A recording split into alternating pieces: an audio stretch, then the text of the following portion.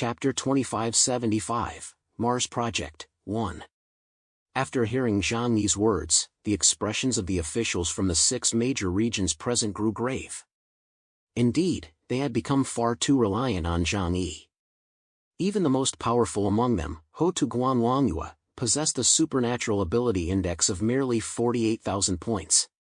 Moreover, while her abilities held an extremely high ceiling, their floor was equally low.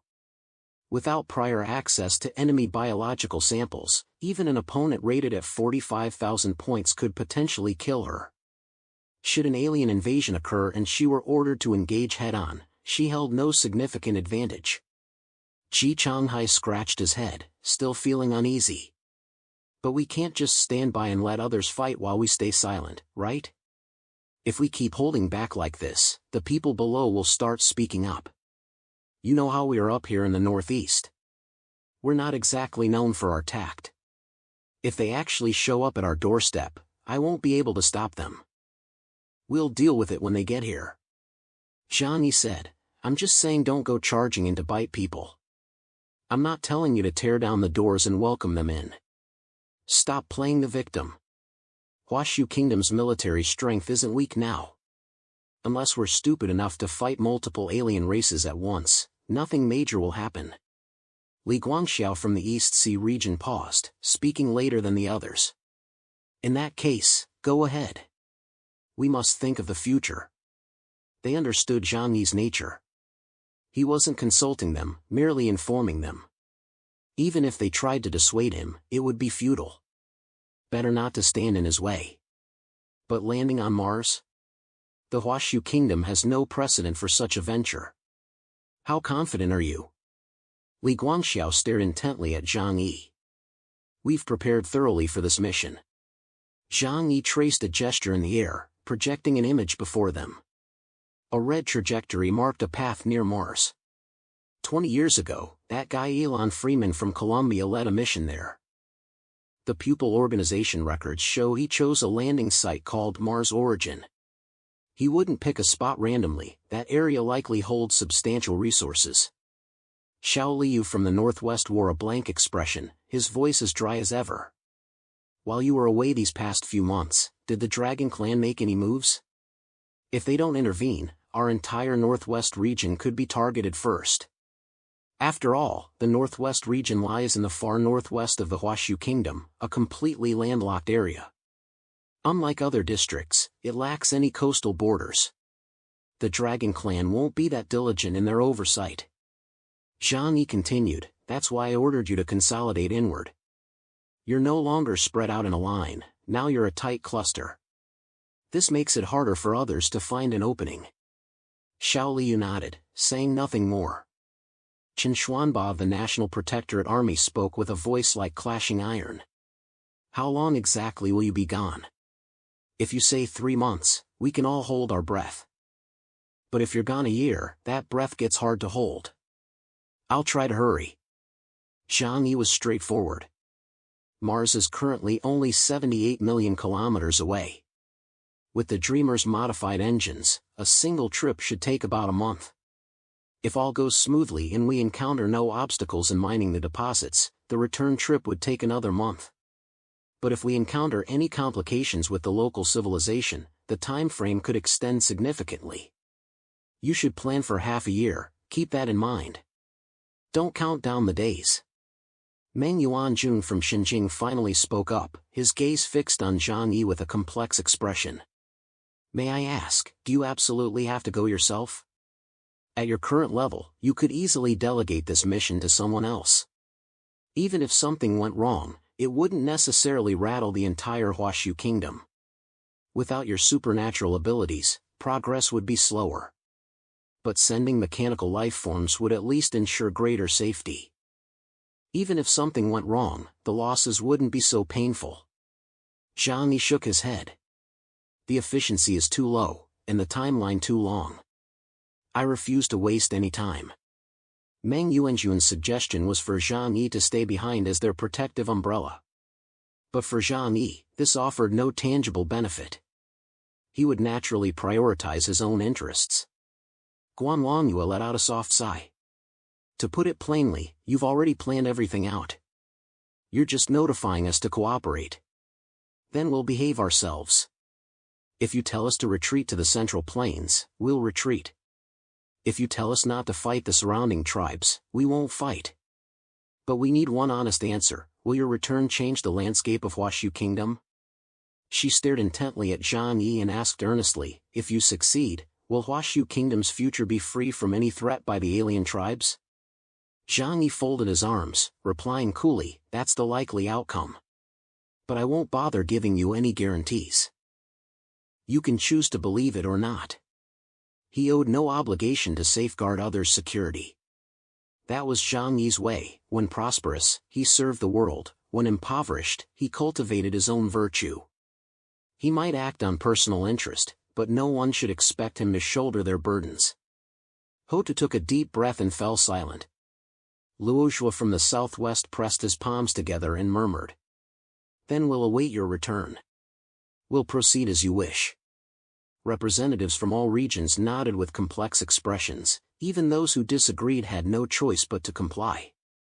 "All right, it's settled." Zhang Yi stated, "Once I enter space, you may leave messages for me. However, due to the time difference, my responses will be delayed. At that point, I can only offer advice. Returning in the short term is impossible." Zhu Jing hurriedly interjected, "We will consult you on every matter.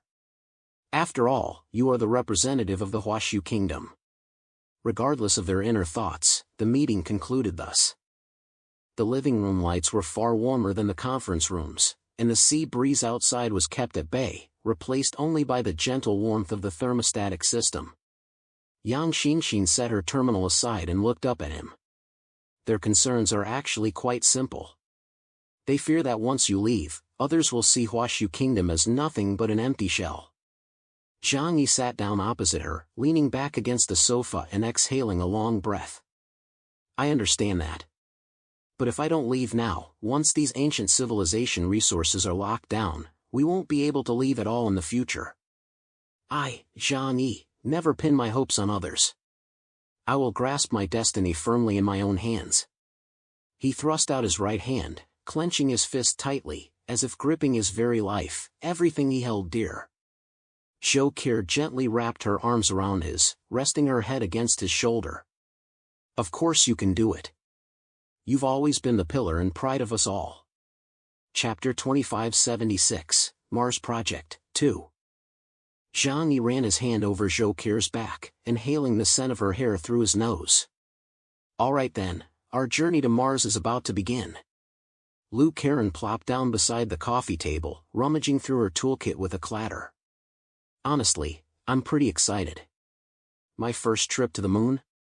I started throwing up before we even boarded the ship. This time on Mars, I want to see if mankind can really pull off that whole dig wherever I want thing." Zhang Yi glanced at her and smiled. "Don't get too excited just yet. Mars isn't empty. After Freeman's crew went there, we lost all contact. Either they got taken out by the Martian locals or decided to crown themselves kings, cutting ties with Earth completely. We need to be careful this time. Don't get too caught up in sightseeing." Yang Xia tucked her hair behind her ear, her voice soft. "You say Mars has a civilization, but all I picture are those little gray people with long legs. If they look too strange, I won't be able to stop laughing." Her eyes sparkled with anticipation, as if leaving this dangerous Earth was something she'd longed for. Who knows? Part of me hopes there are Martians up there. Because only if early humans colonized Mars would it prove that place is truly rich in resources. But on the other hand, I really don't want any trouble on this mining trip. It's so frustrating." Zhang Yi exclaimed with a laugh. Bai Li Changqing's earnest face still showed a hint of worry. "Boss, are you really okay with leaving things here on the surface? That Mong Chi, and that Nightmare Clan guy, if they really hold a grudge and come after you while you're gone, they won't move so quickly." Zhang Yi waved his hand dismissively. "The Dragon Clan just made their presence known. The heat's still on the scene. Who'd dare slap us in the face right away? That'd be like telling the Dragon Clan, 'I don't give a damn about you.' These old fools have lived this long, none of them would make such a rookie mistake now. Besides, don't boost others' morale while undermining your own. Deng Shintong and Bailey, you two stay behind in Tianhai City. Our old friends down in the ocean can lend a hand when it matters. If trouble really hits, you can hold the fort for half a year. Deng Shintong looked at Zhang Yi with disappointment. Honestly, I wanted to go with you guys. Zhang Yi smiled warmly and patted his shoulder. Management suits you better. Stay put here. When you return, I won't shortchange you on the good stuff. Deng Shintong shrugged helplessly. His power had now reached the Black Chariot level, yet the gap between him and Zhang Yi only widened. Indeed, he could no longer offer significant assistance to Zhang Yi on the front lines. The Mars voyage plan was thus finalized, requiring no extraordinary preparations. The entire Tianhai city remained in a constant state of readiness, with all necessary supplies stored within Zhang Yi's space pocket, ready for immediate departure. Still, Zhang Yi turned to Lu Karen and said, Karen, give the Dreamer one more thorough inspection. Pay special attention to the energy storage, engines, and defensive force field. Make absolutely sure everything is in perfect working order. The magnetic field on Mars might be trickier than we anticipate. If the ship runs out of power mid-journey, I'd hate to be paddling through space. Lu Karen covered her mouth and giggled. Relax, I've been tweaking the engines these past few days and run multiple maintenance checks on the entire ship.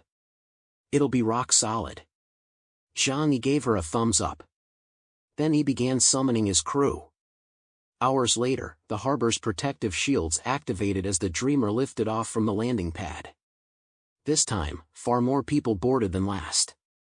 Beyond the core combat team, heads of several Tianhai City labs, 2 geologists, and an elderly astronomer, each carrying a case, stepped into the cabin, their expressions brimming with excitement. For efficient mining, professionals were essential.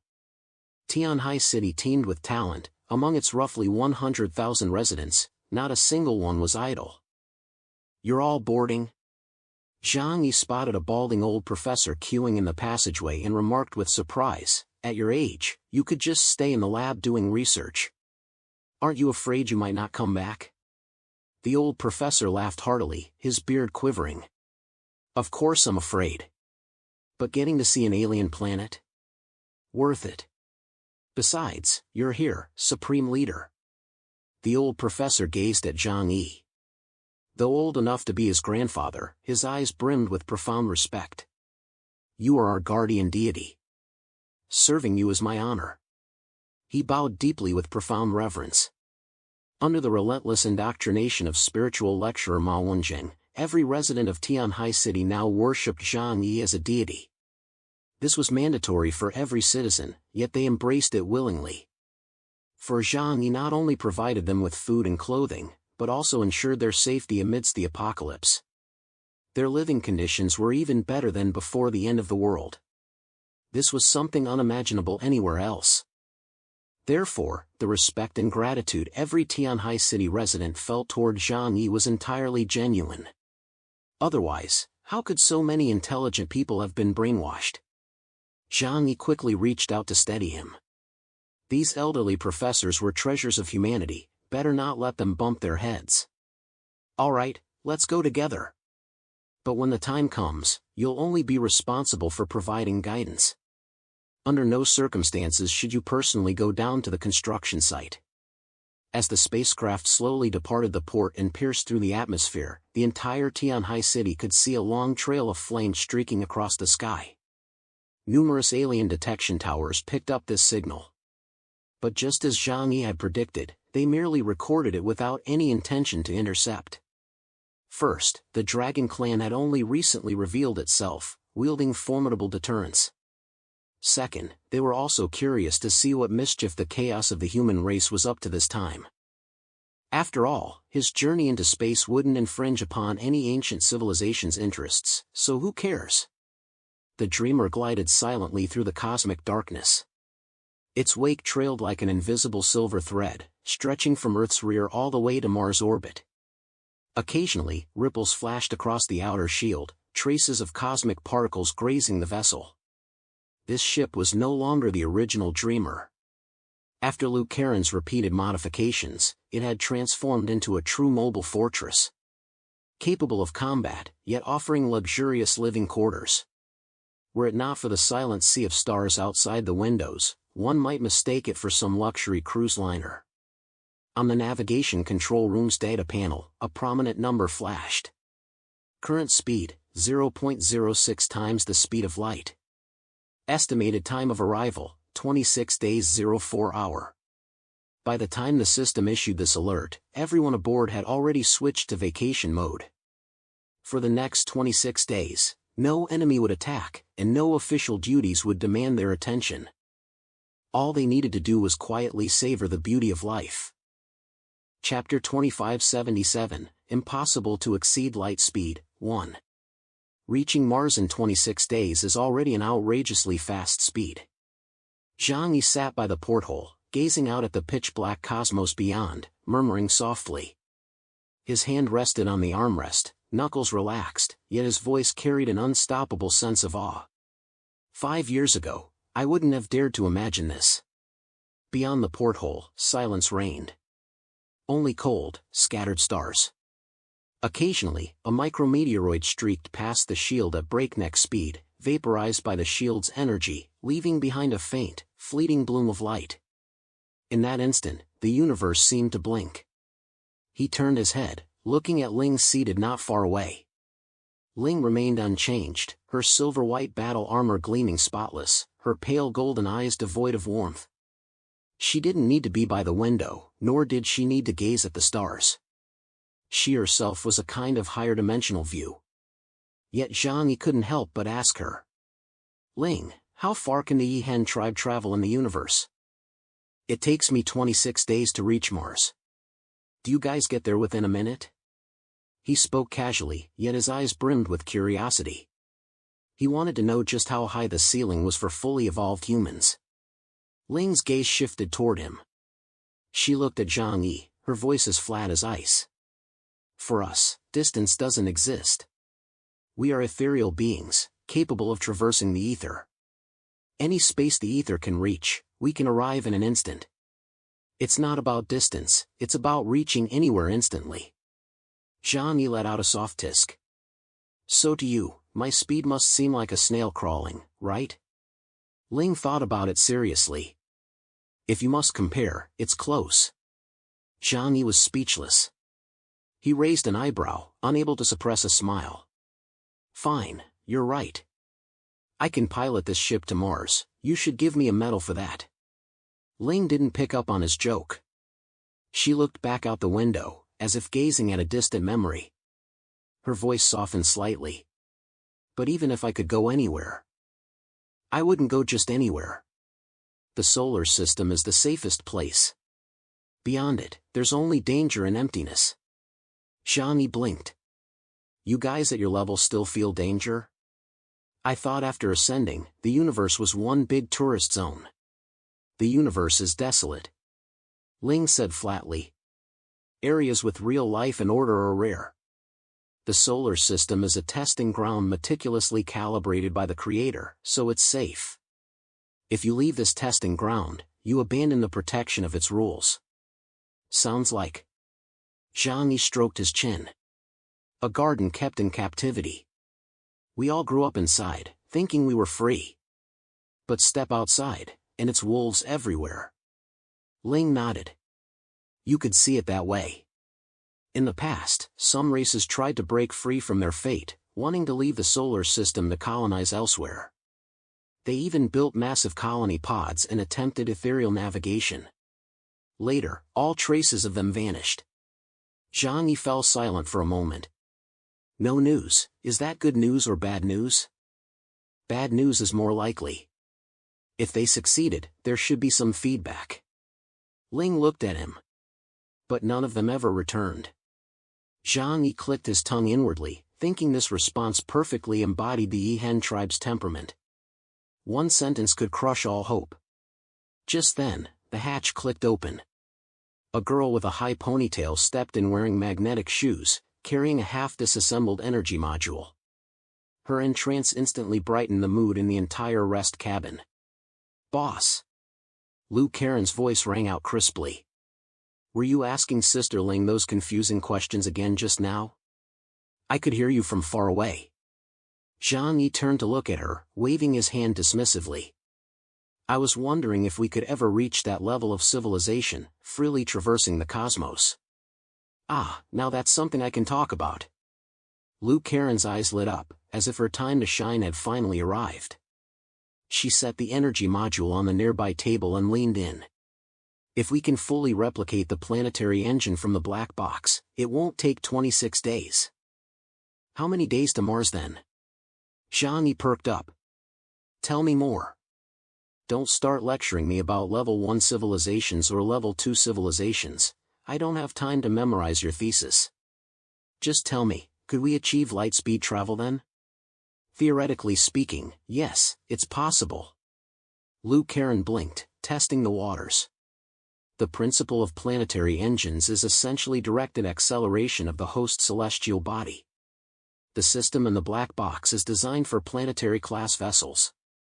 If you scale it down to ship class, it becomes a localized engine for spacecrafts. It doesn't propel the ship, it shifts the entire small section of space the ship occupies forward. This drastically reduces energy dissipation, allowing speeds approaching light speed. Zhang Yi raised an eyebrow.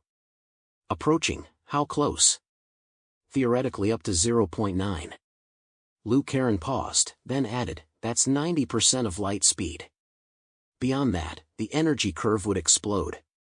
After all, light speed is a deadly threshold."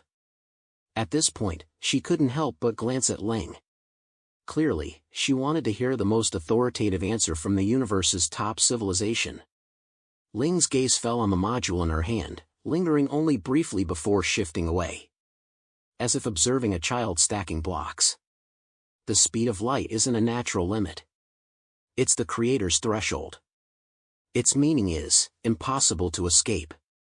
Impossible to leave this space centered on Earth. Zhang Yi narrowed his eyes. "What do you mean?" Ling explained calmly, "All your fundamental life designs, civilization designs, and rule designs are built around Earth and the solar system. Your civilization has reached this stage precisely because you remain within its field of vision. Stepping outside means going off the radar, it becomes easy to destroy and inconvenient to observe. That's why the Creator set light speed as the threshold. You can approach this threshold, but you absolutely cannot surpass it. Even merely approaching it would be extremely taxing and highly unprofitable. This way, you'd be too reluctant to leave the Earth-centered cosmic spiral." After hearing this, Zhang Yi couldn't help but curse under his breath. The universe is so vast, yet we're confined to spinning around in this tiny circle? That's just too stingy. Ling remarked calmly. "This is control, not stinginess. Without this threshold, many civilizations would choose to flee outward, refusing to stay and participate in the reckoning with the Drucker people. The Creator needs you to remain here. So what we're doing now, exploring the universe," Zhang Yi spread his hands, "is actually a violation of the rules." Chapter 2578, Impossible to Exceed Light Speed, 2. "Your actions are borderline at best," Ling stated. "You're still within the solar system, so it doesn't count as breaking the rules. But if you were to go to the Andromeda Galaxy, that wouldn't be borderline, it would be violating the Creator's rules. In that case, you'd face all manner of cosmic dangers and wouldn't be protected by the Creator." Lou Karen couldn't help but feel excited upon hearing this. "But if we're lucky, we might even achieve interstellar travel through more advanced methods. The wormhole jump technology mentioned in the black box, it doesn't rely on speed, but on spatial warping. As long as the spatial structures at both ends can be anchored, we could leap tens or even hundreds of light years in one go. This is the kind of interstellar travel I envisioned."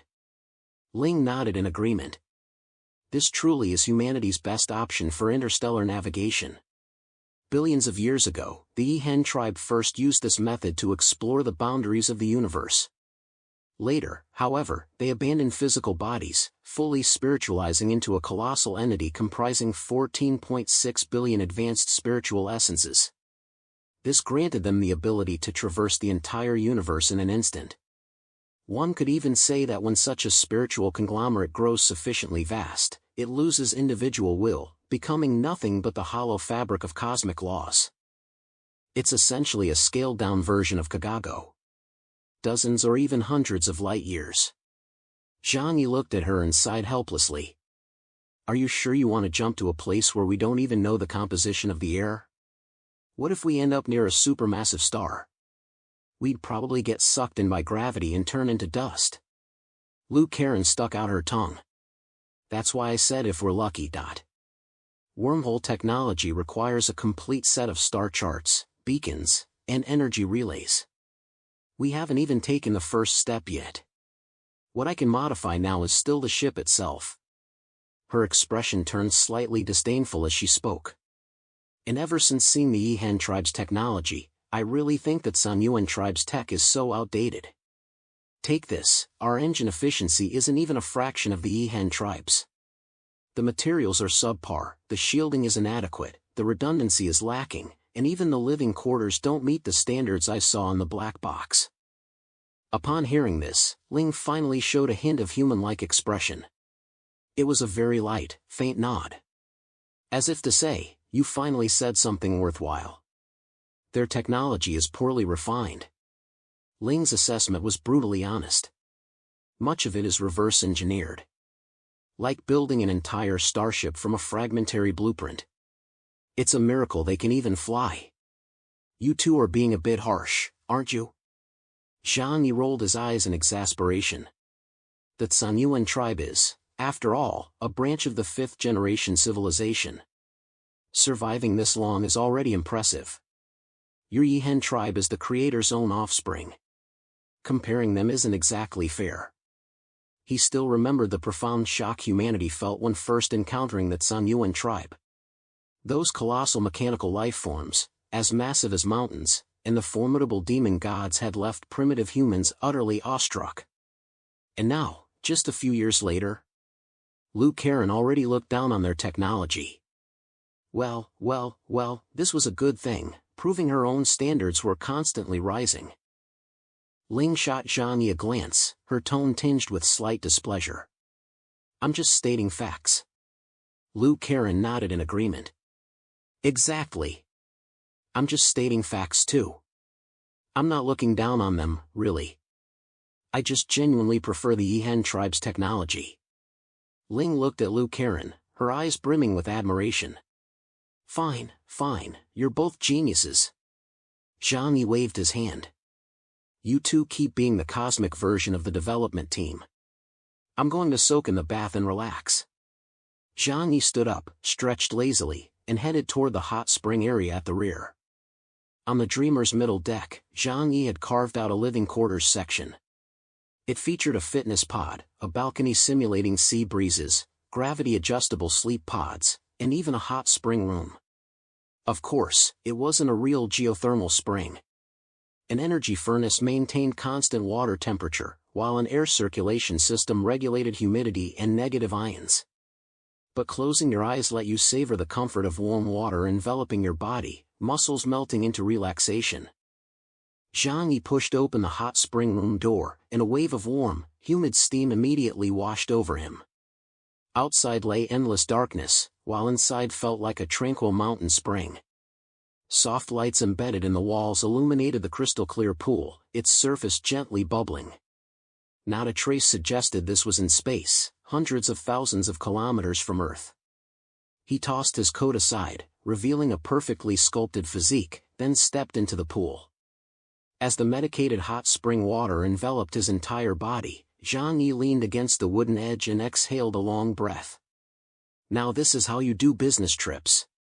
Who says space travel has to mean sleeping in those coffin-like pods? Waves lapped softly against the pool walls, producing a faint plop sound.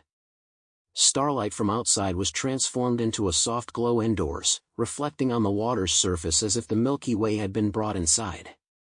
Not long after, light footsteps sounded outside the doors. It was Ling. She didn't enter, merely standing at the doorway like a silent sentinel. Her gaze fixed on Zhang Yi in the pool, her expression as still as water. Your living quarters are far too elaborate. A true combat vessel doesn't need this. Zhang Yi leaned against the pool's edge and lifted his eyes to meet hers.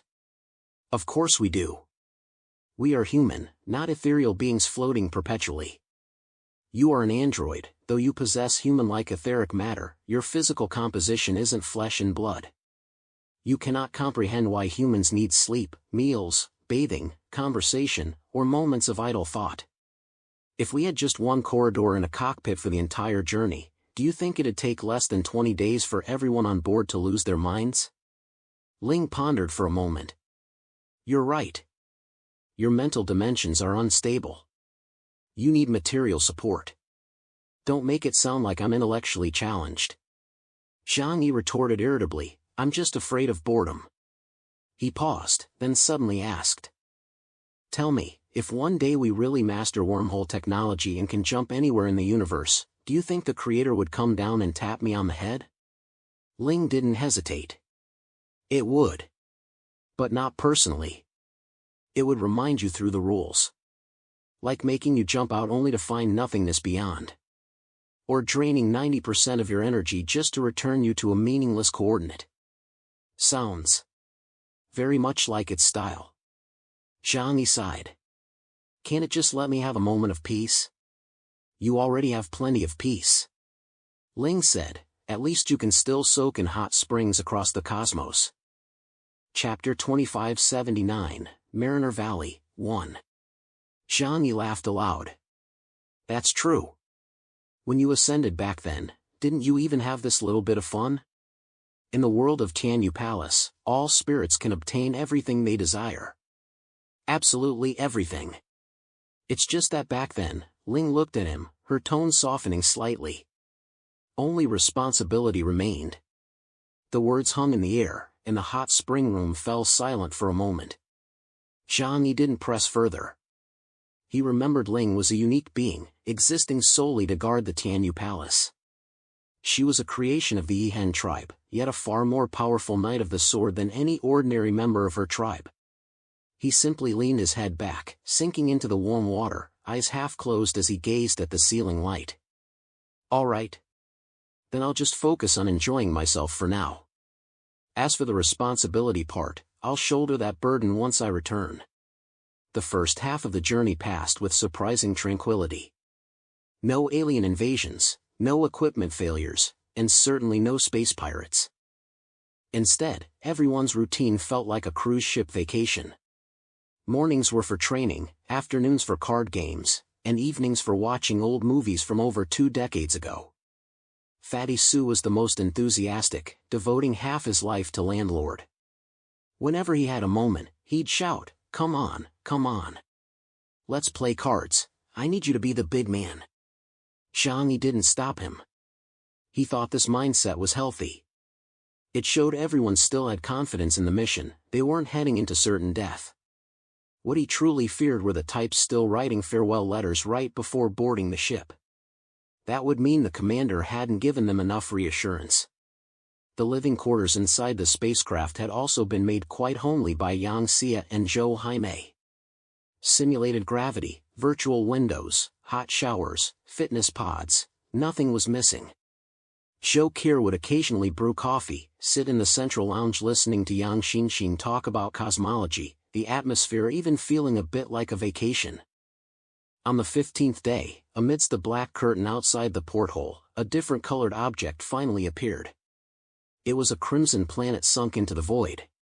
Far from the fiery inferno one might imagine, it resembled ochre weathered by 10,000 years of wind. Its surface was a patchwork of rust red, orange red, and dark brown, the uneven blocks resembling rock stripped by a sword. Near the equator, undulating gullies could be seen, like scars left by dried-up riverbeds on the planet's surface. Some gullies stretched all the way to the horizon, indicating that the water that once flowed through them was no small matter. One side of the planet was perpetually battered by storms. Pale yellow sand swirled in the thin atmosphere, staining that area with a haze of light gold. Sunlight struck from an angle, the thin atmosphere unable to refract it properly, casting heavy shadows that gave the entire planet a stark, high-contrast beauty.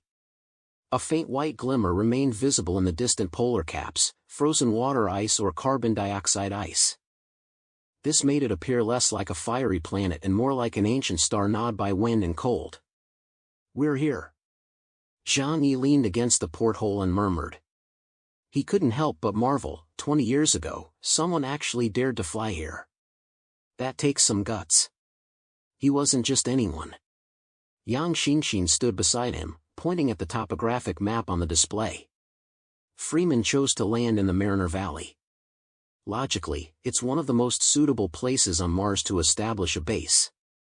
There are traces of water flow, the surface structure is relatively stable, and it's easy to excavate underground space. Water is the source of life. Only by finding places with water could they set up camp and survive long-term. Ling remained silent, merely glancing at the Martian landscape outside. Her gaze was as calm as if she were observing an ordinary rock. Her meaning was clear, this thing didn't even register as interesting in her life's history. The dreamer began decelerating. The outer shields glowed with more pronounced light patterns, preventing excessive friction from Mars' thin yet high-velocity atmosphere during entry. The engine's rumble deepened within the cabin, a distant thunderous roar. Fatty Sue clenched his fists, gripping the armrests of his seat as anxiety began to rise. Target coordinates locked, Mars origin. Lou Karen's voice crackled over the comms, "Everyone stay alert after we touch down. This planet isn't exactly hospitable, the temperature swings are brutal." "Roger." Zhang Yi acknowledged, "We'll follow your lead during descent." The spacecraft sliced through the thin atmosphere, casting a vast shadow beneath Mars' rust-red sky. Below lay the Mariner Valley. Viewed from above, the place resembled a gash forcibly carved into the planet's surface with a sword. The canyon plunged deep, its edges lined with weathered rock walls punctuated by crater scars, while the floor was entirely covered in wind-smoothed red sand. The dreamer did not descend directly into the canyon's deepest part but instead selected a relatively flat plateau within the canyon. The plateau's geological structure was stable enough to withstand minor vibrations without collapsing. The landing struts extended. The massive Dreamer spacecraft touched down slowly, kicking up a cloud of red sand. When the outer doors opened, Mars' dry, cold wind immediately swept inside. It was a peculiar wind. It lacked Earth's moisture and the briny tang of oceans. Carrying extremely low oxygen levels, it produced a faint rustling sound as it brushed against the outer armor. Zhang Yi was the first to descend the gangway. He wore Liu Karen's upgraded Terminator Demon God armor, equipped with an outer layer adapted to the Martian atmosphere. Though he could have relied solely on his supernatural abilities for defense, he chose to suit up, better safe than sorry. He certainly didn't want a repeat of the lunar landing, where they'd been ambushed the moment their feet touched down. This time, however, they encountered no one upon landing, only the vast, empty expanse of the desert. Zhang Yi scanned his surroundings and couldn't help but exclaim, "This is even more desolate than Earth's Gobi Desert." He exhaled. No life, no water, not a single trace of anything living.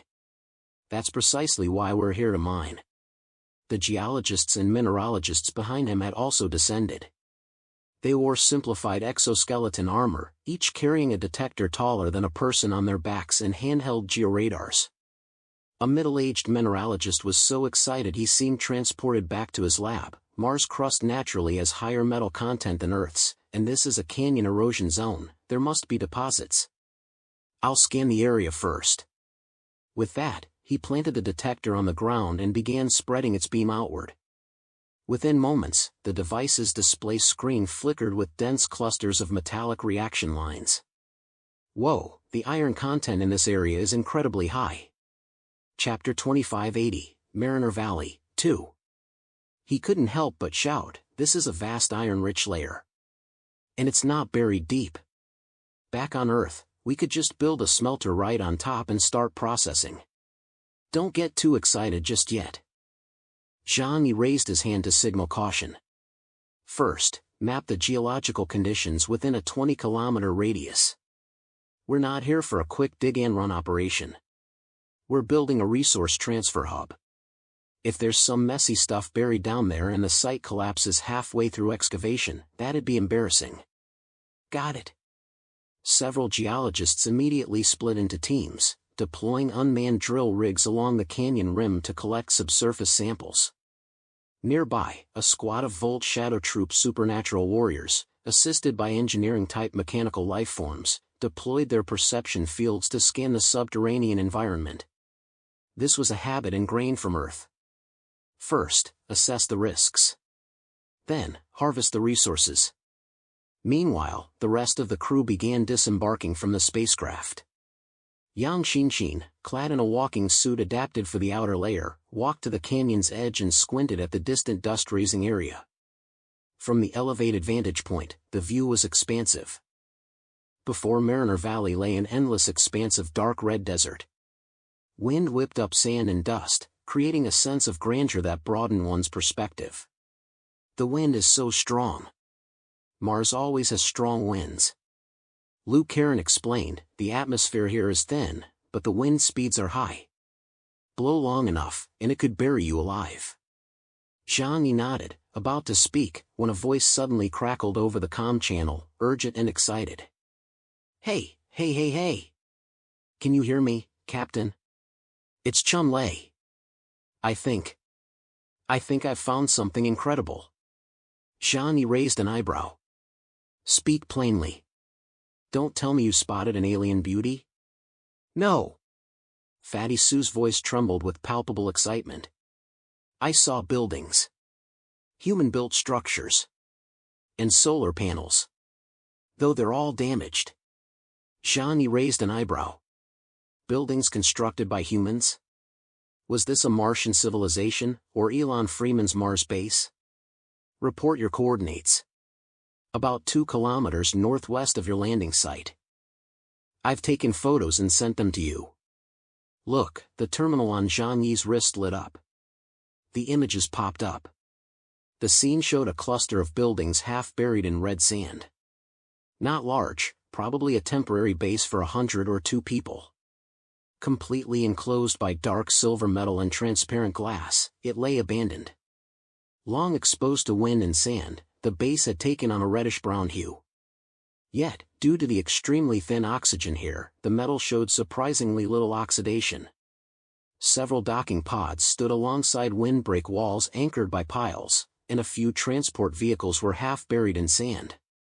The most conspicuous feature was a metal plaque, its paint peeling away.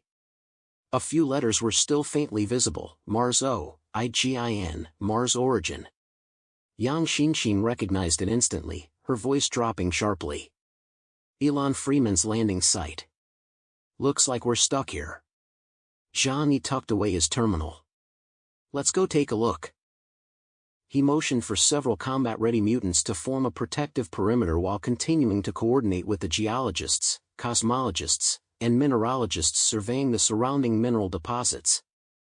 Though Mars' surface was theoretically lifeless now, no one could guarantee something wouldn't suddenly burst forth from beneath. Zhang Yi retrieved a Hummer, acquired 5 years prior from a luxury car warehouse in Tianhai City, still in pristine condition. He never imagined he'd get to drive this thing again. The Hummer excelled at off-roading, its chassis offering exceptional stability. The group climbed aboard. Zhang Yi started the engine, and the roar of the Virum made his excitement bubble over, his grin stretching almost to his ears. This is the feeling. It's been so long since I've felt this.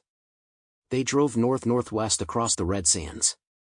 Martian sand differed from Earth's. The grains were finer, the color darker, and stepping on it caused a slight slippage. As they drove on, the cluster of structures ahead became clearer. This was no natural formation. The metal walls were bleached white by wind and sand, bolt edges exposed, and dust packed into the gaps of the hatch doors. Some modules had been blown over by the wind, dragging the adjacent folding antennas askew. At the very center stood a circular survival fortress, half buried in the ground.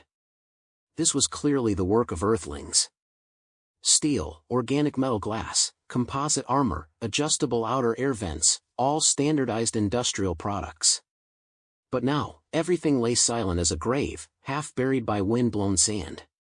Digging marks were visible, likely the work of Fatty Sue and his crew.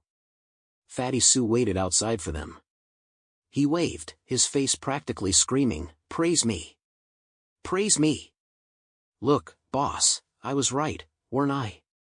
This structure's design. It must be human-built, right?" "Yes." Zhang Yi scanned the life support base and nodded. "This must be Elon Freeman's camp. That it's still so well preserved after 20 years shows their construction was solid. Too bad the people are gone." He couldn't help but feel a pang of emotion as he uttered the last words. Once, they were figures of great renown. Could they truly have perished on the path to colonizing Mars? Several researchers followed behind.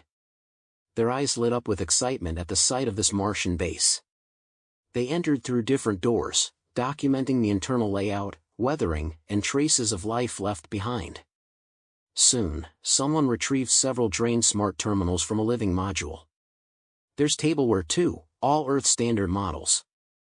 The number of bedding units matches the records, indicating Freeman's crew size remained unchanged upon arrival.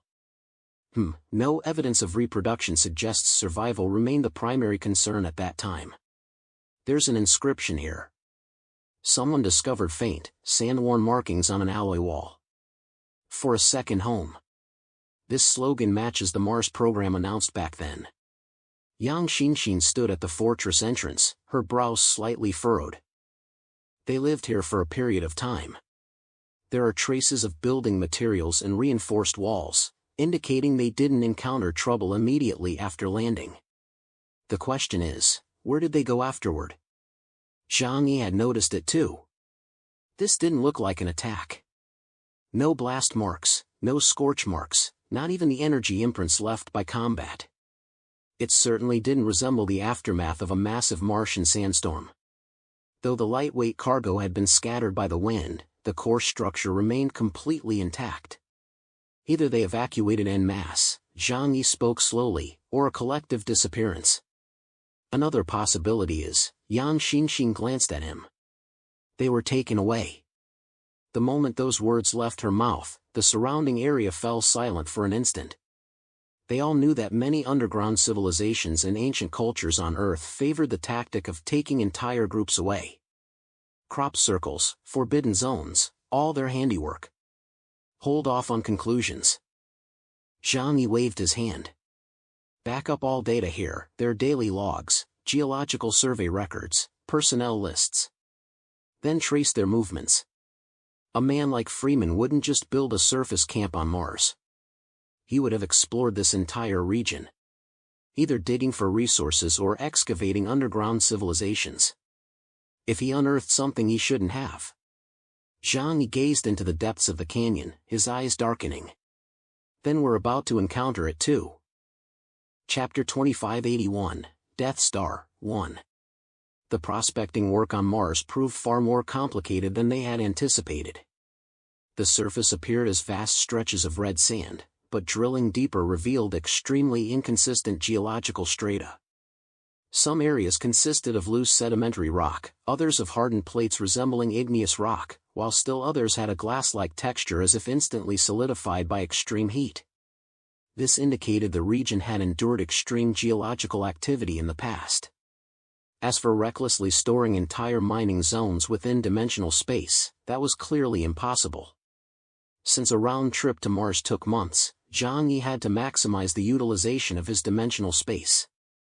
Therefore, pinpointing mineral-rich areas was essential, blindly storing everything was out of the question. Moreover, with suspicions of an ancient civilization existing on Mars, they dared not excavate too recklessly. Zhang Yi instructed the exploration team to watch for any traces of human activity, especially those related to Freeman's team. Yang Xinxin stared at the geological cross-section and couldn't help but exclaim, "This planet definitely once harbored life, it was teeming with vitality, and for a very long time at that." Fortunately, the mechanical legion brought by Zhang Yi quickly proved its worth. Those mechanical lifeforms, originally tasked with engineering and combat on Earth, had been reprogrammed with Mars-adapted software. Outfitted with dust filtration and low-pressure resistance systems, they crawled on tracks like a swarm of giant metal beetles, advancing deep into the canyon. Their operational efficiency was remarkable. They required no oxygen, needed no sleep, and never complained about the Martian winds. Wherever mineral veins reacted, they drilled. Standing atop a makeshift command platform, Zhang Yi watched the constantly flickering coordinate points on the surface. His mood was actually quite good. The iron ore reserves are absurdly massive. He flung a data sheet at Liu Karen. If we haul this back to Earth, a single smelting run could fuel 50 years of industrial expansion. The key is the minimal cost. Liu Karen's eyes lit up. No need to fight alien races for resources, no worries about supply lines getting cut. It's a perfect mining planet. Too bad, Zhang Yi shifted his tone. The stuff I really want? Not a trace of it. He wasn't after ordinary iron ore, silicon, aluminum, or titanium. What he craved were the rare elements essential to the Yihen tribe's advanced technologies: high-density energy-channeling metals, superconducting lattice source materials, energy memory compounds. Especially that energy-locking metal capable of confining antimatter explosive energy without premature leakage. Such substances were nearly extinct on Earth, hoarded by ancient civilizations. Earth's energy landscape closely resembled an old film called Hunger Station. It depicted a vertical prison where a large table laden with food was lowered floor by floor via an elevator. Thus, the farther back the prisoners were, the poorer their food became. Similarly, Earth's most precious resources had long been mined to near exhaustion by the preceding 5 generations. All that remains for them are the lowest-grade fossil fuels. Liu Karen leaned over the control console, retrieving the Mechanical Legion's report logs with a troubled expression. We've scanned all the shallow outer layers. Basically just iron, nickel, a bit of cobalt, and some weathered hydrated ores. That can't be right. The mining traces on Mars aren't that extensive. Could our previous assessments have been wrong? She turned to Zhang Yi and asked, should we drill deeper? Zhang Yi considered it, then nodded. Dig down, especially in areas with unstable energy readings. If ancient civilizations existed on Mars like on Earth, their artifacts would be buried deep. The shallow layers have long been eroded by wind and sand. Thus, over a dozen heavy mechanical life forms simultaneously began their descent. Like a swarm of metallic vines burrowing into Mars's body, they descended through the canyon strata, equipped with probes and cutters. This was the advantage of mechanical life forms: they could operate normally even in regions 10,000 meters underground. In less than 2 hours, the first transmission wasn't good news about rare metals, but an image that silenced everyone. Detected anomalous substance. The engineering-type mechanical life form relayed the feedback, and Zhang Yi and the others immediately looked over. The image showed a pitch-black underground space, dark enough to appear blue. Instead of naturally formed cave curves, perfectly symmetrical triangular slopes appeared. It seemed to be some kind of metal, dark purple, smooth, and perfectly flat. The metal surface bore regular patterns, resembling ancient energy channels. When Zhang Yi saw it, he felt an inexplicable sense of familiarity, as if he had seen it somewhere before. Report: we have confirmed an artificial structure. 100% non-natural formation. The mechanical lifeform's voice was cold, yet slightly subdued. Shape resembles a cone-shaped structure. Material is a high-density metal alloy, incompatible with any known natural metallic substances on Earth. Zhang Yi's eyes lit up instantly, his alertness sharpening. However, he didn't rush over. Instead, he cautiously ordered, "Do not touch it. Immediately conduct a survey within a 10-kilometer radius for any signs of biological presence." He had to ensure the surrounding area was safe. Roger that. The engineering mechanical life form swiftly began excavating and probing the surrounding area. Half an hour later, it finally provided Zhang Yi with a definitive response. No biological traces found within the rock formations. Not even microorganisms. No cellular life forms detected whatsoever. Zhang Yi exhaled in relief. looks like this planet really is nearly dead.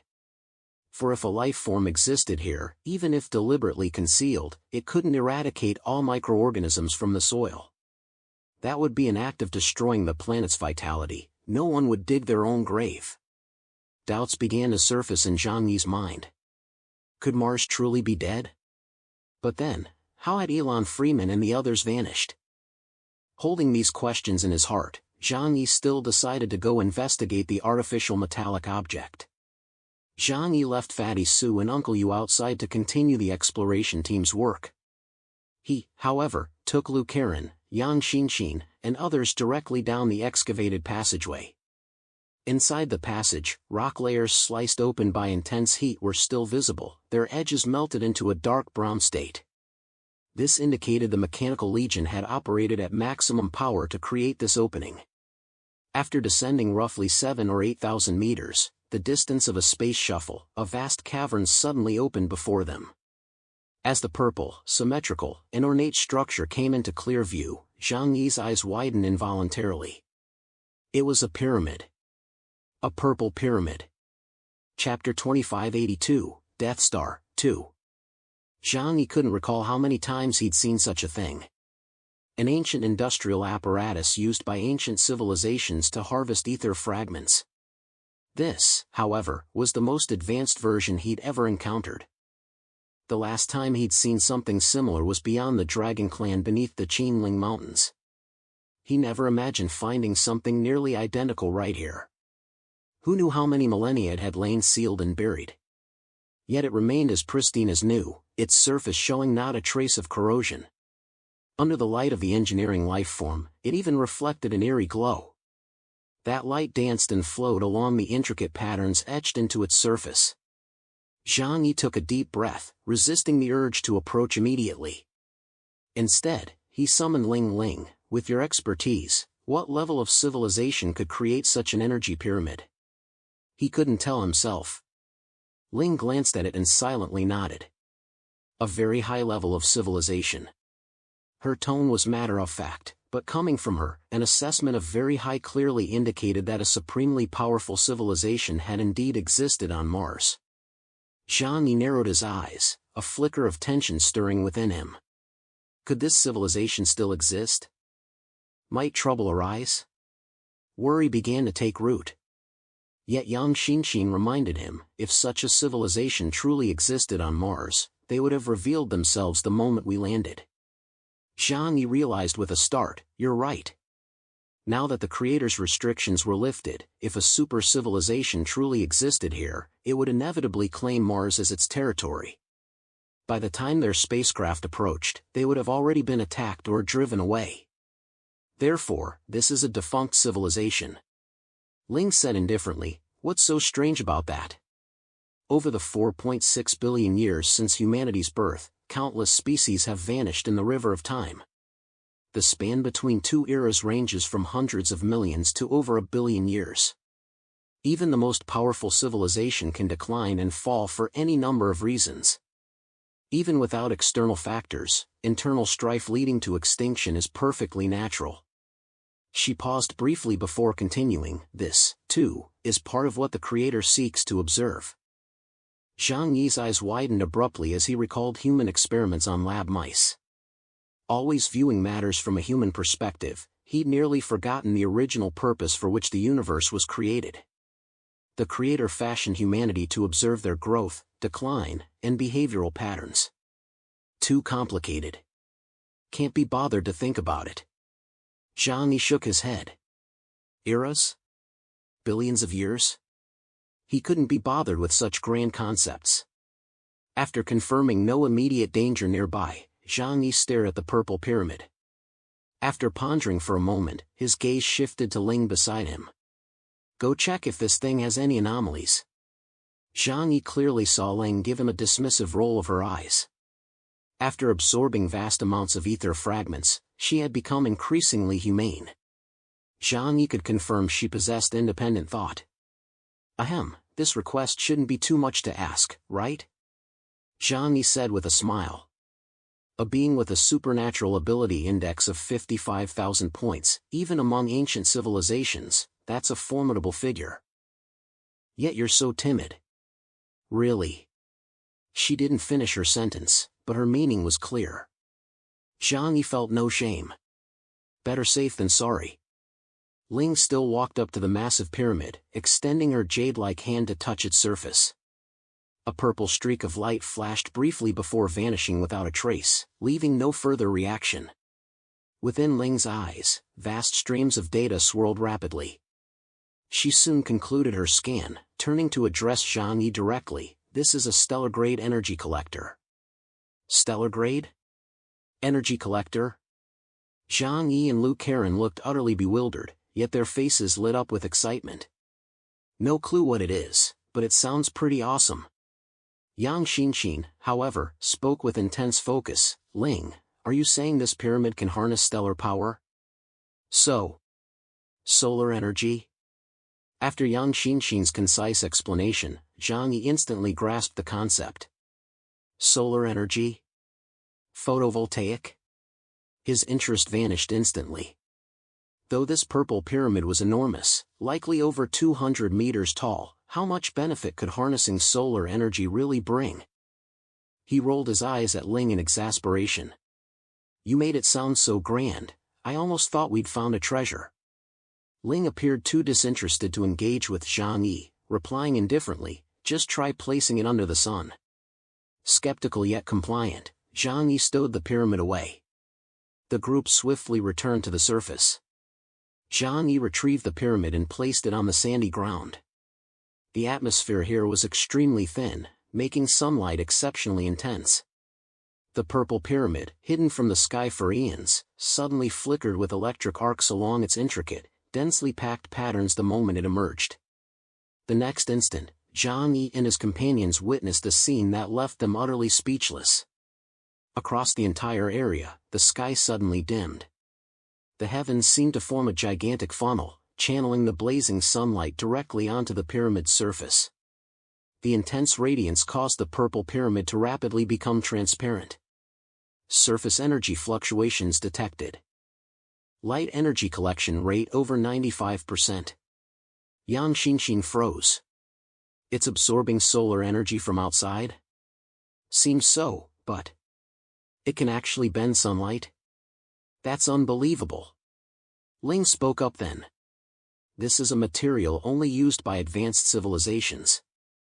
Her voice remained as flat as ever, yet this time it carried a hint of acknowledgement.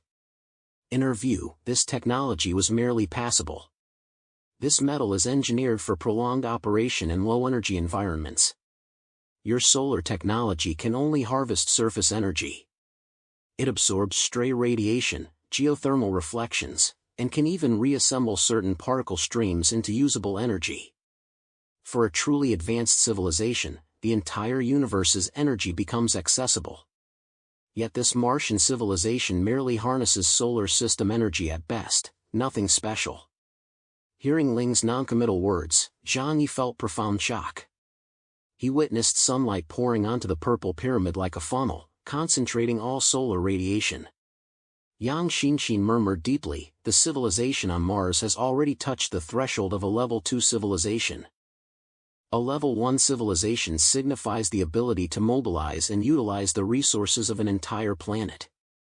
Present-day humanity and most ancient civilizations of the past fall within this category. A level 2 civilization, however, means mastering all the energy resources of a star. Chapter 2583, Remains, 1. For the sixth generation of humanity, the application of stellar-level energy remained merely a theoretical concept. Take the Dyson sphere, for instance, an idea involving encasing the entire sun in special materials to absorb all its radiated energy. This was clearly impractical, as even combining all the matter from the other planets in the solar system wouldn't suffice. Yet for the unimaginative sixth generation, this remained their only conceivable solution. Today, however, Zhang Yi and his companions witnessed an entirely novel approach, the attraction and plunging of solar radiation. They could actually bend sunlight, or more precisely, not bend the light itself, but channel the radiant energy, concentrating it upon the purple pyramid. Even Lou Karen was utterly astonished by this advanced technological feat. She calculated the Purple Pyramid's energy collection efficiency. Every second, it gathered solar radiation equivalent to 1.2 tons of coal. It's terrifying. Lou Karen gasped, murmuring, "We're always focused on mining ores, yet we forget that most fossil fuels trace their energy back to the sun." Pointing at the colossal Purple Pyramid, she told Zhang Yi, "A stellar-grade energy collector like this is equivalent to over 3,000 large-scale solar power stations." Yang Xinxin glanced at it. Even someone as composed as her couldn't help but take a deep breath. Though both harness solar energy, the principles are entirely different. On Earth, solar utilization boils down to heating water. This pyramid, however, directly absorbs solar radiation energy with a conversion rate as high as 95%, leaving almost no waste.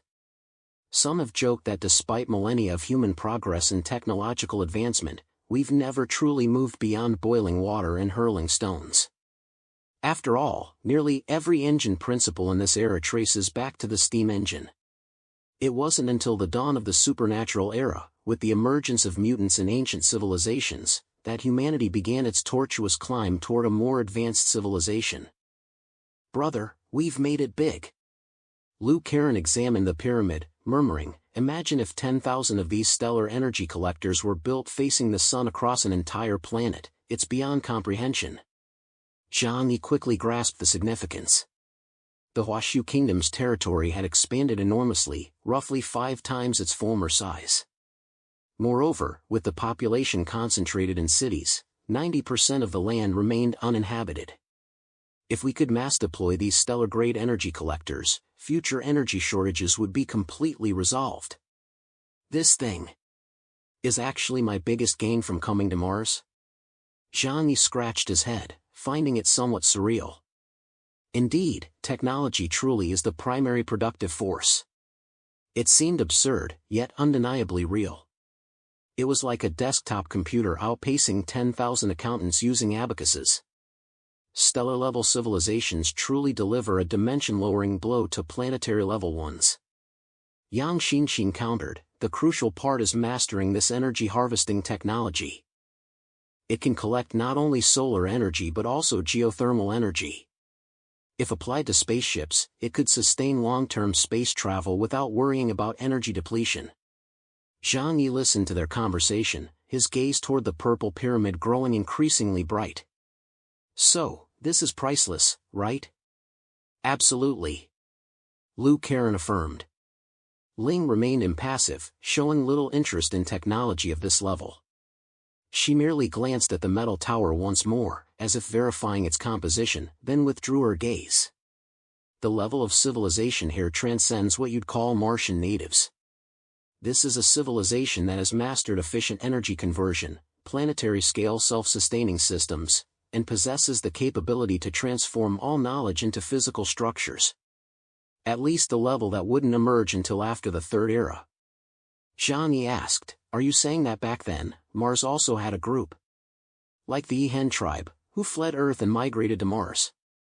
Ling shook her head. The Yihen tribe's technology wasn't that outdated. "Don't be ridiculous." But among subsequent civilizations, there's never been a shortage of those aspiring to become like the Yihen tribe. They saw the fate of being shrouded by the Creator, so they tried to establish self-sustaining systems within planets beyond Earth to evade the next purge. And the result? You saw the result.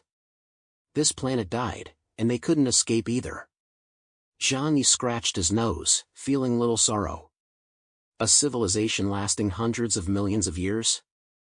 If he lived that long, he'd probably be tired of life by then. Maybe the Martian civilization chose its own end, returning to the ether. Zhang Yi mused darkly to himself.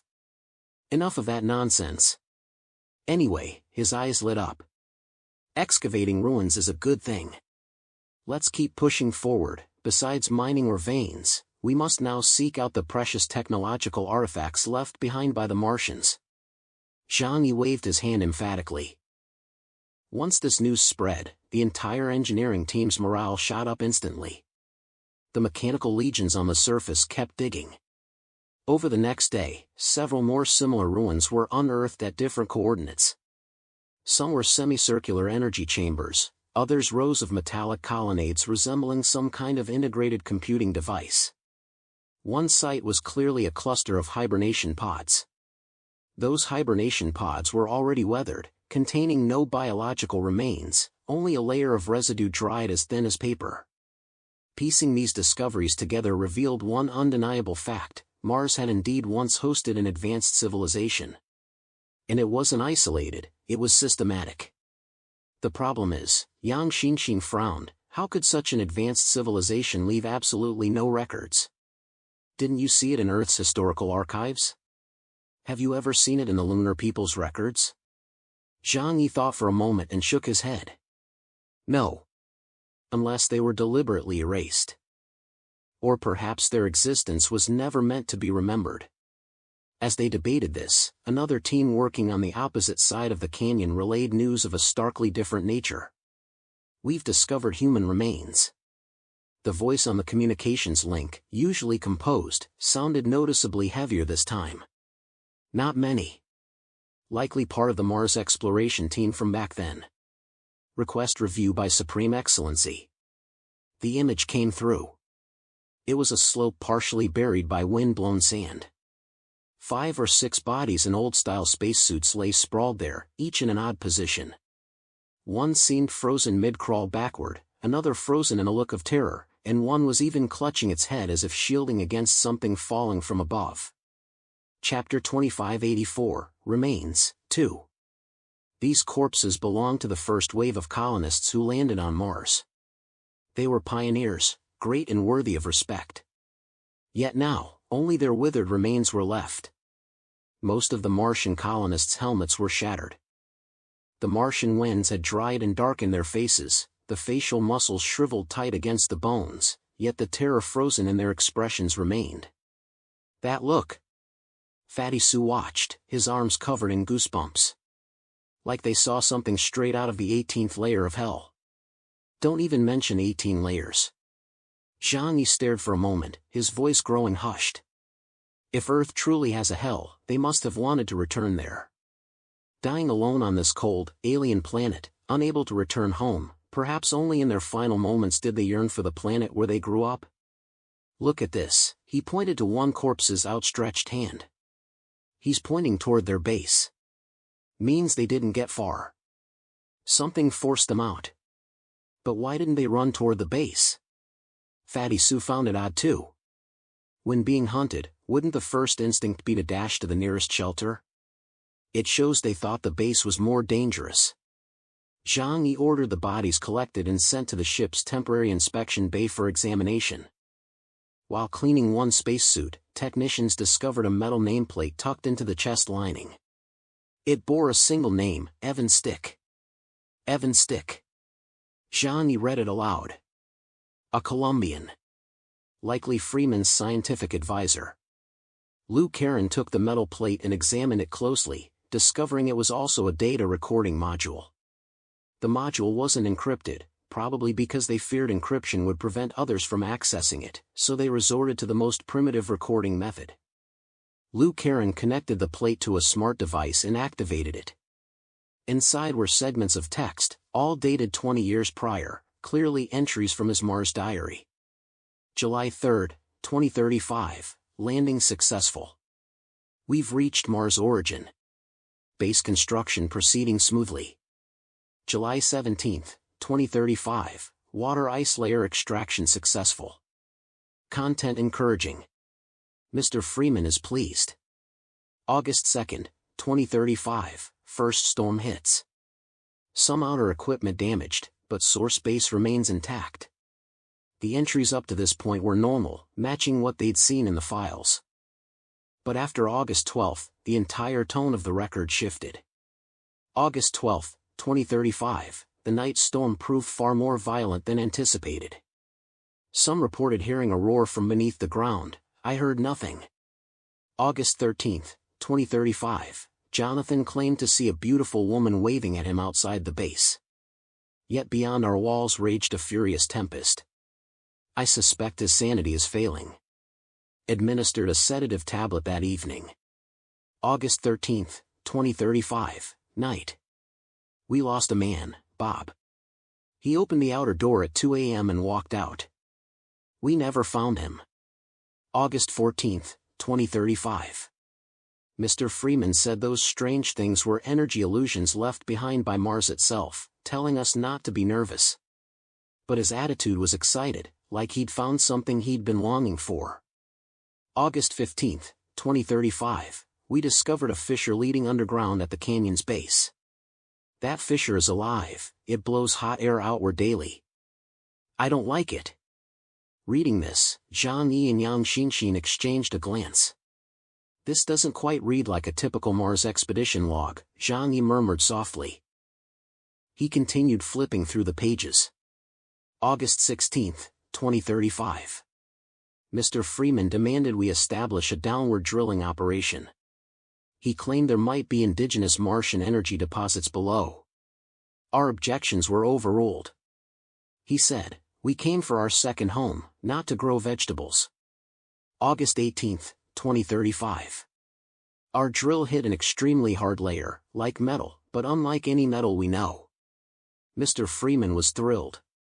He said, "We found the doors." August 18, 2035, night. The storm came again. This time I heard voices, whispers, many people talking, like they were praying. August 19, 2035. Our doors opened. We discovered we had opened the gates of hell.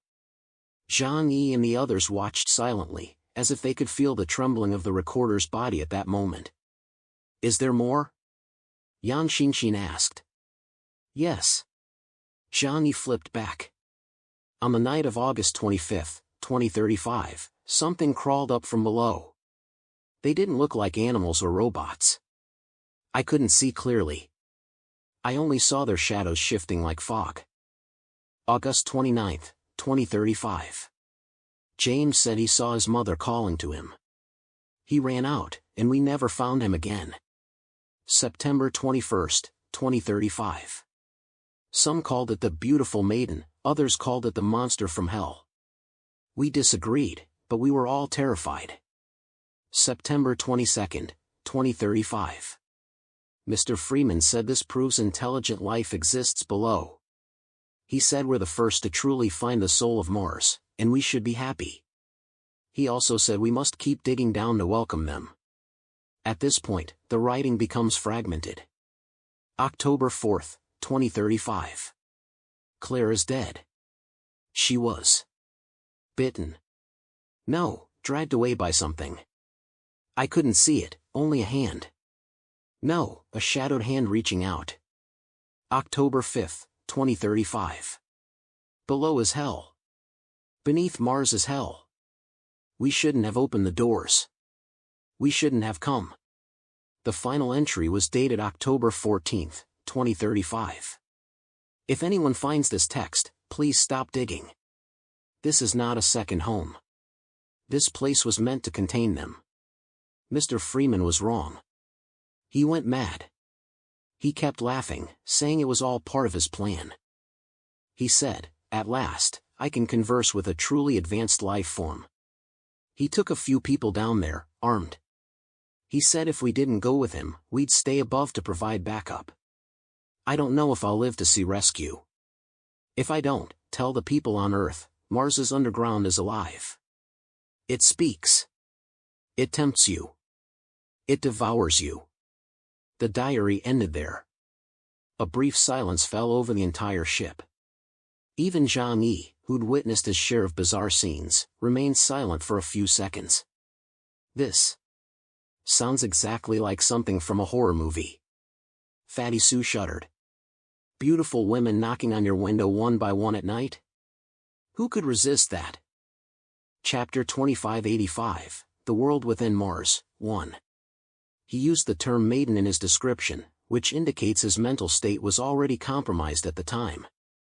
Yang Xinxin analyzed calmly, this type of multi-source hallucination is typically caused by intense radiation or overlapping psychic energy fields. Look, the high radiation energy or found around their bodies perfectly explains this. Yang Xinxin gestured around them. Through tactical goggles, numerous energy ore deposits were indeed detectable. Energy and radiation coexist. The more potent the ore, the higher its inherent radiation. Zhang Yi's team now possessed technology that surpassed Elon Freeman's team from 2 decades ago by at least several millennia. Thus, many phenomena that seemed bizarre and uncanny back then now had a scientific foundation. So, the monsters they saw, the invisible hands, those might all have been hallucinations? Zhang Yi closed his recorder. I know what you're getting at. But the problem is, he gestured toward the rows of corpses, frozen in terror. An illusion capable of terrifying a group of trained scientists and volunteers like this isn't exactly normal. Not to mention that Freeman was actually excited. For someone to feel excitement while facing a mortal threat, they're either truly insane or they know what lies beneath. Yang Xinxin asked curiously, you suspect he knows some secret about Mars? He's from the Pupil Organization. Zhang Yi narrowed his eyes. The Pupil Organization excels at intelligence gathering. 20 years ago, things weren't as chaotic as they are now. For someone who was the wealthiest and closest to power in that world, the things he knows are beyond what ordinary people can imagine. If he didn't know there was something beneath Mars, he wouldn't have rushed here so urgently, abandoning everything he owned on Earth, almost like a desperate gamble. And I refuse to believe he's a madman. So now the question is, where are his people? Yang Xinxin hit the nail on the head. We've seen so many bodies, but not a trace of Elon Freeman. Either he really was killed by Martians, leaving not even bones behind. Or, Zhang Yi said slowly, he's alive. Alive? Fatty Sue's eyes widened. He's been down there for 20 years and he's still alive? I never said he was alive down there. Zhang Yi gazed into the depths of Mars' crust. Perhaps he was taken away. The underground civilization on Mars, or the women and monsters these surveyors encountered, might fundamentally be the same entity. If he was taken, he becomes a crucial piece we must uncover. We came to Mars for mining, Zhang Yi paused before continuing, but now it seems we might also need to see what secrets this planet truly holds. After all, the truly valuable resources we seek are most likely buried within the ruins of that ancient civilization. If Elon Freeman dared to do it as an ordinary man, there's no reason I, Zhang Yi, shouldn't dare to do it too. Keep digging. Zhang Yi's tone hardened once more. Find the mine shaft they opened back then. See where their so-called Hell's Gate actually leads. Yang Xinxin cautioned, high radiation zones can easily induce collective hallucinations in ordinary people. If our team gets affected, they might do something similarly foolish. Then let the Mechanical Legion go down first. Zhang Yi immediately made arrangements. We'll observe from outside for now. As long as they don't exhibit abnormal behavior, we'll know this thing only targets sentient beings. If even they become unstable, it means it's some kind of physical substance with an indiscriminate attack. We'll switch to another plan then. Ling remained silent. Only after Zhang Yi finished did she add, her tone detached. There's indeed a subterranean space beneath Mars. Zhang Yi's eyes lit up. What is it? He asked, curiosity immediately piqued. Perhaps something akin to the Tianyu Palace. Ling's gaze settled upon the red expanse, as if peering through tens of thousands of meters of rock to another world. Some civilizations, seeking to break free from the Creator's framework, must escape the material world. Self-seclusion is inevitable, only then can all contact with the outside world be severed. Thus, they refuse any interaction with the outside. So that astronaut named Stick wasn't entirely wrong. If you wish to enter the world of the Martian civilization, you will inevitably be targeted. For you, this is hell. Zhang Yi was certain the answers lay beneath this red planet's crust. He addressed the group, return to my shadow first. The next phase of exploration requires my personal intervention. Mechanical exploration was too slow, space shuffle proved far quicker. The group entered the shadow. Zhang Yi remained fully alert, abilities activated, then plunged straight toward the Earth's surface, opening a dimensional gate. He drove himself into the ground like an invisible nail. Strips of basalt slanted past his vision. Ancient alluvial layers flashed by like pages turning, while igneous glass shimmered with a cold, lamp-like glow. 10 kilometers, 20 kilometers, 50 kilometers. Descending hundreds of thousands of meters deep, only silent darkness and the occasional scorching gust of core air brushing his face remained. Yet after searching for a long time, Zhang Yi found nothing. No ruins were discovered, no Martian cities, not even the slightest trace of a portal-like structure. What's going on? If a super-civilization truly existed beneath Mars, there should be some trace of it. Zhang Yi frowned, murmuring, could it be that Elon Freeman's coordinates were wrong? That's unlikely too. If they encountered strange events here, it means they had contact with the Martian civilization. How could there be absolutely no trace? Ling drifted silently beside him, silver eyelashes lowered as if listening to a melody only she could hear. She lifted her gaze, her eyes as still as a mirror. They were here, yet they weren't here. Because the place they occupied wasn't the space you understand. Zhang Yi raised an eyebrow, instantly recalling the Tianyu Palace and the Dragon Clan's secret realm. Zhang Yi couldn't help but ask, you mean space folding? Ling nodded, her gaze cold. A highly advanced civilization. They fold the world into layers, like a stack of mist. You can find the door to such a space now, but the method of locating the door is too sloppy. She looked at Zhang Yi.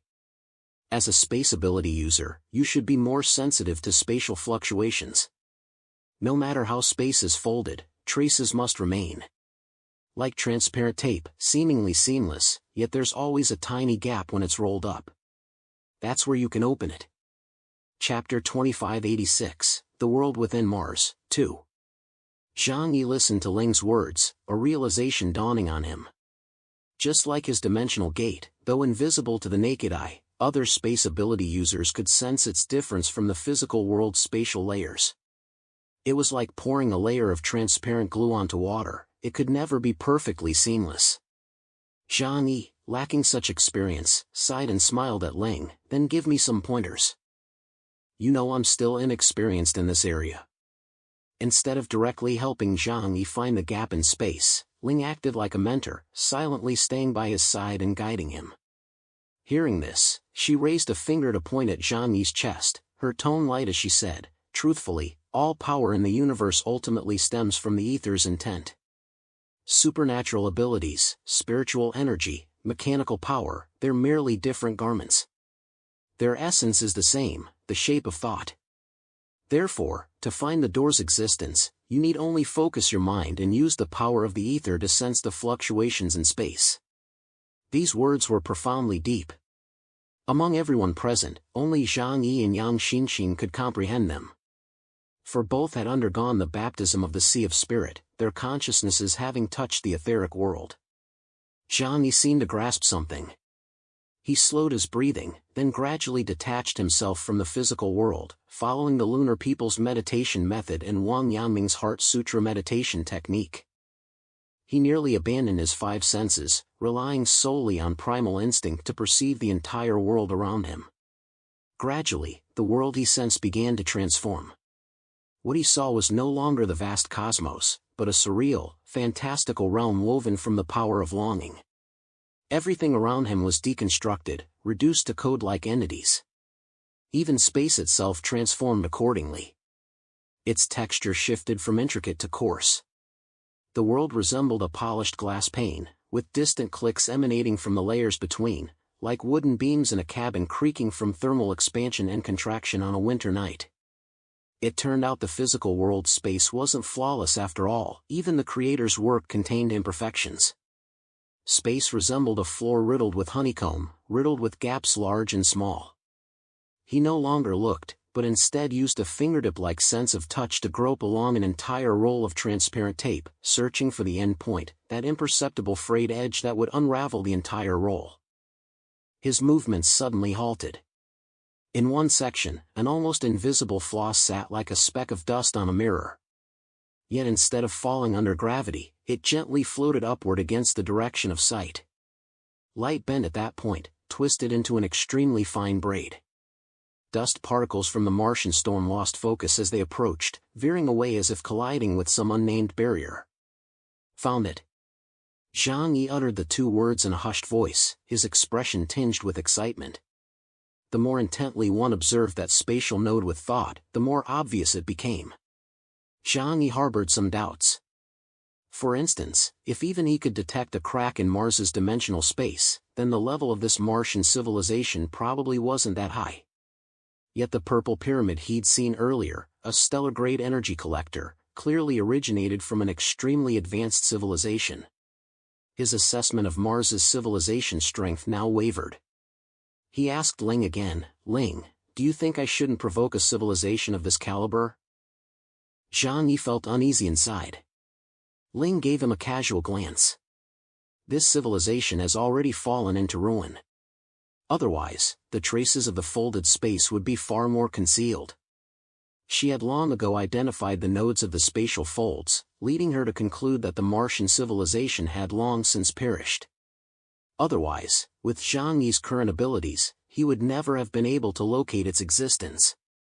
Hearing Ling's words, Zhang Yi finally felt reassured. "Lend me your sword." He reached out to Ling without hesitation.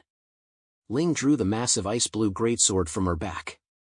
Its blade contracted under her will, shrinking to a size Zhang Yi could wield. Zhang Yi took the Eternal Judgment Sword. Its back was devoid of light, like a silver ingot polished until its grain vanished. Zhang Yi raised the sword, and a vast dark vortex unfolded behind him. The netherworld spread out beneath the blade's edge like a river. It was not water, but a river of pitch-black dark matter, silent as night crows, yet its tide surged with frenzied force. Netherworld burial. Zhang Yi swung the blade with all his might at that spatial node. The power of the netherworld could smooth all things, including the spatial nodes of the manifest universe. The pitch-black river coiled into a thread, like ink drawn from a brush, surging from the blade's edge into that speck-sized node. Then came an eternally long moment of stasis, as if piercing the very core of some ancient mechanism. Crack, not a sound heard by ears, but the world itself speaking. The node split open with an infinitesimally thin fissure. Within, light cascaded at an angle, like frost blossoms silently growing within glass. A gateway, visible only to space ability users, slowly unfolded before Zhang Yi. Yet the instant it appeared, it began closing at breakneck speed. Zhang Yi gripped his sword hilt, stepped forward, and swiftly crossed through. Swish! The scene before him shifted rapidly as a gust of wind slammed into his face. It wasn't Martian wind. This wind carried the scent of salt and rust, like the dampness lingering after distant seas crashed against steel docks. Zhang Yi looked up to see a vast, dull yellow sky. It resembled a sky canvas polished to a muted hue, with clouds like faded silk. Hovering at the distant horizon's edge was an artificial celestial body, part sun, part moon. It offered little warmth yet shone with intense brightness. This was the artificial sun of Mars's inner world, a creation nearly all civilizations that carved out underground or independent spaces would build. For most of the species crafted by the Creator could not survive without light. That artificial sun was immense, suspended silently where sky met Tianhai City, only half visible above the surface. So still it seemed it would never move. Zhang Yi floated mid-air, surveying the surroundings, taking in the entire world. The inner world of Mars bore the unmistakable signs of a lost civilization. He saw no trace of life, only utter ruin. The sea stretched out to the left, black as the back of obsidian. Waves rose low, their foam like fine salt. The shoreline stretched out, abruptly severed mid-air. A broken bridge clung to the sea mist like a sword forcibly snapped in two. The sand was an extremely fine white, light enough to dissolve between fingertips. Beneath the sand lay metallic skeletons, occasionally exposing rust-red ribs like the ribs of a stranded colossus. Further out, rows of buildings sat still upon the sand sea, not structures, but shadows whittled thin by the wind. Glass facades became wind chimes, clinking in the gusts with a dense, fragmented ring. Inland, mountains undulated. Yet these were not rock, but machinery. Ridge lines or racks, mountain ridges are bearings, and the black rock surface is solidified lubricant.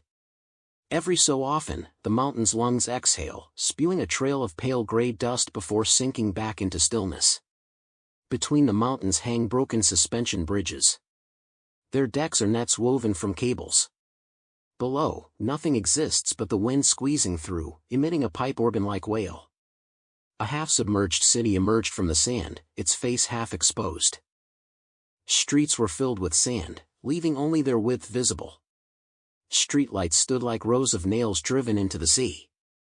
The skeletons of advertising screens remained, their exposed fluorescent tubes occasionally flickering. They inscribed some dead language into the night before extinguishing in the next second. In the square's center, a giant statue kneels, not human, but a massive combat-grade bionic machine. It rests there, hands pressed into the earth, head bowed as if listening to the pulse beneath the ground. Time has bred rust flowers upon its back, the iron corrosion spreading like dark red vines. Chapter 2589, Artificial Celestial Body, 1. The artificial celestial body rotated gently, its surface occasionally rippling like water. With each ripple, a crimson beam of light descended, performing another archival restoration on the shattered mesh scattered across the ground. The principle behind this thing is pretty much what Ling described, he murmured. The true core resides on another dimension. What we're fighting now are projections. Then what are you going to do? Liu Karen asked. First, sever its network cables. Prevent it from resurrecting. Zhang Yi finished speaking, then thrust both hands outward. The black vines suddenly transformed, no longer merely binding the warship, they began to morph. Their tips split open segment by segment, sprouting like countless black hands that pressed directly against the warship's hull. This was the divine refinement's most troublesome trait, it could not only slash, but also pull. Once it pinned its prey, it would drag it directly into its dimensional space. Once it's dragged into my dimensional space, it loses all connection to the outside world. Then, it can't be revived. Zhang Yi said with a cold laugh. The airborne warship clearly hadn't encountered this style of combat before. It tried to increase thrust to pull away and create distance, but for every meter it gained, more black vines emerged from Zhang Yi's shadow, binding it like sandbags. Xin. Fire an arrow at it, let's see if this thing can resist abilities from the rules category. Zhang Yi summoned his god-tier support. Yang Xinxin's figure instantly materialized from the shadows. The colossal airship was now tightly bound by Zhang Yi's divine refinement forged pitch-black vines. It lashed out furiously, but all its attacks failed to shatter Zhang Yi's everything under heaven net. Instead, it writhed in agony, entangled by the seemingly endless black vines. The next moment, a colossal dimensional gate opened before Zhang Yi, spanning space like a celestial portal. Within, there were no coordinates for this world, nor any control signals for that artificial planet. All signals entering would be swallowed whole. Once you step into my space, there's no going back. A faint smirk touched his lips as he spoke. The airship thrashed violently in the void, its entire hull spewing energy outward. A ring of razor-sharp energy gears rose from its deck, like a protective saw attempting to shred the black vines entangling it. But divine refinement's true nature wasn't entanglement, it was binding. Even if half of it was severed, the remaining half would still clamp down fiercely, dragging the ship toward the doors. Now fused with the eternal judgment sword, the divine refinement's resilience had reached unimaginable heights. This made the entire scene appear utterly bizarre. A colossal mechanical warship capable of flattening cities was being forcibly dragged toward an invisible door by a seemingly unremarkable figure wielding a mass of black vines. Both sides were locked in a tug-of-war. Zhang Yi wasn't pulling it easily, which was why he'd called Yang Xinxin for help. Yang Xinxin first surveyed the enormous floating warship. After observing it for a moment, she decided to act. She slowly raised her right hand. Strands of black puppet threads spread out from her downward-facing palm. Instantly, boundless black mist swirled around her. From within the darkness emerged a colossal, fallen angel, its entire form cobbled together from jagged, broken fragments. The fallen angel puppet. Its body appeared grotesquely twisted, yet as it drew its bow, it radiated explosive power. The bow of judgment was drawn to its limit, a pitch-black Hersher's arrow knocked, then fired with a thunderous crack toward the hovering warship. The warship sensed the approach of the peculiar energy entity, its tremors intensifying as it unleashed even fiercer assaults upon Zhang Yi. Yet its hull proved incapable of shaking off Zhang Yi's divine refinement in the short term. It shifted tactics, unleashing thousands of energy cannons to form a dense barrage in front, attempting to intercept Yang Xinxin's arrow. But this was a rule, not a physical projectile. Thus, the Hersher's arrow pierced through the dense barrage, striking the airship's core directly. Mimetic virus, interfere. Now, you belong to me. Cease resistance. Yang Xinxin issued the command directly. The mimetic virus began its relentless infection. The instant the arrow struck the airship, dense mosaic patterns erupted across vast sections of its hull, Yang Xinxin's reconstruction of that area. Boom! A violent explosion erupted. The airship actually fractured.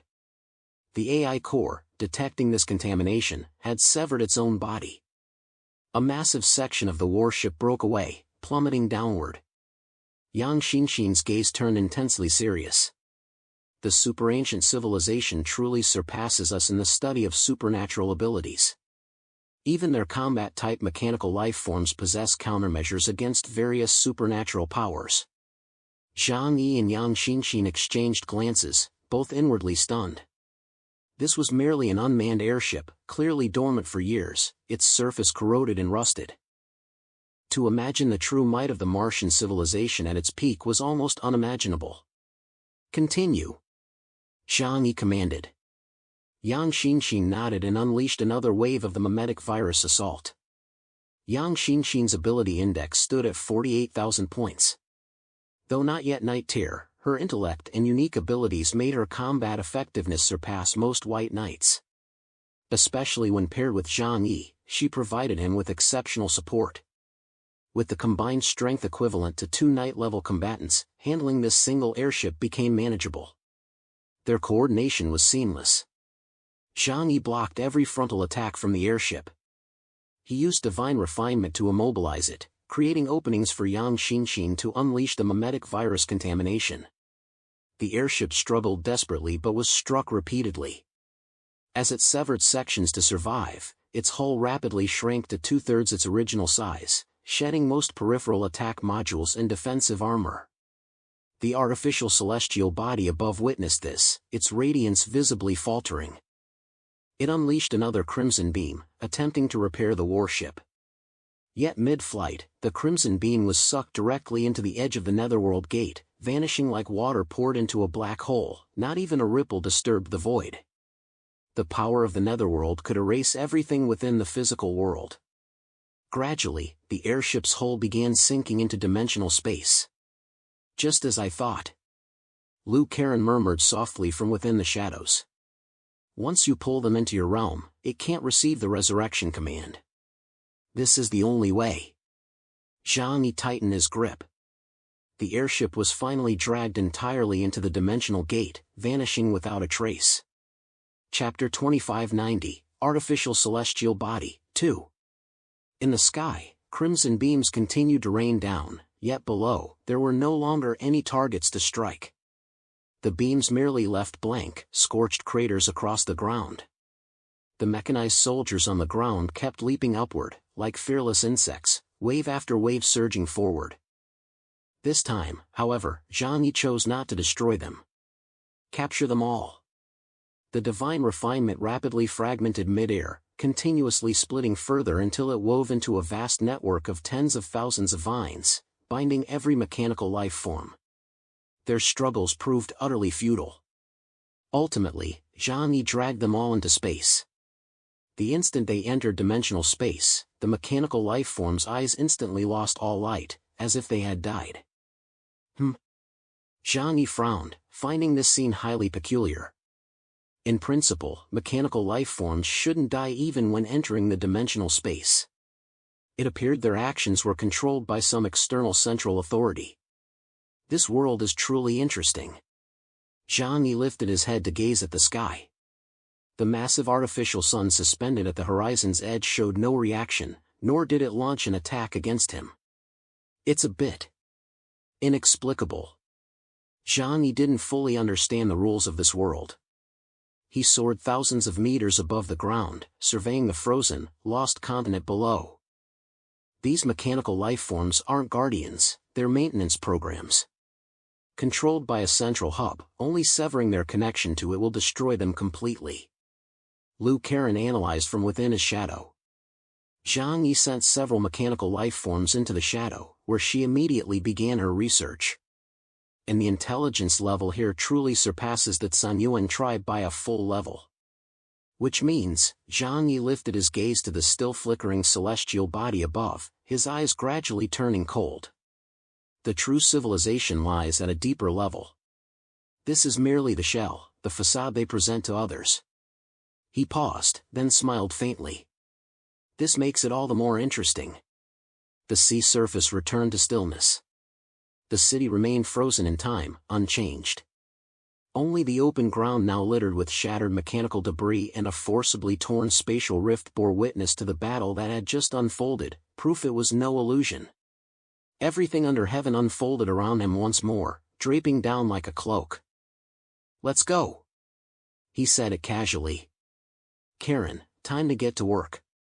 The shadow rippled like water disturbed by a finger, and Lu Karen's figure emerged from within. She still wore those slightly exaggerated engineer goggles on her head, clutched a stack of translucent energy sample plates in her arms, and had several egg-shaped detectors hanging from her waist, looking ready to dismantle a spaceship at any moment. The moment she emerged, she gasped, "Wow," and spun around on the open ground of this frozen world. "This place is so cool. It totally looks like a mothership-class hub left behind before the great civilizational migration." Her eyes sparkled as she clearly began imagining the sight of thousands of mechanical ships taking off and landing here in the past. Zhang Yi reminded her, "Enough gawking, time to work. Scan this area for energy signatures and map the resource distribution. We're here to mine, remember?" "Oh, right, right." She immediately dropped the showmanship, unfolding her sampling board. Several detectors clicked open their tripods as she tossed them in all directions. Upon landing, they automatically deployed hemispherical sensing domes, beginning to scan the surrounding space for energy levels. The entire inner world fell silent. The reanimated machinery had been dragged into Zhang Yi's dimensional space, leaving only the debris he'd shattered on the ground. Occasionally, a metal plate would snap back into place, but there were no genuine aggressive movements. Lu Karen crouched low, her fingers flying across the holographic screen. Her expression turned serious, fully immersed in her research maniac mode. First, some good news. After a moment, she looked up at Zhang Yi, her lips curling into a smug smile. This world's energy network isn't completely severed. That means the source is still operational, just running at minimal power consumption. Zhang Yi nodded. That explains the beam reactivation function. Exactly. Lu Karen raised a detection panel high, snapping it against a specific point in midair. Dozens of energy curves instantly lit up across the panel's surface. And this revival command didn't originate from that artificial satellite you saw earlier. That was merely a relay station. The true source. Her eyebrows arched as she spoke, her gaze shifting toward the distant horizon. Over there. Zhang Yi followed her gaze. It was a seemingly empty horizon. A perfectly flat, smooth horizontal line, as if measured with a ruler, dividing heaven and earth at that point. But when he stared intently for 2 seconds, he discovered shadows lurking behind that emptiness. As if a needle stood upright in the farthest reaches of the distance. Got the coordinates yet? Got them, but... Lu Karen stared at the screen, pouting. These coordinates aren't quite right. What do you mean? There are 2 values. She wrinkled her nose. Normal space should only give me one set of 3-dimensional coordinates. This one gave me a set of reachable coordinates and another set of observable coordinates. Zhang Yi chuckled. So it has an internal and external network? Pretty much. She found herself amused too, her eyes growing brighter. Meaning you can see it, but you can't get there. What about the energy reaction? Energy readings are off the charts. She raised her wrist and pushed the projection upward. A blindingly bright energy sphere, like fireworks set against a black backdrop, exploded with a boom on the projection, sending every data bar into high-risk red. This is the kind you like. She exaggerated deliberately. The energy density rivals a planetary engine's core chamber, and it's even wrapped in a layer of structured energy. If you could haul that thing back, Tian High City would never have to worry about energy again. Zhang Yi stared at the blinding red data, his gaze sharpening. All right, let's go check it out. No sooner had the words left his mouth than he grabbed Lu Karen, shoved her into the shadows, and instantly opened a dimensional gate before him. Guided by the coordinates Lu Karen had given him, he swiftly traversed toward that direction. Chapter 2591, Beyond Reach, 1. The moment he clenched his palm, the space twisted, and his entire being vanished from that area. He flickered through the air like a speck of light, each time shifting 5 kilometers away. The lost world was vast. He flashed continuously, racing forward at top speed according to the coordinates provided by Lu Karen. Even for him, it took considerable time to locate that specific coordinate point. He had now reached the vicinity of that skyline. To ordinary observers, that distant needle would appear lost deep within the mist, separated by oceans, deserts, and the ruins of cities. In short, it seemed incredibly far away. But in Zhang Yi's vision, this was far from mere distance. It was clearly an artificially elongated span. He took another step forward. A ring of extremely subtle distortions appeared in the spatial ripples. He raised his hand and touched this layer of distortion. It felt like touching heated glass, and his fingertips were gently repelled. As if an invisible spatial barrier stood before him. Interesting. A fiery intensity flared in Zhang Yi's eyes. The source of a lost civilization? What secrets did that place hold? He advanced a tiny bit further. Yet no matter how he shifted through space using the space shuffle, he made no progress toward that distant, towering horizon. It felt like hundreds of kilometers separated them, yet that horizon stretched all the way to the heavens. It was a tower, a distant, sky-piercing tower. Is that the source of the entire Martian world? Zhang Yi narrowed his eyes, searching for traces of spatial folds using the method Ling had taught him. He sensed the anomaly in that area, yet despite his power, he found it impossible to draw near. It felt like walking forward on a conveyor belt while the belt itself moved backward. The two forces canceled each other out, leaving him barely an inch closer. Zhang Yi frowned. He refused to accept defeat.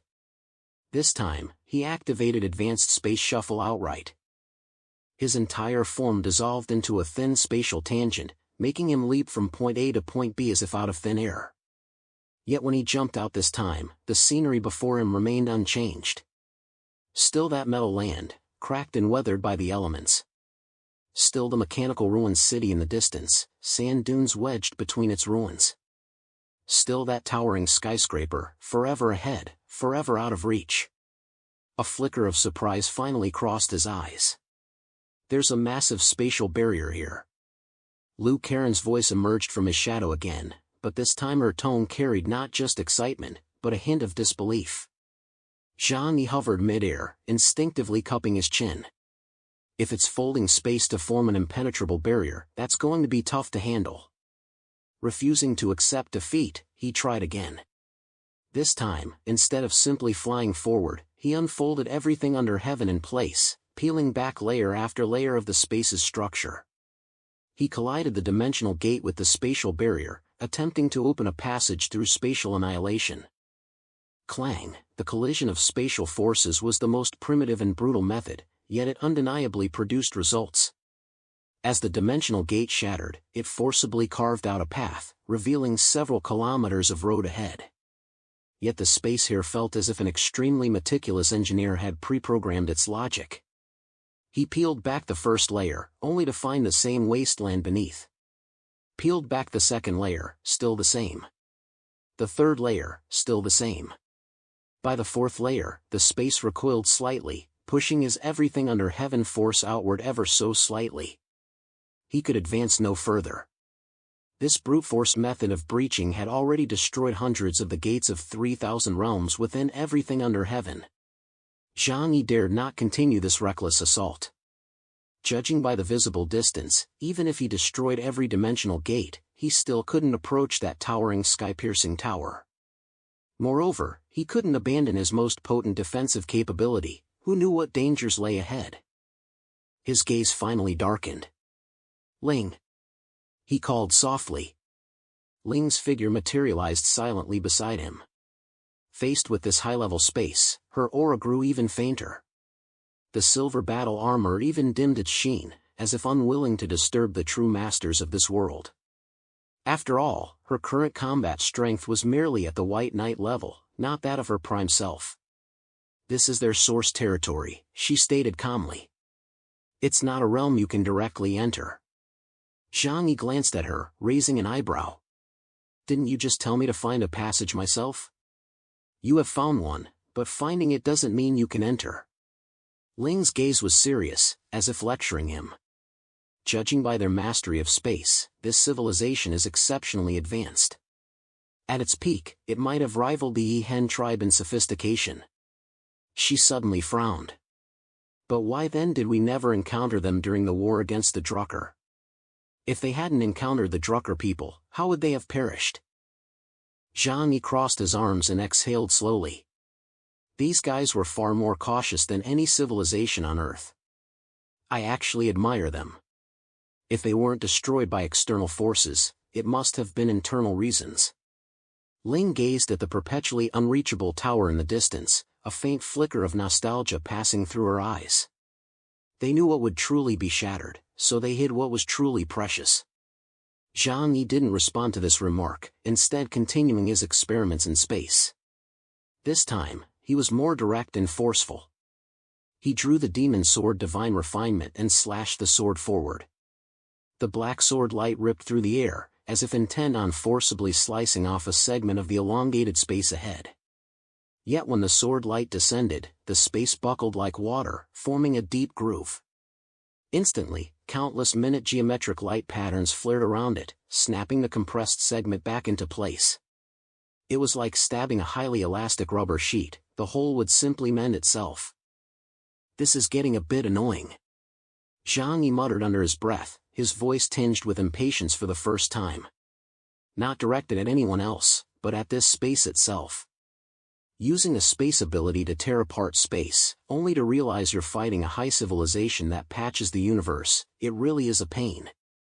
Lu Karen shrank her shoulders within his shadow, wanting to laugh but holding it back, the laughter bottled up into a single breath.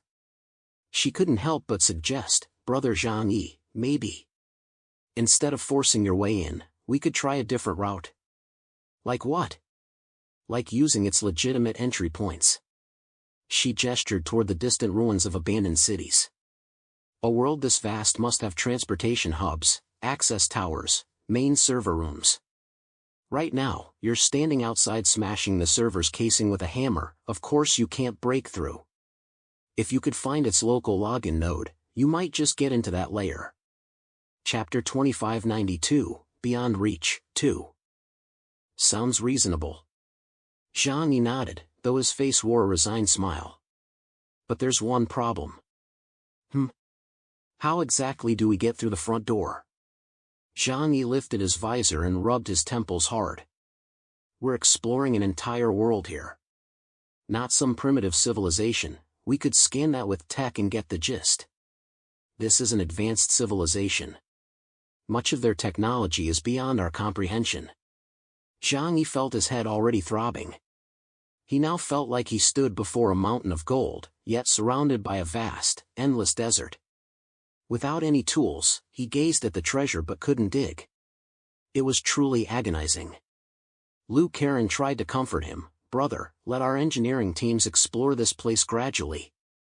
Give it a few decades, and we'll definitely make a breakthrough. Thanks.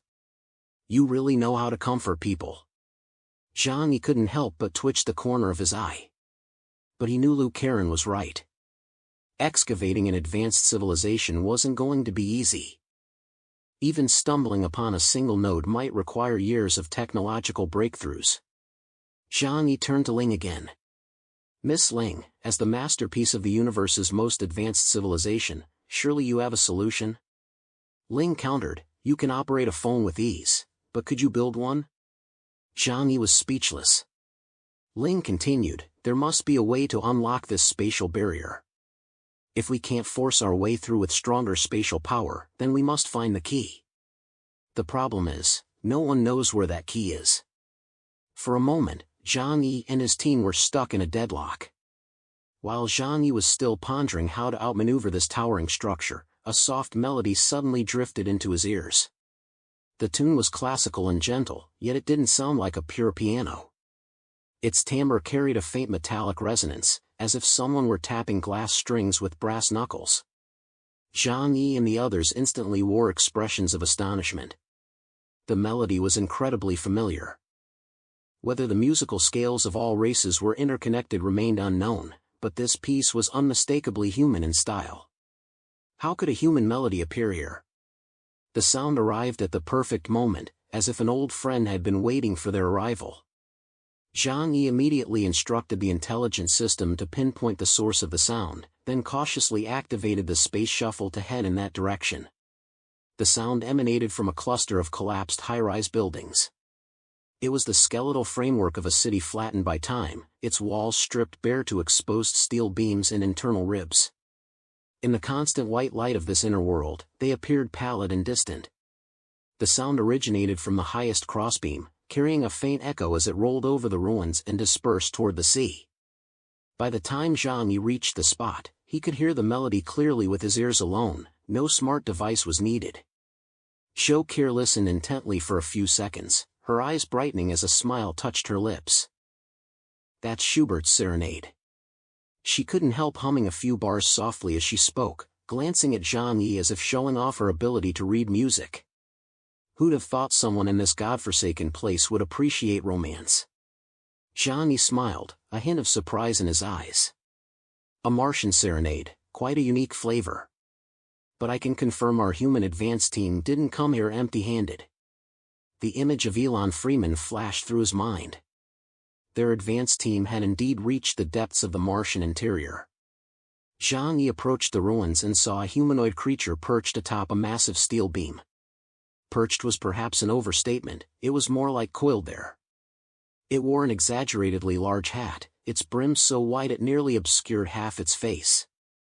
A section of fabric on the crown had collapsed, fluttering gently in the Martian winds.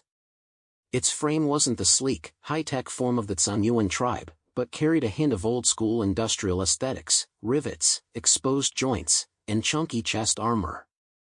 It looked like someone had forcibly welded together an antique piano and a piece of heavy machinery into a humanoid shape.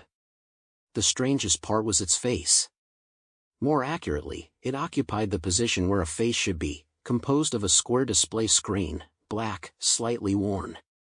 Right now, that screen illuminated a human face. It belonged to a middle-aged man, his features still angular, though his temples were graying considerably. His eye sockets were sunken, and the creases at the corners of his mouth suggested he'd once smiled often, though now his smile carried a hint of nervousness. Zhang glanced at it and instantly recognized who it was. Elon Freeman. He murmured the name softly. The face on the screen seemed to freeze for a frame before cutting back to live feed with a soft ding. Meeting Zhang's gaze, it flashed a genuine look of surprise. Oh! My God, look what I found! Damn it, this can't be my imagination, right? The figure on the electronic screen laughed, his voice carrying the crackling static of an old videotape. Finally seeing an Earthling. And with a modern accent. He sprang to his feet, though his movements weren't fluidly human, they were mechanical folds. His limbs retracted first, then snapped open, joints clicking softly with each lock into place. His hat bounced twice in sync. His hands remained frozen in the playing position from moments before. It wasn't a piano. He dismantled each finger joint into retractable metal flute holes, using his knuckles as a row of keys. Twisting his fingers together produced chords. You've arrived just in time. I've waited here for many years. The mechanical Freeman smiled, his eyes crinkling. Fake wrinkles creased the corners of his screen-displayed eyes, as if afraid anyone might miss his delight. Zhang Yi landed a short distance away, the steel beam beneath his feet giving a slight sink. He surveyed the scene, raising an eyebrow. Your outfit's pretty trendy. He pointed at the oversized hat. Is your taste off, or is this the only style left on this civilization's assembly line? Freeman roared with laughter, his electronic chuckle echoing with metallic reverberations. Mars style, my friend. He patted the hat, clearly pleased. The sandstorms are fierce here, but one mustn't lose elegance. Besides, I don't sweat anymore. No need to worry about heat dissipation with a hat. After uttering this, he chuckled to himself for a long moment, clearly finding his dry humor quite successful. Yang Xinxin and the others, upon seeing Freeman, couldn't help but step out of the shadows. Shou Qir, standing beside Zhang Yi, wrinkled her nose and glanced at him. You're the leader of that first expedition to Mars 20 years ago? She studied Elon Freeman, utterly astonished by his mechanical body. So you didn't die after all, you just swapped your body for a mechanical one.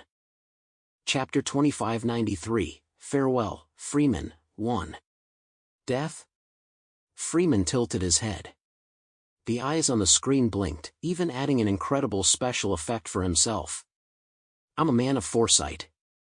Human flesh couldn't endure this place, so I replaced it with something better suited. This project consumed decades of my life. He spoke of this achievement with great pride, pointing to his head. From brain-computer interfaces to body modification, step by step, transforming flesh and blood into a mechanical body. Theoretically, I have now attained immortality. Zhang Yi remained silent. He had already witnessed what silicon-based civilizations became in their late stages. Immortality was impossible, but one could indeed live far longer. Yet what meaning was there in such an existence? Without a physical body, how could one experience the joys of being human? At this point, Freeman suddenly lowered his voice, as if addressing a matter of profound gravity. To see it, you must stay. Zhang Yi's expression darkened. What did you see? The ideal realm.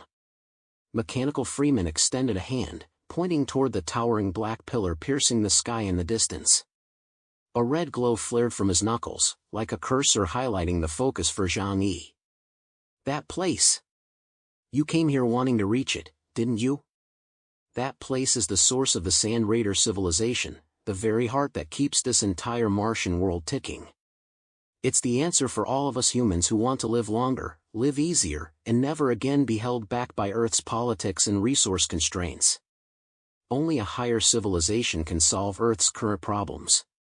He spoke with such intensity, his eyes almost glowing, even if they were merely pixels. Zhang Yi listened, his face expressionless, merely nodding slightly. Elon Freeman likely had no idea about the changes Earth had undergone by now. Zhang Yi didn't want to shatter that illusion. After all, the collapse of someone's dreams was too cruel. So you came here, turned yourself into a hunk of metal, and spent 20 years just to crawl into that tower? I came to figure out how to get inside first. Freeman raised his hand in a helpless shrug. The mechanical life forms here are incredibly hostile. Damn it, they've tried to kill me countless times. So I had to become one of them first to get any real inside information. For that, I transformed myself into the same type of mechanical life form as them, replacing the mechanical source of a Sand Raider. He smiled, his face brimming with satisfaction and a longing Zhang Yi couldn't quite decipher. Human identity here is for tourists. Mechanical identity is for residents. Tourists can only snap photos in the park, residents gain access to the archives. Mid-sentence, he chuckled to himself again, as if savoring a judgment he held dear. Zhang Yi watched him for a few seconds before suddenly smiling. That part aligns with my thinking. If you don't become one of them, Why would they open the doors for you? Freeman's screen face flashed an expression that said, "Great minds think alike," and he nodded vigorously. Exactly. Back when I proposed establishing a second life base on Mars, those old foxes at Pupil dismissed me as a utopian dreamer. Only I knew, Earth's ceiling had already been reached. Resources, religion, power, race, these conflicts are growing ever more pronounced. If Earthlings keep this up, they'll eventually self-destruct. Ultimately, everything will be reshuffled at a higher level. That's why I'm taking my seat early. I refuse to wait for an invitation. I'm walking in myself. Shokir looked at him, her brow slightly furrowed. What about the others? Over 200 volunteers came to Mars with you. Are they still alive? She was referring to the group of volunteers who had originally arrived with him. Freeman's screen flickered briefly, as if someone had suddenly lowered the frame rate.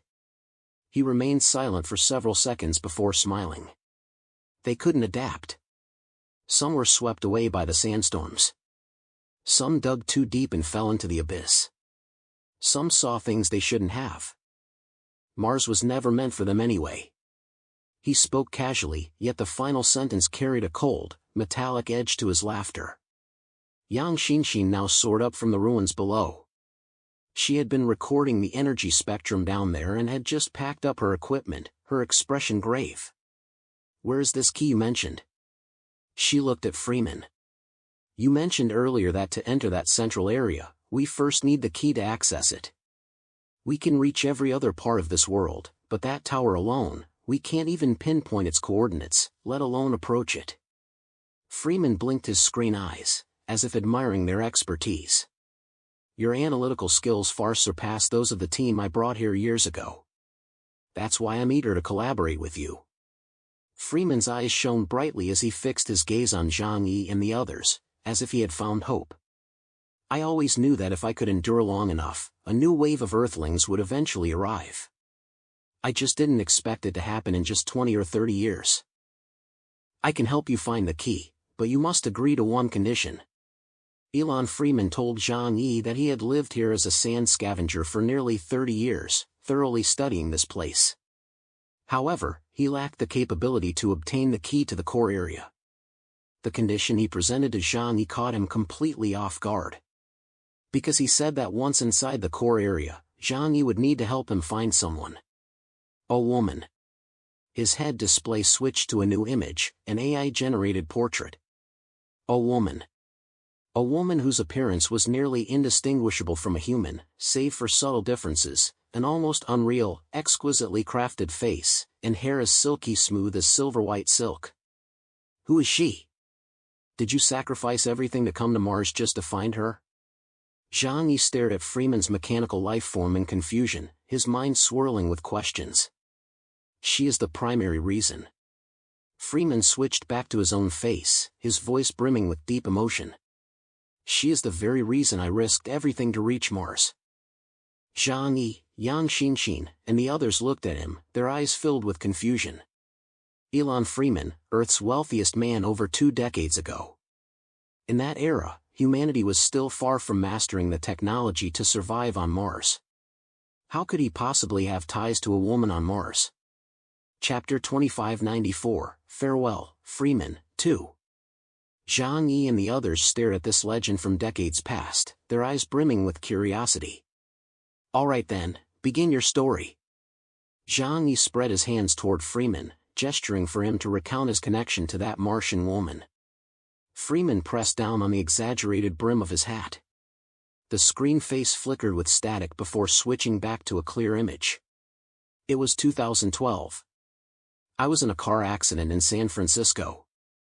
When the airbag deployed, everything went black. When I woke up, I found myself in another world. It was a world of advanced technology. Everything around me was white. Cars flew everywhere in the sky. Buildings were constructed with vast amounts of white metal and glass. At first, I thought it was a dream. But I soon realized it was all real. And do you know what surprised me the most? He paused dramatically, speaking in a mysterious tone. Zhang crossed his arms and asked playfully, "What was it?" A cryptic smile spread across Freeman's two-dimensional face as he lowered his voice. "When I looked in the mirror, I saw a face that wasn't mine." Zhang exchanged glances with Yang Xinxin and Lu Karen. So you woke up and suddenly realized you weren't yourself anymore?" Zhang stroked his chin. "I strongly suspect you were dreaming." No.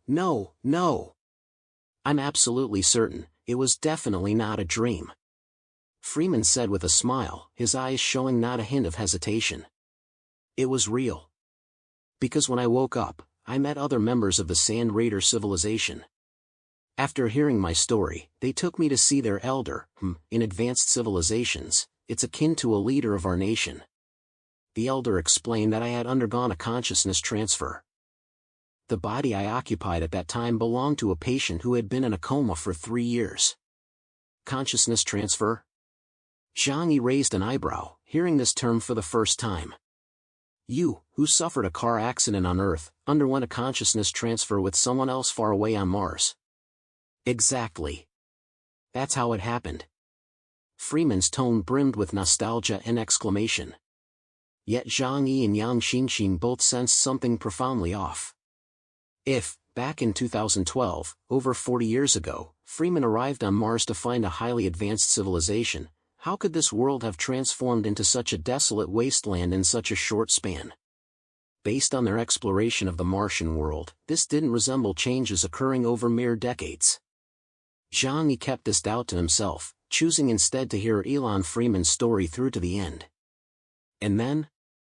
How long did you remain here before returning back to your original body and waking up from the coma?"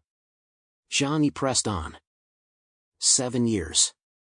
I spent a full 7 years here," Freeman stated with certainty. "That's impossible." Lu Karen immediately objected. "My records confirm you were in a car accident in 2012, but you only spent half a year in a coma before waking up. So it couldn't have been 7 years. Because after 7 years, you'd already founded Tesla Inc. and rapidly risen to become a world-class tech giant." Freeman smiled mysteriously. "I'll explain that later. Please let me finish my story first." The others suppressed their doubts, though Zhang Yi and Yang Xinxin had already begun forming their own theories. Zhang Yi, in particular, couldn't help but draw similar parallels to his own rebirth. All these years, he'd been pondering whether he'd traveled back in time and space or arrived in a parallel universe. Perhaps what happened to Freeman was connected to his own experiences. "The longer I stayed on Mars, the more accustomed I became. Its civilization was highly advanced, and people coexisted in perfect harmony." His tone grew cheerful. "Did you know? Their technological civilization has advanced to the point where people don't need to work. That means resources are distributed equally among everyone. People are born into a world where they can obtain nearly everything they desire without labor. So there are no social classes, no wealth gap. People can work based on their passions, or choose to live a life of leisure and enjoyment. What is this? It's a perfect utopia." As Zhang Yi and the others listened, their eyes filled with longing. Is this real? Could such a world truly exist? It was the ultimate dream of Earthlings, pursued through endless ages. Ling, however, said to Zhang Yi and the others, "There's nothing surprising about this. When civilization reaches its peak, resources become limitless, so people no longer need to compete for survival." But, she paused, her gaze sweeping the surroundings. "You've seen the ultimate outcome, haven't you?" Only then did Zhang Yi and the others grasp the truth. The splendor and glory of the Sand Raider civilization hadn't endured, destruction had eventually arrived. This filled them with profound regret. Why did this happen? I don't quite understand. Fatty Sue sighed. Wasn't the ideal society supposed to be one of equality, where everyone lived happily? Why did it collapse? Zhang Yi said, "Let's hear what Mr. Freeman has to say." Ah, Freeman sighed, "That story is a long one. When I first arrived on Mars, I never imagined such a powerful, prosperous civilization would fall." He shook his head. "It's a long story. I'll explain it to you gradually later. In short, those 7 years of survival on Mars profoundly impacted my life. I also found my wife here. Her name was Natsuki. Freeman's screen brightness silently increased by 1 level, the light reflecting in his eyes. She wore 3 beautiful braids, each adorned with silver beads that jingled as she walked. She taught me their heartbeat ceremony and took me to many places across Mars. It was she who showed me the beauty of this world. Freeman then launched into a lengthy tale of his life with Natsuki.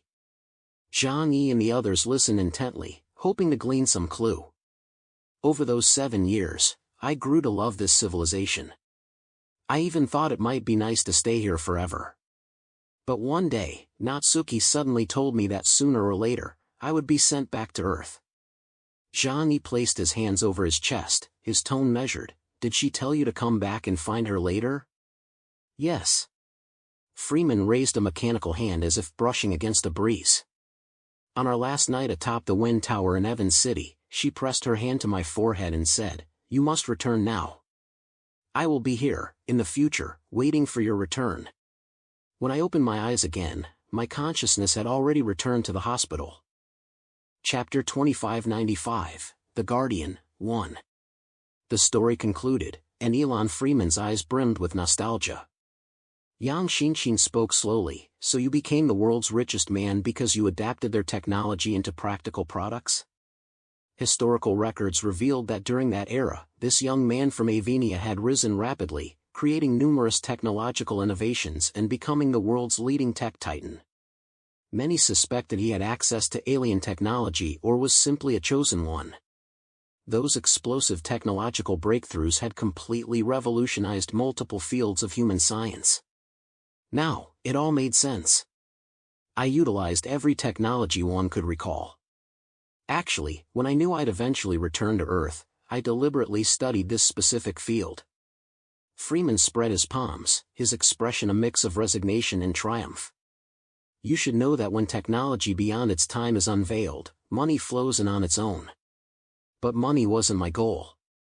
What I ultimately aimed to build was a ship capable of reaching Mars. The Martian wind swept through the ruins of the towers, scattering the city's dust like grit into one's throat. The distant artificial planet dimmed, the sky's hue growing a shade colder. Lou Karen listened to the former tech titan's tale, her eyes shining like headlights. "One thing still confuses me. You were unconscious for only a short while on Earth, yet 7 years passed here. How does that time discrepancy add up?" Zhang Yi and Yang Xinshin turned to Freeman as well, their curiosity mirrored hers. Freeman pressed the exaggerated brim of his hat. A faint line of noise flashed across his screen face before it cleared. The body exists in the 3-dimensional world, while time is the 4th dimension. But human consciousness originates from a higher level. In other words, my consciousness traversed 7 years in the higher dimension, yet when it returned to my 3-dimensional physical body, only half a year had passed. Shokir frowned, carefully processing Freeman's explanation. This discourse on dimensions and time originated from the elder of the Sand Raider civilization mentioned by Freeman. It indeed required careful interpretation. Yang Xinshin offered a simplified explanation for the group. Simply put, his consciousness traversed time and space.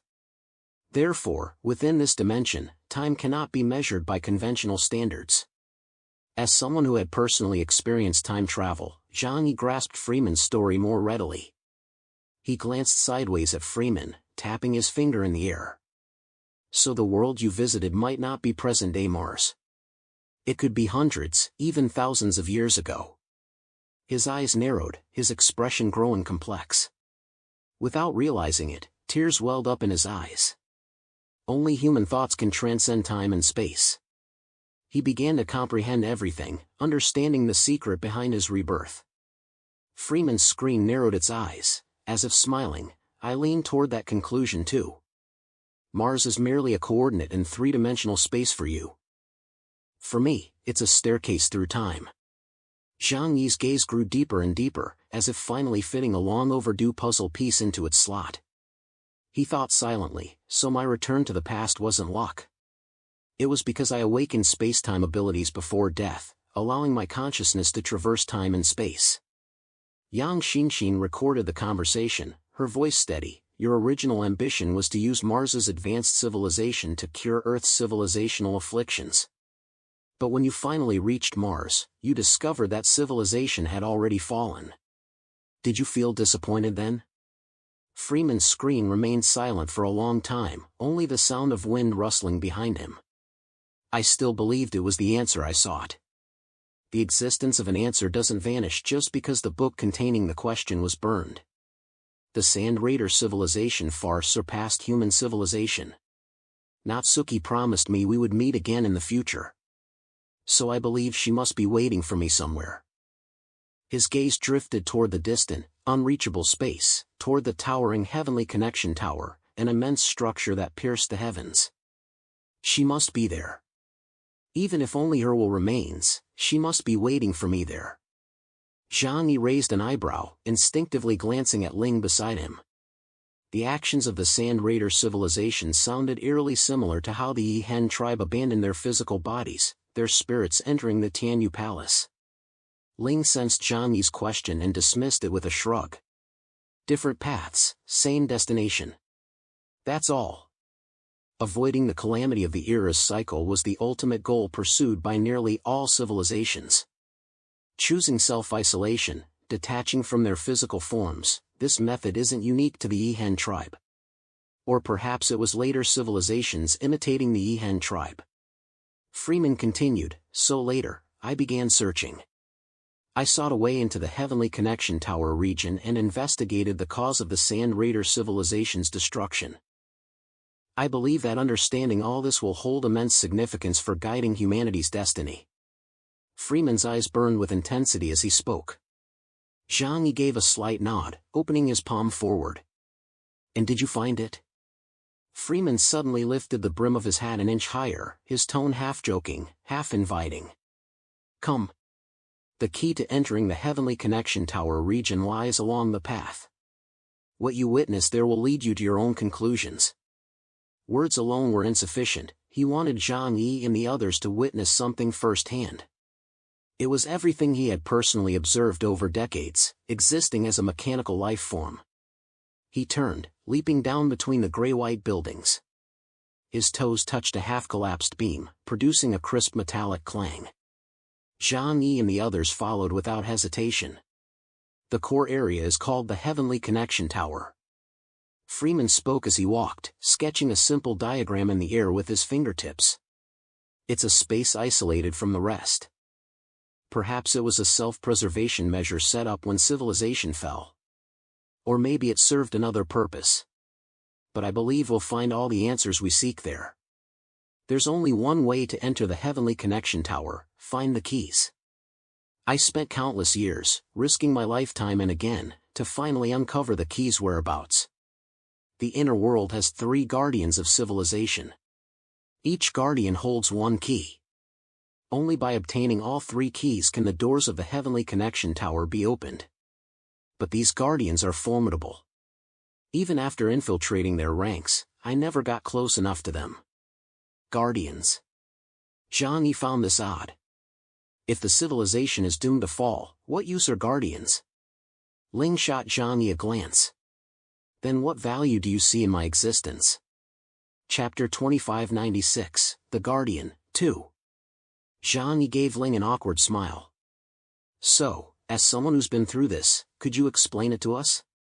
Ling replied, no spatial barrier is flawless. No matter how well concealed, it will inevitably be discovered. Zhang Yi's eyes lit up. That's what you taught me before. Spatial folds inevitably create wrinkles, they'll be detected and exposed. Back then, Ichigard, the leader of the Zhangyuan tribe, had pinpointed that spatial node to locate the Tianyu Palace. Ling explained, the so-called guardians are merely a safeguard. Like reinforcement screws, they appear as weaknesses, yet their true purpose is to conceal greater vulnerabilities. Any folded space will eventually be exposed. Perfection is impossible. Hearing this, Zhang Yi suddenly drew a sharp, deep breath. His abdomen contained a compressed oxygen capsule he'd swallowed, designed to release oxygen compatible with human physiology for 24 hours. Yet he still felt immense pressure. He had once imagined that as a top-level space ability user, he might someday create an independent space separate from the physical world, where everyone could reside. But now it seemed even these folded, independent spaces weren't perfect. Schubert's Serenade continued to play as Freeman walked, humming the melody with his fingers. The giant creature followed close behind as they advanced toward the vast, decaying city of a lost civilization. Johnny refrained from using Space Shuffle. He wasn't in such a hurry now. This unknown world demanded careful observation, and he wanted to avoid potential dangers. The city wasn't lifeless. Amidst the steel jungle, he spotted strange plants sprouting from the cracks of the ruins. They moved swiftly forward. After a long while, a city of yellow sand appeared ahead, like a great beast crouching in the wind. The shadows of tall towers curved into a circle, encircling a vast plaza half buried in sand. Sand waves rolled in from the depths of the streets, sweeping away broken streetlights and revealing layers of metal skeletons sliced by the wind. Freeman raised his hand, warning the others, "Be careful. There are plenty of guards around here. Every time I come through, they chase me off." These things, they used to be security robots maintaining order in the city, polite to people. Now they've all turned brutal. Zhang Yi had already fought Sand Raiders machines before, so he wasn't particularly surprised. Footsteps echoed across the sand, and suddenly, a rustling sound filled their ears, as if something had risen from beneath the dunes. Rustle. Rustle. From the yellow sand piles, one Sand Raider after another emerged. Their forms differed from those seen before, all humanoid mechanical life forms. Though their surfaces bore traces of rust, they appeared exquisitely crafted, their bodies a milky white. Security robots. Their elegant forms revealed the Sand Raider civilization possessed refined aesthetic sensibilities. One Sand Raider mecha after another emerged from the yellow sands. Gears turned at their joints, conical cores protruded from their chests, and their eye lenses gleamed like cold green glass seeds. Alongside the humanoid guard robots, there were over 5-meter-tall, tank-like mechanical life forms and 10-meter-long, serpentine mechanical life forms. Warning! Warning! Intruders detected. Immediate expulsion. The mechanical voice rang out coldly from all directions. Scarlet energy beams flashed within their pupils. Then, a swarm of guard robots, wielding lightsaber-like weapons, charged toward the group. Their movements were perfectly synchronized. Even in a single charge, their seamless coordination was evident, sealing off every retreat route. Uncle Yu stood at the edge of the group. His imposing frame stepped forward as the armor plates on his wrists clicked open, revealing row upon row of miniature laser cannons. His voice was steady, "Leave these troublesome creatures to me." Clang! Liang Yu drew her dragon's roar longsword, her gaze sharp as she studied the surrounding guard robots. Zhang Yi held back from acting immediately. He sensed these mechanical life forms possessed formidable combat strength. When their core furnaces activated, the energy readings clearly surpassed those of the previous batch they encountered. These entities appearing in the City of Sand were elite mechanical life forms from the Sand Raider civilization. Zhang Yi pressed his sword firmly. "Freeman, is that guardian you mentioned also in this area?" Freeman tapped his head. "You bet. He's right here. That thing should be slumbering beneath the yellow sands. Oh, you'd better be careful. That thing is terrifying." "I'll keep that in mind." Zhang Yi didn't engage the mechanical life forms himself, leaving them to Uncle Yu and the others. Dealing with these mecha was no trouble for their capabilities. He didn't want to waste his supernatural energy nor rashly expose his abilities. Zhang Yi returned Zhou Care to the shadows, suppressed his divine refinement, and scanned the surroundings with his gaze. Meanwhile, more mechanical life forms leaped down from skyscrapers and defense towers. Their armor instantly covered with hexagonal grids, seemingly a powerful energy shield. A silver-white security robot raised its arm, firing a gray-white beam from its laser baton straight at Uncle Yu. frost instantly formed on Uncle Yu's shoulder armor plate. He shook violently, flinging the frozen shards away. This thing. It actually pierced my defensive shield. Uncle Yu's face was filled with astonishment. The demon god armor he wore utilized a shield specifically designed against supernatural abilities, a technology from the Tsanyuan tribe. Yet this shield proved nearly useless against the Sand Raider mechanical lifeforms. A single exchange made them realize the Sand Raider civilization was formidable. Each of these security robots possessed combat prowess rivaling that of a tank-class superhuman. Is this the terrifying power of a higher civilization? Then bring it on. Let you see just how powerful my enhanced body has become. Uncle Yu raised his arms, his legs braced firmly against the ground. The next moment, a series of crack sounds erupted.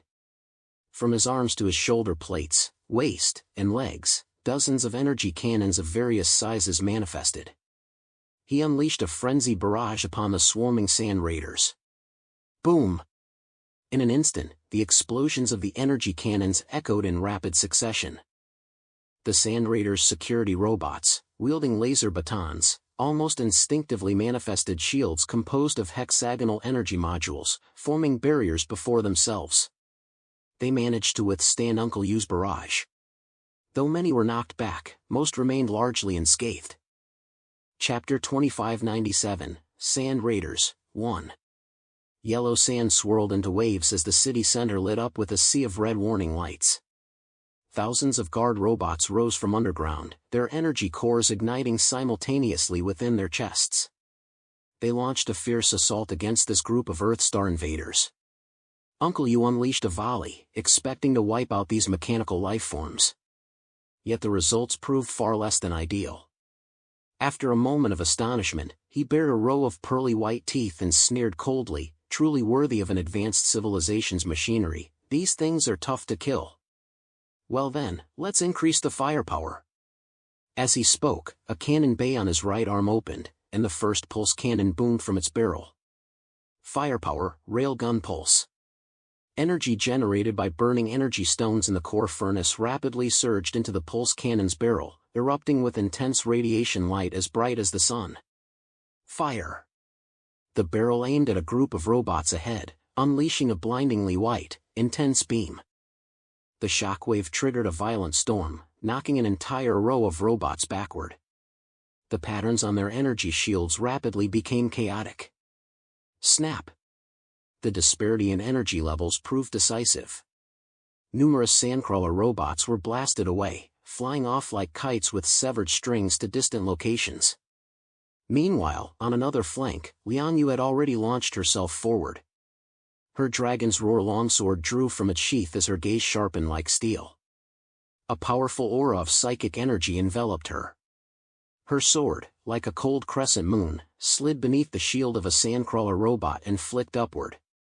What you persistently think of will surely resonate. Where sincerity reaches, even stone and metal yield.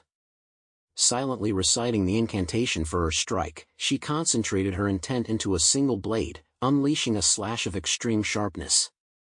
Crack! The guard robot's body was slashed diagonally from below, its upper half sliding off to reveal a clean, mirror-like cut. Liang Yu's form had already transformed into a gray phantom, weaving through the Sand Raider robots dozens of times in the blink of an eye. Snap! Snap! Her strikes were even more ruthless than Uncle Yu's. With each blow, another robot was slashed. Thousands of sandcrawler robots flashed strange light in their pupils. They seemed to communicate, or perhaps calculate. Soon, the formation of thousands of robots shifted noticeably, as if guided by an unseen hand, moving with perfect synchrony. Robots wielding massive energy shields positioned themselves at the front, absorbing the full brunt of the duo's firepower. Amidst these robots, figures emerged holding lightsabers. Both hands gripped the blades, adopting an opening stance identical to Liang Yu's. During the battle, Liang Yu and Uncle Yu clearly noticed their tactics had changed. Liang Yu's sword movements were gradually being analyzed, allowing them to devise countermeasures. Uncle Yu's bombardment was blocked by the energy shields of the large guard robots. Suddenly, a swarm of serpentine robots burst from beneath the sand, striking at Uncle Yu's lower body. These bastards! Startled, Uncle Yu swiftly propelled himself skyward using his jetpack. As a cyberpunk-enhanced cyborg, he functioned as a human turret, ideal for stationary combat. His weakness, however, was his lack of agility, making his lower body a vulnerable point. He hadn't expected these Sand Raider robots to spot him so quickly. Though Zhang Yi and Yang Xinxin hadn't directly joined the fight, they were observing the battlefield. Zhang Yi couldn't help but marvel. These mechanical lifeforms possess remarkably high intelligent learning capabilities. Yang Xinxin retorted, "What's there to say? Just bring them all back." "No rush." Zhang Yi slowly narrowed his eyes, scanning the surroundings. "The Guardians Freeman mentioned are likely watching us from the shadows too. Time to cool things down." Fatty Sue took a deep breath and joined the fray. He raised his hand and clenched it. Frost flakes plummeted from the sky, the wind carrying a stinging chill. Frost instantly covered a shield, sealing off the heat wave like a cork. Ice storm. The entire battlefield darkened as massive ice and snow plummeted from the sky, transforming into jagged meat grinders that rolled toward the robots. Soon, countless sandcrawler robots were swallowed whole. However, this icy imprisonment didn't last long. Quickly, superheated flames erupted from the frozen robots, melting all the ice and snow. "Just as I thought, these are intelligent robots with self-evolving capabilities," Yang Xinxin exclaimed. "Isn't that fascinating? These intelligent combat machines are my absolute favorite." Lu Karen chuckled, clenching her fists. "Brother Zhang Yi, let my mechanical ravens take them on." Lu Karen had been itching to fight ever since she spotted the Sand Raider robots. She wanted to personally test just how powerful their intelligence truly was. "Sure thing." Zhang Yi naturally didn't refuse Lu Karen's request, releasing her mechanical Raven squadron from dimensional space. Ravens, Squadrons 1 through 3, Bombardment. Squadrons 4 through 10, Descend and Slice. Lu Karen's voice was as crisp and rapid as keyboard taps. 3,000 mechanical ravens surged from the shadows behind her, forming ranks in the sky like a dark tide. A dense swarm of mechanical ravens obscured the sun, then began their coordinated assault. The aerial bombardment and slicing formations proceeded with perfect order under Lu Karen's command. But the gap between human-controlled and unmanned systems was starkly evident. The Sand Raider robots operated as a single entity, their coordination flawless. However, when Zhang Yi's 4 capable lieutenants launched a combined assault, their defensive capabilities suddenly proved inadequate. Fatty Sue controlled the battlefield with his ice ability, while Uncle Yu activated the flame nozzle on his left arm. He narrowed the flame into a precise jet, sweeping across the entire battlefield like a welding torch. This dual assault of ice and fire posed the greatest threat to these metal constructs. Many Sand Raider robots' exteriors couldn't withstand the extreme cold and heat, beginning to crack and split.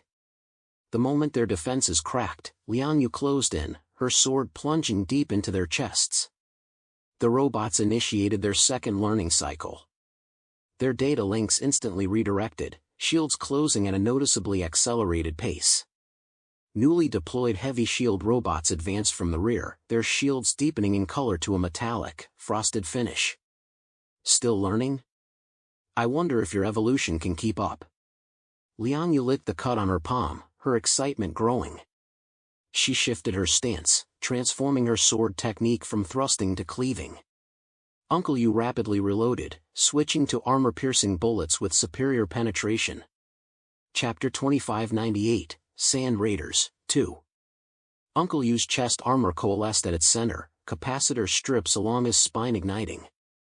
He resembled a volcano slowly awakening. Second gear. His fists slammed together, igniting crimson energy patterns across the demon god armor's surface as steam billowed from his skin. Miniature fire control turrets on his shoulders simultaneously emitted blue-white beams, weaving a crisscrossing net across the frontal matrix. "Fatso, give me a massive ice rink." Lu Karen lifted his gaze, his eyes alight with brilliance. "Got it, coming right up." Fatty Sue slammed his palm onto the ground, pushing back the cold air like a receding tide. A silvery expanse unfolded beneath their feet, freezing 3,000 robots solid to the ground, utterly immobilized. Simultaneously, the Raven dove lower, its wingtips tracing fine lines across the ice. The nanowire flashed, instantly slicing several unsteady robots into segments. Luke Karen smiled, flicking her fingers. Second squad, shift left 3 degrees. Harvest the flank. Your shields may have grown stronger, but my swords can grow faster. Liang Yu drew a deep breath, then exhaled a long, white dragon of vapor. Her sword swept upward as she leapt through the air, darting between the robots. She slashed 3 times along the fragile cracks in their shields, the metal skeletons splitting like paper. Electric sparks danced across her face, yet her gaze remained eerily steady, as composed as if practicing sword techniques, not engaged in slaughter. Uncle Yu seized the opening to max out the shoulder cannon's power output. The barrel pulsed like a heartbeat. The next blast tore a massive chasm down the battlefield centerline. Metal fragments erupted hundreds of meters high, and countless robots were utterly annihilated by this single assault. Karen, can we reassemble these afterward? Zhang Yi asked with a hint of regret. These were prime specimens he genuinely coveted. Just save a few as samples. The rest are perfectly reparable. Luke Karen replied crisply. That's good. Only then did Zhang Yi relax. The robot's third evolution phase initiated swiftly. They contracted their formation, the front row shifting into a crescent while the flanks simultaneously deployed a ring of countermeasure mines. Blue dots illuminated the ground, preparing to electrocute the crows in a zone-clearing strike. Luke Karen was ready. Deploy the counter-thunder cloud. She tapped her earpiece lightly. The mechanical crows formed a dark cloud-like formation midair. A layer of dim silver screen descended from above, like a sudden downpour. The Raider robot's counter-thunder was instantly destroyed, exploding on the spot and forming one massive thunderstorm after another. Zhang Yi watched the battle unfold here, feeling quite satisfied. All the time and resources he'd invested in training his team hadn't been wasted. Even without his direct intervention, their combat prowess now allowed them to hold their own against knight-level opponents. And that was without factoring in his own strength, Yang Xinxin's, or the formidable assets at his disposal, the Tianhai Fortress and the super warship. Still, the combat effectiveness of these Sand Raiders left Zhang Yi genuinely astonished. He dared not imagine the true might of the Sand Raider civilization at its peak. Perhaps they could even challenge the Dragon Clan. Zhang Yi addressed them. I'll leave the rest of the battle to you. I'm going to find the Guardian here and retrieve the key. Fatty Sue grew more fired up with every strike, and with Liang Yang fighting alongside him, his fighting spirit soared. Hearing this, he proudly puffed out his chest. Go ahead, big guy. We've got these rotten sweet potatoes and rotten bird eggs covered. Zhang Yi nodded and stepped forward with Yang Xinxin. But as he neared the heart of the Sand City, something indeed began to stir. Rumble. Zhang Yi felt the ground shake beneath his feet, as if the entire city were about to overturn. Whoa, whoa, whoa! Watch out! The big one's coming! Freeman pressed down on his hat, his voice tinged with tension. Within Zhang Yi's left eye, the ancient pendulum began to swing. He observed the path ahead, predicting the future that would unfold within the next 5 seconds. He saw it, that extraordinary transformation. Sandstorms had ground the city's perimeter into a dull sword. The sky hung a dull yellow, while the artificial sun in the distance resembled a repeatedly polished silver coin, coldly bright yet devoid of warmth. The outer walls of the Sand City were half buried in the sea of sand. Towers stood like broken white bones piercing the sky, wind whistling through them like faint organ music. 13 points of black light shot skyward from the distant desert, then lined up horizontally across the horizon, as if someone had etched 13 marks into the sky with a ruler. 13 pitch-black fighters streaked across the sky, their presence thick with murderous intent. The fighters closed at breakneck speed, their belly-mounted runes igniting one by one. Below, the figures of Zhang Yi and his companions had been locked onto. Target identification, Earth-human supernatural entity, danger level B. Battlefield parameters imported. Complete. Execute protocol, erase. Zhang Yi hovered mid-air as everything under heaven unfolded in concentric layers around him, shielding him, Yang Xinxin, and Freeman. The gate of 3,000 realms was stacked into a multi-layered defensive structure, resembling a slowly rotating black lotus pedestal. He tightened his tactical visor, his tone flat. Welcome, honor guard. Seems I've got some clout after all. Their arrival would inevitably alert the guardians here. Zhang Yi felt no surprise at encountering enemies. But Freeman informed him, these aren't guardians, they're elite troops from their entourage. Damn it, this is my first time seeing them up close. My earthling friend, I'm counting on you. Zhang Yi rolled his eyes in exasperation. My friend, so you're completely useless, huh? Complaints aside, the fight must continue. Let's clear out these grunts first. Zhang Yi said calmly. These robots of the Sand Raider civilization were capable, but he didn't believe they posed any real threat to him. The first wave of firepower struck swiftly. Energy cannons blazed from the machines, lasers piercing space toward Zhang Yi.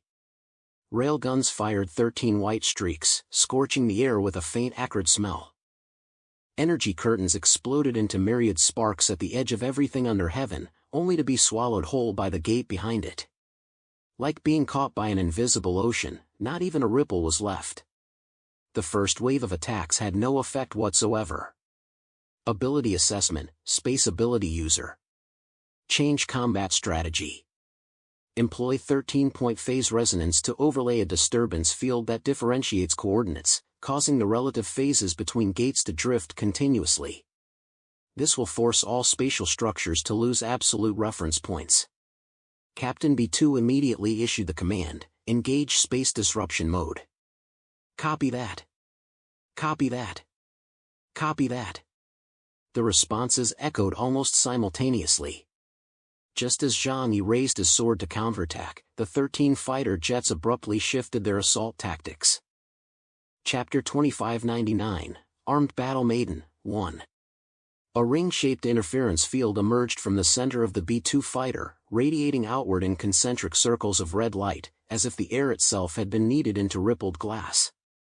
Centered on her, as the fluctuating interference field transmitted to the next fighter, it triggered even more intense and turbulent fluctuations in space.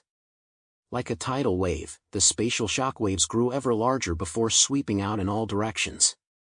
A peculiar energy swept past Zhang Yi's body. This wasn't mere impact, it was a distortion of space itself, like dropping a pebble into water and watching the ripples spread layer upon layer. The outer gate of everything under heaven seemed to have its strings plucked out of tune. Some thresholds instantly lost their alignment, while portions of the space beyond the gate were twisted into wrinkles. The layered defenses slipped from top to bottom, the interlayer locking delayed by a split second. Zhang Yi's pupils suddenly contracted. He sensed cracks appearing in his most solid defensive layer. How is this possible? What have these bastards done? Everything under heaven, an upgraded version of the dimensional gate skill, composed of the gate of 3,000 realms. This flawless defensive ability had allowed him to survive countless battles against far stronger opponents. Unless facing someone vastly superior, Zhang Yi never doubted his defenses could be breached. But this time, things seemed different. The edges of everything under heaven crackled faintly, like the soft sound of glass expanding and contracting in bitter cold. Every door remained intact, yet each emitted a peculiar, rippling disturbance. A streak of crimson light flashed past the B-2 fighter jet, once again hurtling toward Zhang Yi. They advanced in formation, their attacks weaving into a dense net, leaving Zhang Yi no space to evade. Zhang Yi's gaze sharpened as he mentally activated the second hand. The second hand of time, predicting the future within 5 seconds. Future scenes flashed before his eyes like turning pages, allowing him to clearly see every single attack. Yet to his astonishment, he discovered everything under heaven was no longer invincible. Under the enemy's relentless barrage, cracks began to appear. Without a moment's hesitation, Zhang Yi raised his hand and drew the demon sword Divine Refinement. Netherworld, Grand Burial. If everything under heaven could no longer guarantee absolute defense, then he would counter with an even mightier offensive as his defense. Fortunately, Zhang Yi's abilities had grown increasingly versatile, preventing him from being trapped by countered skills. The demonic sword slashed out with ruthless precision, unfurling like a cascading waterfall of black light before him. The netherworld burial flowed like a black river drawn by the night, silently cascading from beneath his feet. Its surface held no waves, only light that lost its color within. Within the river, the sword spawned a shadow that devoured everything, crimson vein tendrils winding beneath its spine like some living metal. He pressed the sword downward. The black river churned up a layer of terrifying waves from the void, surging forward in layered, crashing waves. This strike swallowed all 13 fighter jets' attacks, causing them to annihilate each other. The 13 fighters hovered in midair, while Zhang Yi's gaze sharpened to an unprecedented intensity. Both sides sensed the formidable power of their opponent. These things are clearly not the same as those sand raiders we encountered before. Zhang Yi swiftly retracted Yang Xinxin and Freeman into the shadows, no longer daring to be overconfident. Freeman was still shouting, "Of course they are. These are the final remnants of the Sand Raider civilization." These beings, like Ling, represented the last vestiges of armed power. They were bound to be formidable. They had evolved over eons, while humanity had only mastered supernatural abilities for 5 years. They had long since figured out everything about them. Thus, Zhang Yi's pride, his space ability, was swiftly countered by the enemy. His heartbeat quickened. He began to grasp his true standing in the eyes of powerful beings from advanced civilizations like Ling and White Dragon. Zhang Yi's eyes narrowed slightly as his grip on the sword tightened. When absolute defense ceases to be absolute, combat loses its safety net. The thrill of this crisis stirred an unexpected excitement within Zhang Yi. The adrenaline surging through him like a long-forgotten rush made him feel strangely exhilarated. The next instant, wings folded, joints pivoted, and rivets snapped open like blossoming metal flowers. The streamlined shell retracted like petals, revealing an alloy skeleton and humanoid spine. Stripped of their mecha form, they transformed into 13 female figures. As they touched down, dust and sand pressed into 13 concentric ripples. 13 armed battle maidens stood shoulder to shoulder in an arc. Silver-white short hair contrasted with black battle suits. Beneath the dark garments, taut, snow-white thighs were visible, and the black combat boots evoked an urge to be trampled. Their eyes were cold red matrix lights. Fully armed, they carried massive weapons slung across their backs and hand cannons at their waists that seemed disproportionately large for their frames. They lifted their gazes simultaneously, like 13 night owls awakening at once, fixing Zhang Yi with icy stares brimming with murderous intent. Zhang Yi narrowed his eyes. "So you chose humanoid form to fight me?" The central commander, Robot B2, opened her mouth, issuing a frigid command. "Formation 3, execute." She drew the exaggerated battle sword from her back, raised the hand cannon in her left hand, and charged fiercely toward Zhang Yi. The other 12 armed battle maidens, some drawing sniper cannons, others wielding massive warhammers, attacked Zhang Yi from 13 different directions. Space shock radiated from the sources in their chests, instantly sealing off the entire area. Zhang Yi dared not even attempt space shuffle. Under such unstable spatial conditions, recklessly using that ability risked severe injury from spatial compression. Zhang Yi took a deep breath. "Bring it on. I never said I wouldn't fight women." Simultaneously, he communicated with Yang Xinxin. "Xinxin, focus on analyzing the battle situation for me." He rarely sought Yang Xinxin's assistance during such direct confrontations anymore. Clearly, this battle was pushing even him to his limits. Netherworld burial. The dark gate to the netherworld opened, viscous dark matter flowing out and extending toward Zhang Yi's divine refinement. He slashed his sword rapidly, targeting the 3 figures closing in directly ahead. Simultaneously, the dimensional string severance struck covertly, directly targeting an armed battle maiden within his attack range. Concentrating his power at a single point, he aimed to eliminate one armed battle maiden first. Under the pressure of his sword intent, the shields of two battle maidens cracked into honeycomb patterns. The patterns flickered once, then twice, shattering into crystalline powder on the third flash. They showed neither panic nor retreat. Instead, the moment their energy shield shattered, the war maiden on the left slightly raised the tip of her greatsword. The blade unfolded, revealing layered facets like fish scales, forcibly absorbing the sword pressure from the netherworld. Her sword could actually absorb the force of an attack. Chapter 2600, Armed Battle Maiden, 2. The swords wielded by the armed battle maiden astonished Zhang Yi. An image of another acquaintance involuntarily surfaced in his mind, Loridek, the second in command of the Zhanyuan tribe. That individual also possessed a pair of dual-wielding swords, one could absorb energy, while the other released it. It turned out that beyond supernatural abilities, mechanical civilization could also harness energy to such an extreme level. This profoundly altered Zhang Yi's worldview. Is this the true power of a technological civilization developed to its pinnacle? Ling's voice still echoed within Zhang Yi's mind. The source of all power in the cosmos stemmed from the Big Bang, the explosion of the Singularity 13. 8 billion years ago, an energy released by the Creator. All supernatural abilities, gravitational fields, and mechanical energy ultimately converged into one fundamental force.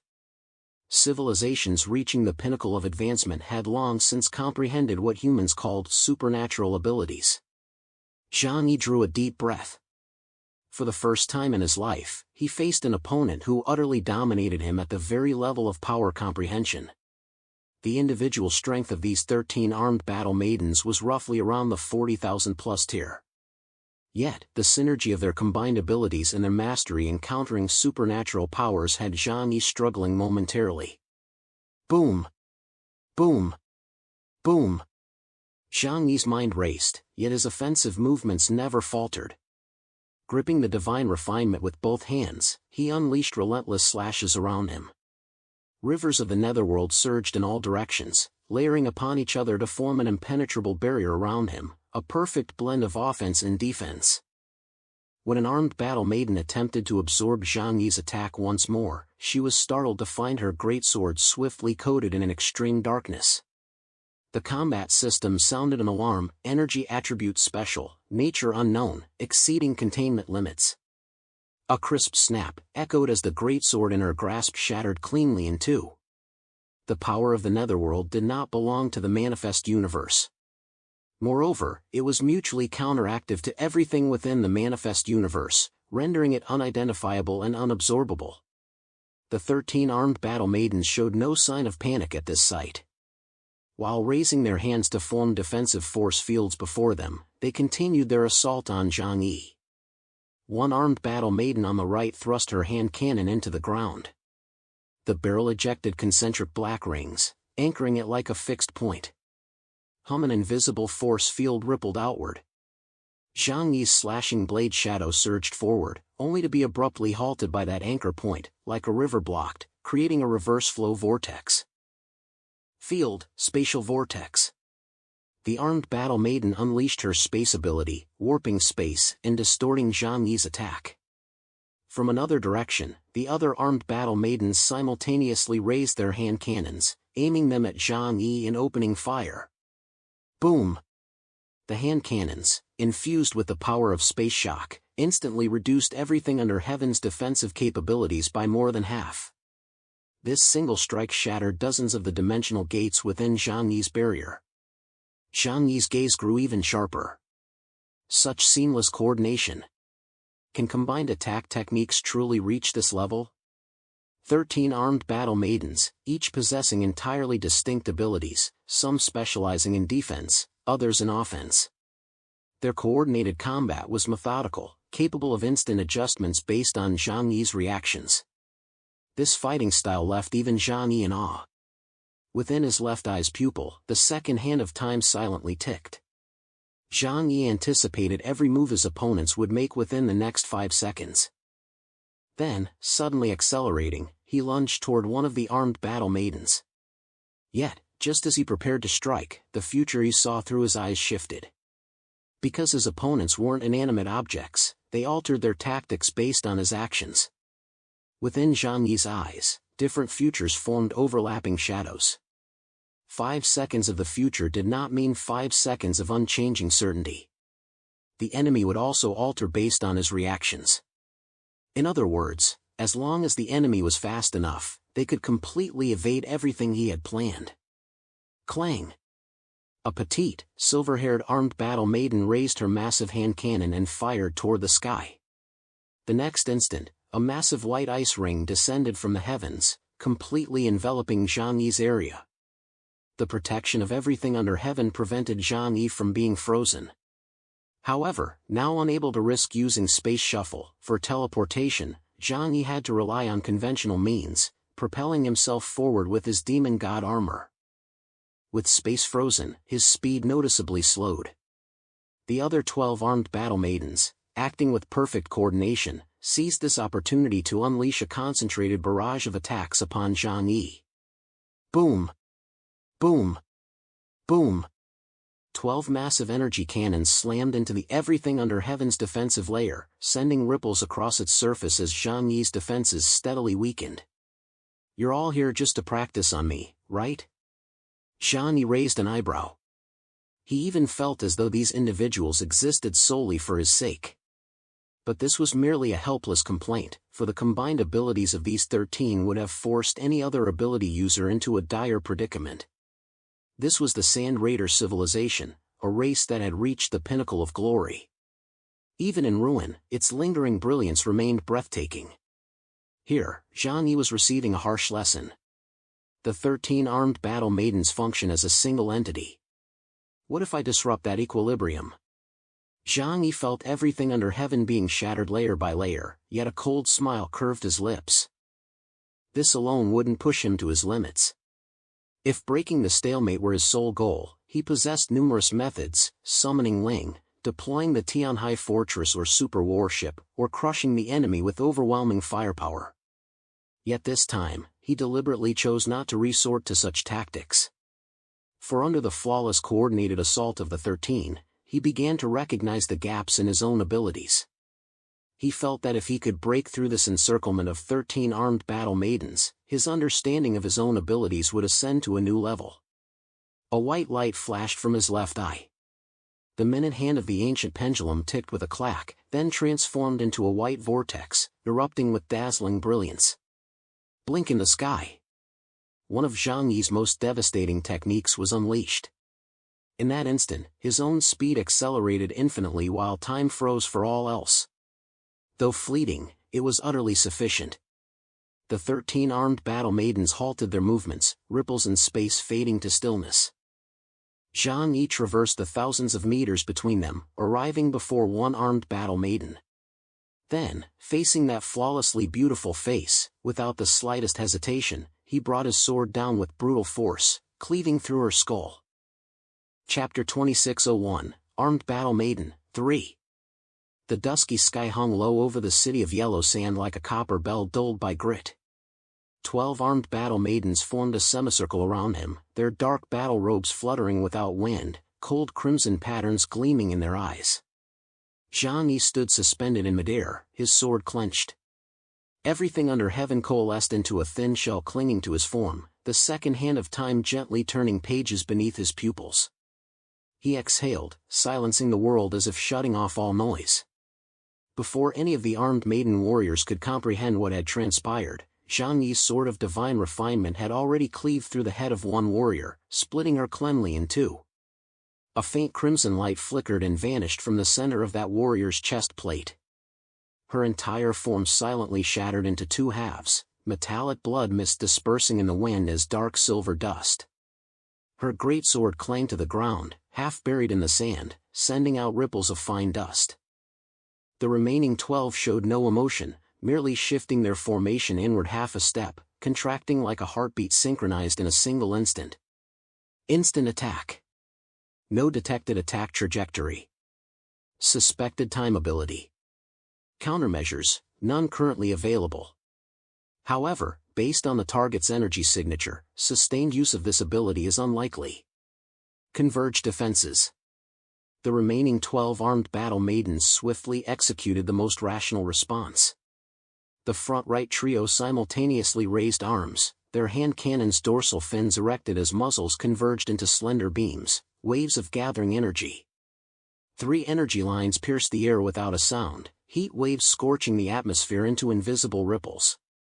After taking one down, can the remaining 12 still coordinate so flawlessly? Zhang Yi flickered, transforming into a slender tangent between door frames. Even without space shuffle to evade, he, as a top-tier space ability user, possessed blinding speed. He streaked through the barrage of 3 energy cannons. The second hand of time's flawless prediction allowed him to pass through a sea of flowers without a single petal touching him. He swung his sword across his chest. The netherworld burial transformed into a surging black tide, swallowing the overflowing heat. 2 battle maidens on the left wing soared skyward, blocking Zhang Yi's path. Rather than charging directly, they first traced 2 razor-thin laser arcs in the air. The intersection point of these arcs landed precisely at the thinnest edge of everything under heaven. Concentrating their firepower, they aimed to shatter Zhang Yi's defense. Zhang Yi swung his sword backward. The river of the netherworld twisted and turned, and upon contact with the enemy's laser beams, absorbed them completely in an instant. Yet, the moment he halted, thick white frost suddenly formed beneath his feet. The 4th battle maiden in the front row dropped to one knee, palm pressed against the sand. Cold, white cracks spread like a spiderweb outward. Frost lines climbed along the terrain, scaling broken walls and bridge piers, even reaching the moisture line in the air. Frozen domain field, 12-kilometer radius. Her icy voice escaped her lips as a ring of white mist rose from the horizon. The temperature at Zhang Yi's landing point plummeted instantly. This method drastically slowed molecular motion within space, enough to cause a noticeable lag in his movements. Simultaneously, 2 armed battle maidens charged forward, swords drawn and held level with their foreheads, hurtling straight toward Zhang Yi. A crimson ring flashed along the blade's spine. As it retracted, the artificial sun in the sky seemed plucked like a string, its surface erupting with a miniature solar prominence. Corona fall. A fist-sized white sphere shot skyward, swiftly dragging a colossal, sun-like fireball from the cloud tops. It plummeted toward Zhang Yi, its impact point directly above his head. The combined strike of 2 armed battle maidens harnessed the power of the artificial sun in the sky, radiating a scorching heat capable of melting the earth and desert. It seemed poised to vaporize Zhang Yi instantly.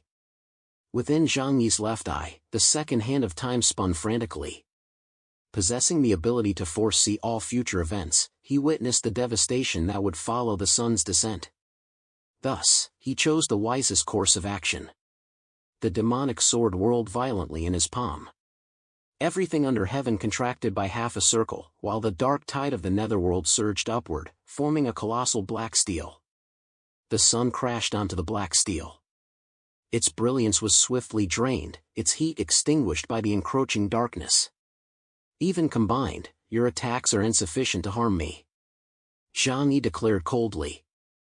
Even without relying on everything under heaven, he remained a powerhouse with an ability index of 55,000 points. And with the enhancement of the Terminator Demon God armor, how could he possibly be harmed by their combined assault? But precisely at that moment, the 5th battle maiden flexed her legs slightly, crouched low, and propelled herself skyward with her jet pack. Her toes flicked out 2 pale blue light spikes. Gravity well, dual polarity. The blue beams landed in the area surrounding Zhang Yi. Moments later, the gravitational field of space began to warp. Air pressure fluctuated wildly, alternating between weightlessness and crushing pressure around Zhang Yi, as if someone were violently shaking him by the spine. The 6th and 7th battle maidens flanking him pulled the triggers of their hand cannons. Black rings rippled outward like concentric waves, unleashing another space shock. Over a dozen dimensional gates were torn out of phase, everything under heaven's defense system enduring relentless focused attacks. They too had realized that unless they shattered the gate of 3,000 realms surrounding Zhang Yi's body, they could not harm his core. Zhang Yi's face remained stern as he swiftly swung his demonic sword, using the power of the netherworld to counter everything that assaulted him. He slashed, the blade storm sweeping like ink across the cheeks of the two armed battle maidens ahead. Though their reflexes were sharp, faint scorch marks still appeared on their battle armor. The energy shields formed by transparent hexahedrons tightly protected their bodies. This is strange. How can their defenses be so strong? Clearly, when he had unleashed the blink in the sky, his attack had effortlessly torn apart one of the armed battle maidens. Yet, even with a full-strength sword strike, he couldn't slash through their energy shield. At that very moment, Zhang Yi sensed a peculiar energy fluctuation. From the mouths of the armed battle maidens came this sound. Requesting energy replenishment. A streak of light flashed across the sky, and immediately, 12 crimson beams plummeted downward. They enveloped the armed battle maidens. Zhang Yi finally grasped the situation. They are terminals of the system. Is my true enemy actually the control system of this lost world? A troubling thought surfaced in his mind. If that were the case, wouldn't it mean these armed battle maidens were also impossible to kill? The armed battle maidens gave him no time to ponder as their attacks intensified once more. He attempted to counter with the netherworld burial, a black tide cascading down like a night sea inverted. The 12 displayed their unique strengths, some absorbed his attacks with honeycomb-shaped energy shields, others weakened his defenses with space shock, some launched frontal assaults with laser cannons, while others disrupted his movements with gravity wells. Their coordination remained flawless, showing no cracks despite the absence of one member. Chapter 2602, Armed Battle Maiden, 4. The clash of energy sounded like 10,000 bowstrings drawn taut simultaneously. Rust dust trembled from the ruined tower behind the city line in the aftershock.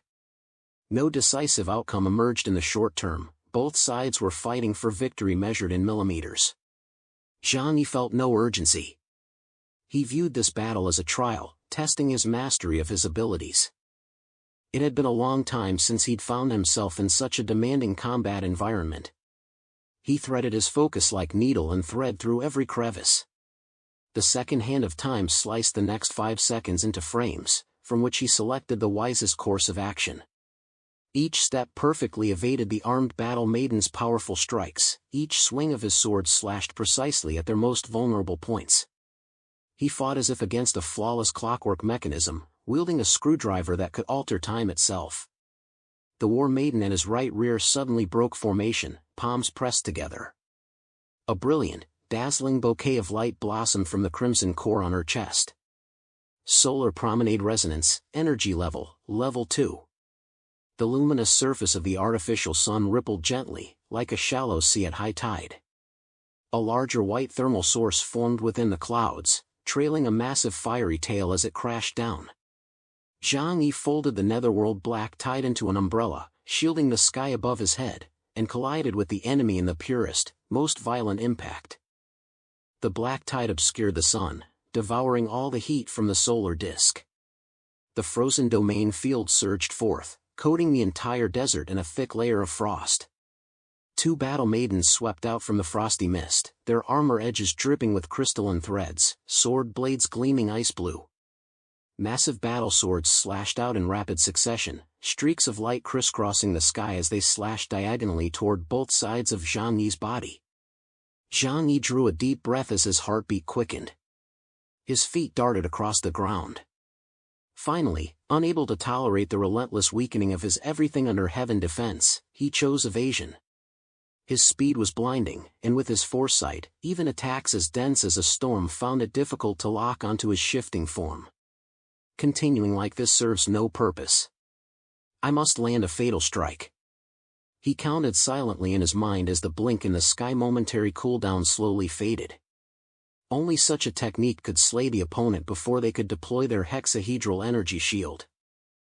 The second hand slowed its ticking, as if awaiting some predetermined hour. Before that moment, he unleashed divine refinement. Countless slender black tendrils erupted, growing wildly in all directions. Try severing the link between these terminals in the main system, just like before. Drag them all into my dimensional space. The black tendrils, like twisted black serpents, shot toward the 12 armed battle maidens at incredible speed. Yet the 12 remained utterly unflustered. The ice attribute armed battle maiden spread her hands, targeting the entire expanse of space before her, and cast a spatial freezing technique. A vast area of space was sealed by a frigid aura, slowing the spread of divine refinement's vines. Boom! Boom! The War Maiden's propulsion systems swiftly evaded the vine's encirclement. Their greatswords slashed out, sparks flying as they collided with the tendrils. Though Zhang Yi failed to bind them, he had temporarily forced their retreat. Time's up. He spoke coldly. To the 12 armed battle maidens, the man cloaked in black armor before them suddenly accelerated, moving like a bolt of lightning. His form was wrapped in sword light, transforming into an extremely slender silver needle. They witnessed a person dissolve into nothingness, vanishing abruptly from the world. Blink in the sky. Before the red dot on the 9th battle maiden's chest core could even blink once, her form split cleanly down the middle. The fracture was smooth, appearing to her comrades like a black seam in their reflections. Metal fragments scattered as a body, perfect to the point of indistinguishable from a living person, fell silently to the ground. Correct array, fill the gap. 11 figures instantly filled the void, their crimson aura deepening slightly as their firepower grew steadier. They felt no anger, only algorithmic updates. Zhang Yi took a deep breath. If this continues, within 2 hours at most, I can wear them all down to exhaustion. No, half an hour. If I take down 2 more armed battle maidens, the remaining 9's encirclement will cease to threaten me. Zhang Yi calculated in his mind. But at that very moment, the artificial sun in the sky gently flickered. Energy ripples seemed to ripple across the heavens as a crimson beam, thicker than before, plummeted straight down, crashing into the sandy sea. Zhang Yi snapped his gaze toward the source of the crimson light. The location where it fell was precisely where the first armed battle maiden he had slain had been. Sure enough, the mangled remains of the first slain battle maiden rapidly reassembled within the crimson light. Fragments seemed drawn back to their original positions by an invisible magnetic field, welded together at the seams, and the red core reignited. She opened her eyes within the pillar of light, stood up, rejoined her formation, and deftly caught the greatsword handed back by her comrade. Zhang Yi's eyes widened. When a person is truly speechless, they are genuinely speechless. This confirmed the one hypothesis he dreaded most. As long as the connection between these armed battle maidens and this world's main system remained intact, he could never truly annihilate them. The final defense line of the Sand Raider civilization was a flawless defensive arrangement. Zhang Yi tilted his head back and let out a long sigh. Home field advantage. Can't fight this head-on. But he had long anticipated that a high civilization like the Sand Raiders wouldn't simply hand him the key to the heavenly connection tower. The armed battle maidens closed in on Zhang Yi with icy precision, their hand cannons already blazing with dazzling light. If this battle continued, it wouldn't be them who were worn down to death, it would be Zhang Yi. Zhang Yi's gaze sharpened. The instant they attacked, he amplified the output power of his energy. He flipped the divine refinement in his hand and slammed it forcefully into the ground. Energy tide. The core furnace of the demon god armor blazed fiercely. A crimson energy wave surged forth like a tsunami, crashing in layer upon layer in all directions. The energy collision uprooted the entire sand city, exposing the earth. The shockwave alone nearly destroyed the city. He glanced up at the 13 figures. His gaze held no anger, only sincere admiration for their craftsmanship. He silently vowed to himself, he would acquire these 13 armed battle maidens at any cost. That's enough for today. He abandoned further combat, turning swiftly to dash back along the path he had come. Prepare to retreat. He had already notified Uncle Yu and the others. At this moment, Uncle Yu, Liang Yu, and Fatty Su were still battling the Sand Raiders' guard robots. Those machines, too, couldn't be completely destroyed, so the group was merely buying time.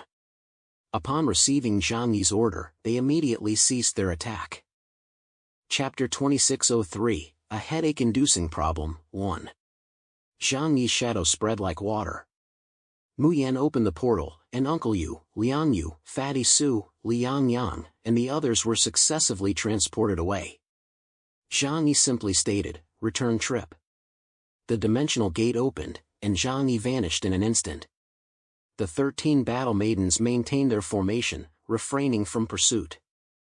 Their crimson pupils closed slightly in unison as the red cores on their chest plates dimmed simultaneously, as if deactivating some combat state.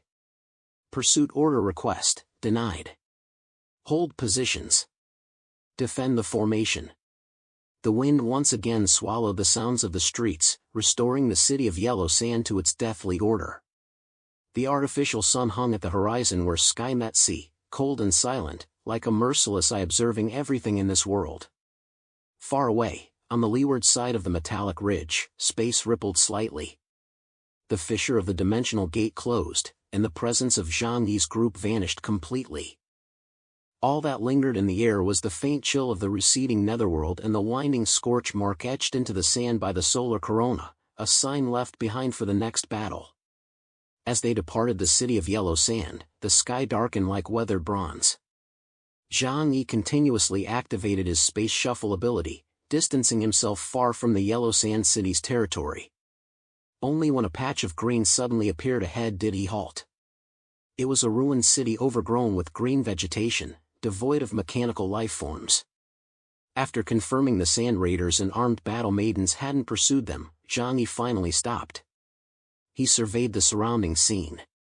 Vines clung to the window openings of the buildings, steel beams sprouted moss, and silver-leaf trees grew within the collapsed shopping malls. When the wind passed through them, the leaf veins emitted a delicate, metallic sound. The scent after rain seeped out from the shadows of some unknown floor, mingling with the earthy aroma of freshly tilled soil and pollen, lending this dead city a hint of newly awakened vitality. Zhang Yi signaled his group to step out of the shadows. He himself sat on a large moss-covered boulder, taking several deep breaths. Fatty Su dragged his feet over, scratched his head, and tentatively asked, "Boss, that whole thing earlier. How should I put it?" They'd been in the thick of battle when Zhang Yi suddenly pulled them away, a move that had caught him off guard. In the past, Zhang Yi had been unstoppable. It was rare for him to retreat like this. Zhang Yi tilted his head to gaze at the sky, replying lazily, "Nothing major." Got blocked by a bunch of lifelike dolls. Fatty Su's eyes lit up instantly, and he instantly drew closer. Lifelike dolls? I know a thing or two about that. Maybe we could have a deep chat about it. I might even be able to help. Liang Yang peeked out from beneath the vine shadows, lightly tapping her cheek with a finger, her eyes crinkling at the corners. "With me here, do you still need simulation dolls?" She sighed softly, her voice as gentle as cotton. "Can I satisfy you?" Everyone stifled laughter simultaneously, eyeing the pair with amused expressions. Zhang Yi rubbed his temples, fixing his gaze on Freeman's screen face. "You never mentioned they'd be this troublesome." His tone was light, yet tinged with genuine surprise. "Did you ever get close to this defense layer back then?" Freeman pressed down on the exaggerated brim of his hat. The display flickered with static before clearing. "I never had that kind of capability." He spread his hands, a hint of self-mockery in his voice. "In their hierarchy, I was merely the lowest-tier service robot, barely even a guard. At best, I could circle the outer perimeter. But getting close to those high-level armed battle maids? Impossible. You must understand, even robots are ranked by level." He pointed toward the distant, pale artificial sun, his gaze on the screen suddenly warming for an instant. "The Sand Raiders are formidable. I've seen them strip energy from stars like scooping water from the sea, then push their fleets across planetary belts. They ventured too far, beyond the boundaries we comprehend, only to encounter the cold and desolation of the cosmos.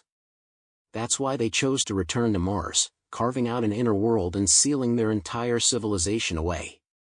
Yang Xinxin crouched beside a collapsed billboard, her small spectrometer still emitting a soft green glow. Her gaze lifted, serene, I think I understand why they perished. Their artificial intelligence was severely unbalanced. Every mechanical life form came standard with combat modules, indicating weaponry and conflict algorithms were this civilization's primary research focus. She paused, adding softly, if such military development wasn't aimed at external enemies, then the most likely reason was civil war. Zhang Yi hummed in agreement. That makes perfect sense. Internal divisions and bloodshed are far more troublesome than external threats. He gazed at the undulating vine-covered street park, tapping his fingers against the thick demon god armor on his thigh. But I'm in no mood to explore how this civilization fell. The problem right in front of us isn't solved yet. Those armed battle maidens, 13 units linked together, form a near-perfect battle formation. Their spatial disruption capability reduced my own power by at least half. And with their source supplying energy, they can be revived endlessly. He shrugged, a faint, troubled smile touching his lips. Conventional methods to break the formation seem useless. Lu Karen also frowned deeply, crossing her arms as she addressed Zhang Yi. The source of all their power comes from the Heavenly Connection Tower. Without destroying it, we can't stop those mechanical life forms from infinite revival. But without defeating those guardians and obtaining the key, we can't enter the space where the Heavenly Connection Tower resides. This is a completely unsolvable vicious cycle. Lu Karen scratched her hair, equally perplexed. Zhang Yi exclaimed, indeed. It's a defensive mechanism left by an advanced civilization. How could it be easily breached? It really is. A headache. Zhang Yi unstrapped his helmet and rubbed his temples hard. At this moment, he had no better solution to this problem either. If all else fails, try brute force. Mobilizing 3 super warships in the Tianhai fortress simultaneously could indeed swiftly destroy those 13 armed battle maidens. But doing so could lead to disastrous consequences. We have no idea if this place holds any other hidden cards from the Sand Raider civilization. Making too much noise won't do us any favors. A pale white streak of light appeared behind him as Ling materialized silently. Her gaze was clear, as if viewing him from behind a mist. I actually think this is a challenge perfectly suited for you. She looked at Zhang Yi, her tone calm. These past years have been too smooth for you. So smooth you've come to believe your abilities have reached their limit. Today's events are here to tell you that your understanding of power is still far, far off. Chapter 2604, A Headache-Inducing Problem, 2. My understanding of power is still so far off. Zhang Yi murmured. Ling gazed at Zhang Yi. Do you still think your supernatural abilities are profound now? Zhang Yi didn't rush to refute her. He lowered his head, tracing the character 4 door on the moss surface with his fingertip, then wrote heart beside it. The door represented the dimensional gate he believed embodied absolute defense. The heart symbolized the wellspring of power, human thoughts. When I faced White Dragon, my spatial ability completely failed. During my duel with King Arthur, he used the conch horn, preventing me from traversing space smoothly. I never understood the principles behind my own abilities before. I thought their supernatural powers were just rare exceptions, not worth overthinking. But now it seems, in those advanced civilizations, they've thoroughly researched every single supernatural ability. Am I still stuck in a primitive state? Like someone who's proud of learning to drill wood for fire, while others have invented flamethrowers. He lifted his gaze, his expression now intensely serious. I still haven't grasped the true essence of my power. That's why I remain so easily countered, isn't it? Ling studied his writing, nodding imperceptibly. All power ultimately boils down to the essence of thought. She spoke slowly, your doors, the sword in your hand, the dark currents you stir in the netherworld, these are merely manifestations. She fixed her gaze on Zhang Yi, enunciating each word, ultimately, whether it's everything under heaven or your dimensional gate, from the moment your ability first manifested until now, it has never truly changed. How can you achieve qualitative transformation without breaking free from mere form? Turning one door into 3,000 is just piling up quantity. Zhang Yi placed his hands on his knees, his breathing gradually slowing. Ling's words struck him like a bolt of lightning. He admitted she was right. In the past, he'd been ignorant, fumbling alone to enhance his supernatural abilities. Since his opponents had been weak, even minor improvements gave him a huge advantage. It wasn't until he encountered a truly powerful advanced civilization that he realized the vast gap between them. So what I need is for the doors to undergo a transformation. That will be far more effective than simply stacking more. Zhang Yi seemed to grasp something. But how exactly do I do that? He stared at Ling. Ling, can you give me some guidance? Ling shook her head helplessly. I can help you with everything else. But in this matter, I truly can't. She was merely a shell now, not Ling's true form. Regarding supernatural abilities, the power of the ether, she was utterly powerless. Such things defied verbal explanation, they could only be enhanced through one's own perception of the etheric realm. Zhang Yi suddenly understood. I get what you mean. I need to enter the sea of ether. He stood up, gazing toward the artificial sun. Suddenly, he smiled. We'll rest here for a while. I need to seclude myself and attempt to break through my abilities. As for how long it will take, I'm not sure yet. He sensed this was a crucial threshold for his abilities' transformation. Success would resolve a major hidden flaw within him, and henceforth, he would avoid others sealing off space to restrict his power. Thus, he resolved, the challenge of the armed battle maiden must be overcome through his own strength. Fatty Su let out an eye, and was about to crack a joke when Li Yangyang gently tugged at his sleeve. Let him go. Li Yangyang lowered her lashes, her tone gentle. Every time the boss does this, he undergoes a breakthrough. Fatty Su scratched his head, then obediently said, Boss, we'll wait for you to return. Leave the outside matters to us. Freeman said, Rest assured, these creatures rarely initiate attacks. And this area is usually dead quiet, no one will come bother you. Zhang Yi shot Freeman a piercing look and said, Speechless, when I return, you'd better have more intel for me. After all, you've been here over 20 years, did you spend all that time just playing music? Freeman's face flushed with embarrassment. Well. Zhang Yi glanced around.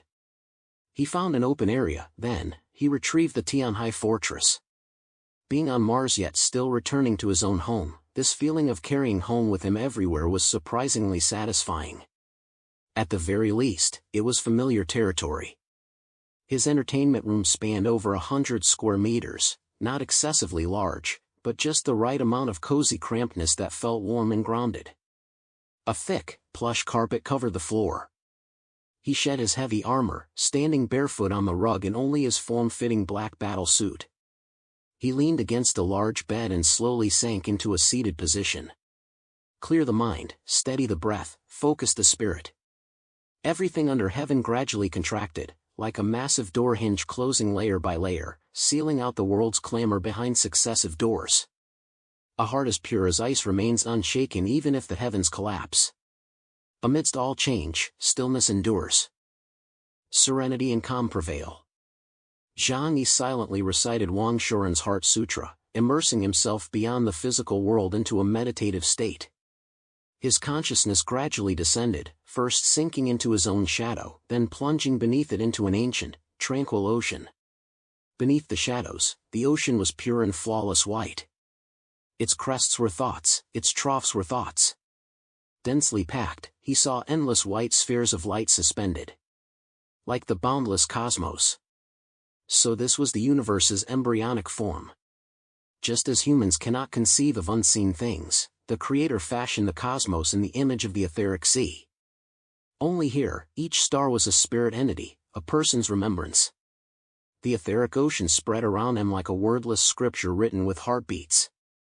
The original text of all power could be read here. Gravity was a silent, drawn-out sentence, electricity, a sharp, abrupt phrase, space, a proverb folded over and over, time replaced all punctuation with breath.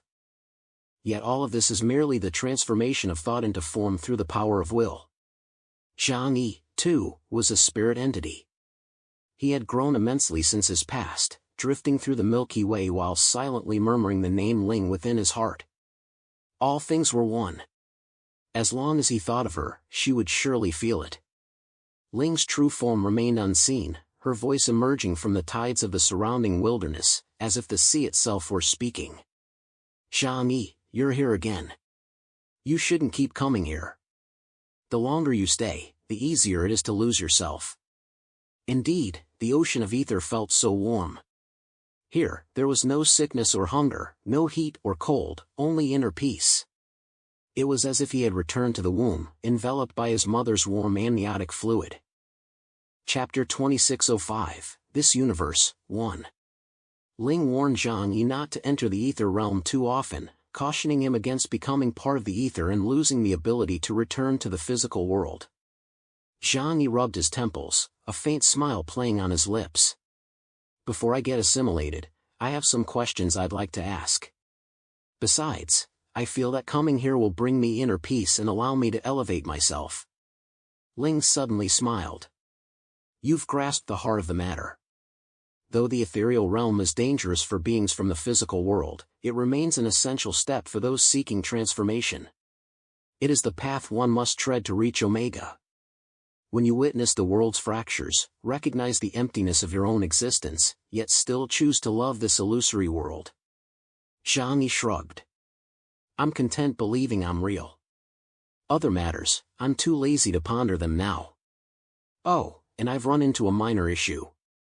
My abilities have hit a bottleneck. Could you advise how to advance? Zhang Yi voiced his inner question. Your mastery of time abilities is already exceptional, and you needn't worry about countermeasures. That's a divine skill of the fourth dimension. Silicon-based creations cannot withstand its causal rebound. Zhang Yi nodded. It was true, those armed battle maidens could distort space, yet they couldn't stop him from observing the future. I feel there's significant potential for growth in my space abilities. But I'm unsure how to proceed. You understand, once someone gets comfortable in their comfort zone, change becomes incredibly difficult. Zhang Yi voiced his greatest challenge. Yet as I grow stronger, my opponents become tougher. My abilities aren't as effective as they once were. This is a major concern for me. Could you pinpoint where the problem lies? Ling gazed at Zhang Yi, offering a calm assessment of his shortcomings. Your previous actions were like piling sand to build a tower. What seemed like an impenetrable defense was actually riddled with flaws, and the methods you employed were extremely crude. Have you ever considered one thing? What exactly is your space? The question plunged Zhang Yi into prolonged silence. What exactly was his space? He truly didn't know. All he knew was that it had existed since he first awakened his abilities. It was a vast void, devoid of anything, even the flow of time differed entirely from the outside world. He had once been curious, but as long as his abilities served him well, he never bothered to delve deeper. After all, this world was full of strange and wondrous things. But now, Ling's words made him realize something. If he wanted to reach greater heights, he had to understand the essence of things. Ling continued, you need to learn to stand at a higher vantage point to measure your current self. Understand your own existence, understand the source of your abilities. Synthesize knowledge, learn by analogy, grasp not only the what but the why. Only then can you truly master your own power. As for the answer to your question, only you know it, and only you can find it. Zhang Yi remained silent, deep in thought about Ling's words.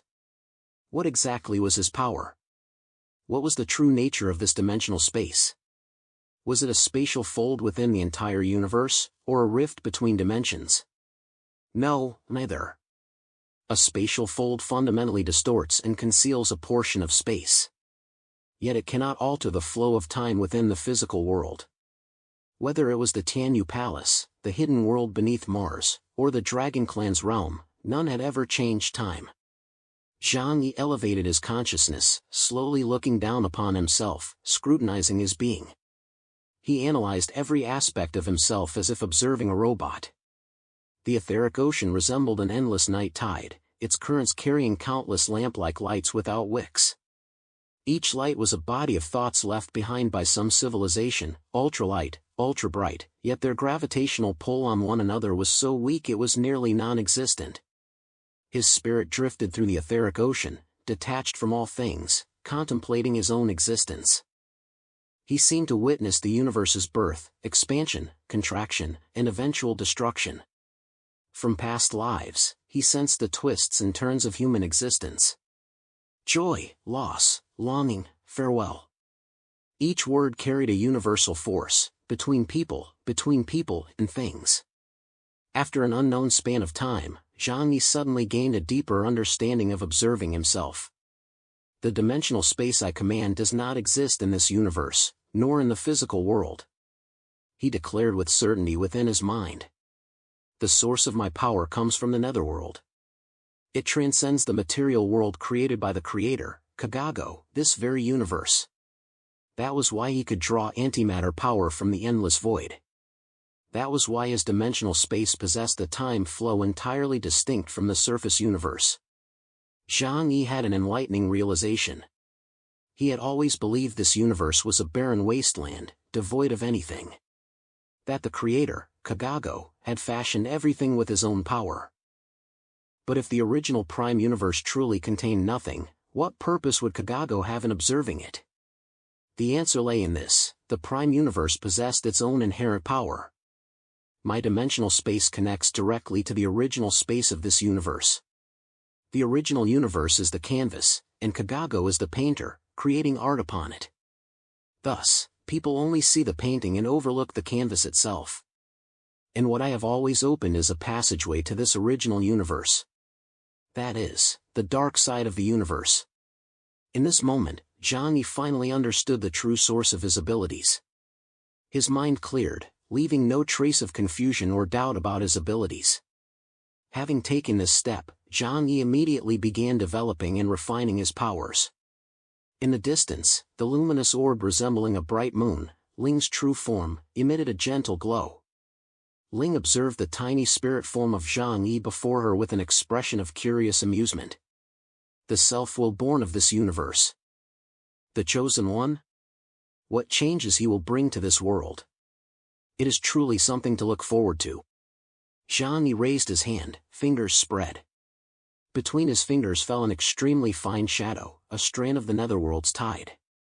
Unlike before, he summoned not an entire dark river but merely a single strand, embedding it into the newly woven spatial membrane.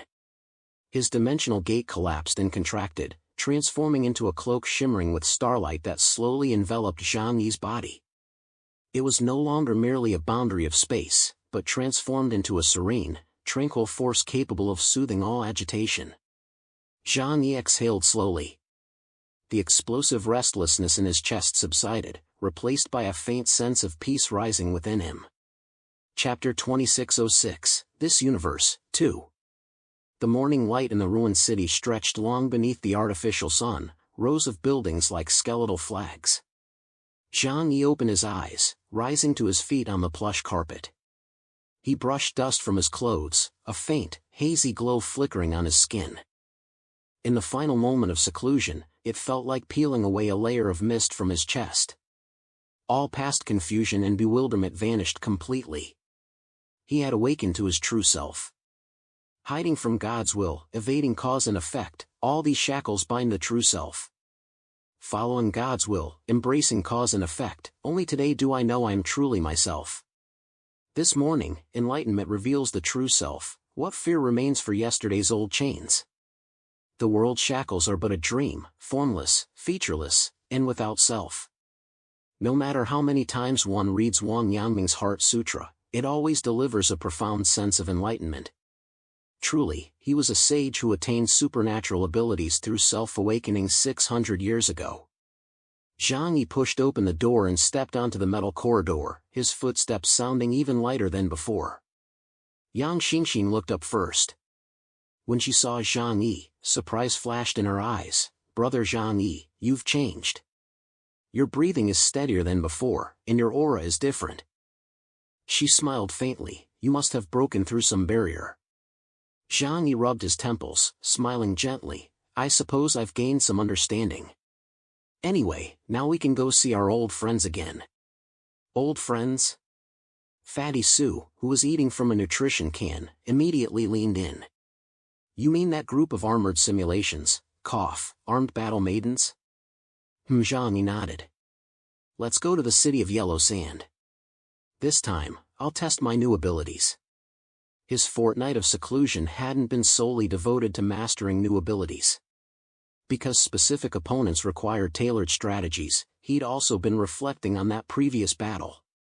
Using the intelligent system embedded in his demon god armor, he'd recorded the entire engagement, replaying it repeatedly to study their combat patterns. In the end, Zhang Yi couldn't help but marvel, they were truly formidable. Moreover, they continuously evolved during combat. The longer the fight lasted, the stronger they became. Their tactics against specific targets grew increasingly sharp. Freeman pulled down the brim of his wide-brimmed hat. The screen flickered with static before clearing, revealing his polite, eager smile. This time, it's all up to you. The Sand Raiders guard robots are no easy foes. I know. But this time, I have confidence. Zhang Yi raised his hand. A dark gold pattern glowed across his palm, as if an invisible pen had sketched through space. The dimensional gates silently opened. Zhang Yi stepped through, followed closely by the entire group. Soon, the entire group crossed the sandstorm and landed at the outskirts of the city of yellow sand. The sky remained that uniform white, flattened by the artificial sun. Sand and steel met at the horizon, forming a dull, gleaming sword. The Martian world seemed frozen in death. The artificial sun hung eternally suspended at the horizon where sky met sea. As if time itself would never change, and nothing in this world, except Zhang Yi and his companions, would ever shift. We're back. Freeman lowered his voice. They'll spot us soon. No sooner had the words left his mouth than thousands of security robots sprang to life simultaneously, from crevices in the corridors, behind sand dunes, and between broken towers. Their metallic pupils glowed with the same dangerous red as their energy shields hummed into activation. Intruders detected. Execute expulsion protocol. Same as always. Zhang Yi turned his head, gesturing around him. Uncle Yu, Liang Yu, Fatty, and Karen, you handle these guys. Leave them to us. Uncle Yu responded in a deep voice. His chest alloy plates opened and closed as hundreds of energy cannons extended from his spine and forearms, his shoulders steady as turrets. Liang Yu drew her dragon's roar sword, its back cold as fresh snow. A smirk touched her lips. I love this kind of hard steel bone, perfect for slashing. Fatty Sue chugged a mouthful of drink, his breath fogging into the air as frost rapidly formed on his palms. Leave the field control to me. Each charged toward a different front line, clearing a path for Zhang Yi and ensuring none of the Sand Raiders' guard robots disrupted his advance. Mechanical crows surged like a black tide from behind Lucaran, pressing toward the city's outer perimeter like a dark cloud. The symphony of metal and frost, the clash of swords and lasers, exploded into a dense cluster of sparks above the city walls. Zhang Yi didn't look back. He stepped onto the plaza where he had clashed with the battle maidens before. Gravel shifted beneath his toes with a near-inaudible whisper. He came to a halt, lifting his gaze to survey the surroundings. Time to show yourselves. He smiled as the words fell softly. Moments later, 13 streaks of light leapt simultaneously from the shadows of the high-rises. 13 armed battle maidens, their armor segments assembled like petals, eyes narrow slits of crimson, foldable wings folded against their backs. They landed in perfect alignment, like a silent reed formation swaying in the wind. Each armed battle maiden's gaze fixed on Zhang Yi held only icy scrutiny. Intruder locked. Initiate Level 2 interception. Eliminate. B2 issued the command to eradicate Zhang Yi. Their voices were unified and clinical. The next instant, 13 energy pulses ignited simultaneously within their chests, as if an invisible hand had pinched the air. Buzz, arc-shaped shockwaves enveloped Zhang Yi, distorting and layering the light and shadows within the space. Spatial shockwave. an advanced countermeasure against space abilities, employed by the Sand Raider civilization's advanced mechanical lifeforms. The plaza's surface rippled like a torn membrane, its edges curling into a ring of grayish-white folds. Last time, this technique had shaken everything under heaven's defenses to the core, repeatedly weakening them until even Zhang Yi's palms grew sweaty. This time, however, Zhang Yi didn't dodge. His gaze was utterly serene. Yet he had no intention of standing there to take the blow. Instead, he chose to strike first. His feet drew inward, the air dimmed ever so slightly, and his entire form vanished from the spot. The next instant, his hand was already pressed against the forehead armor of a battle maiden. It was an approach without warning.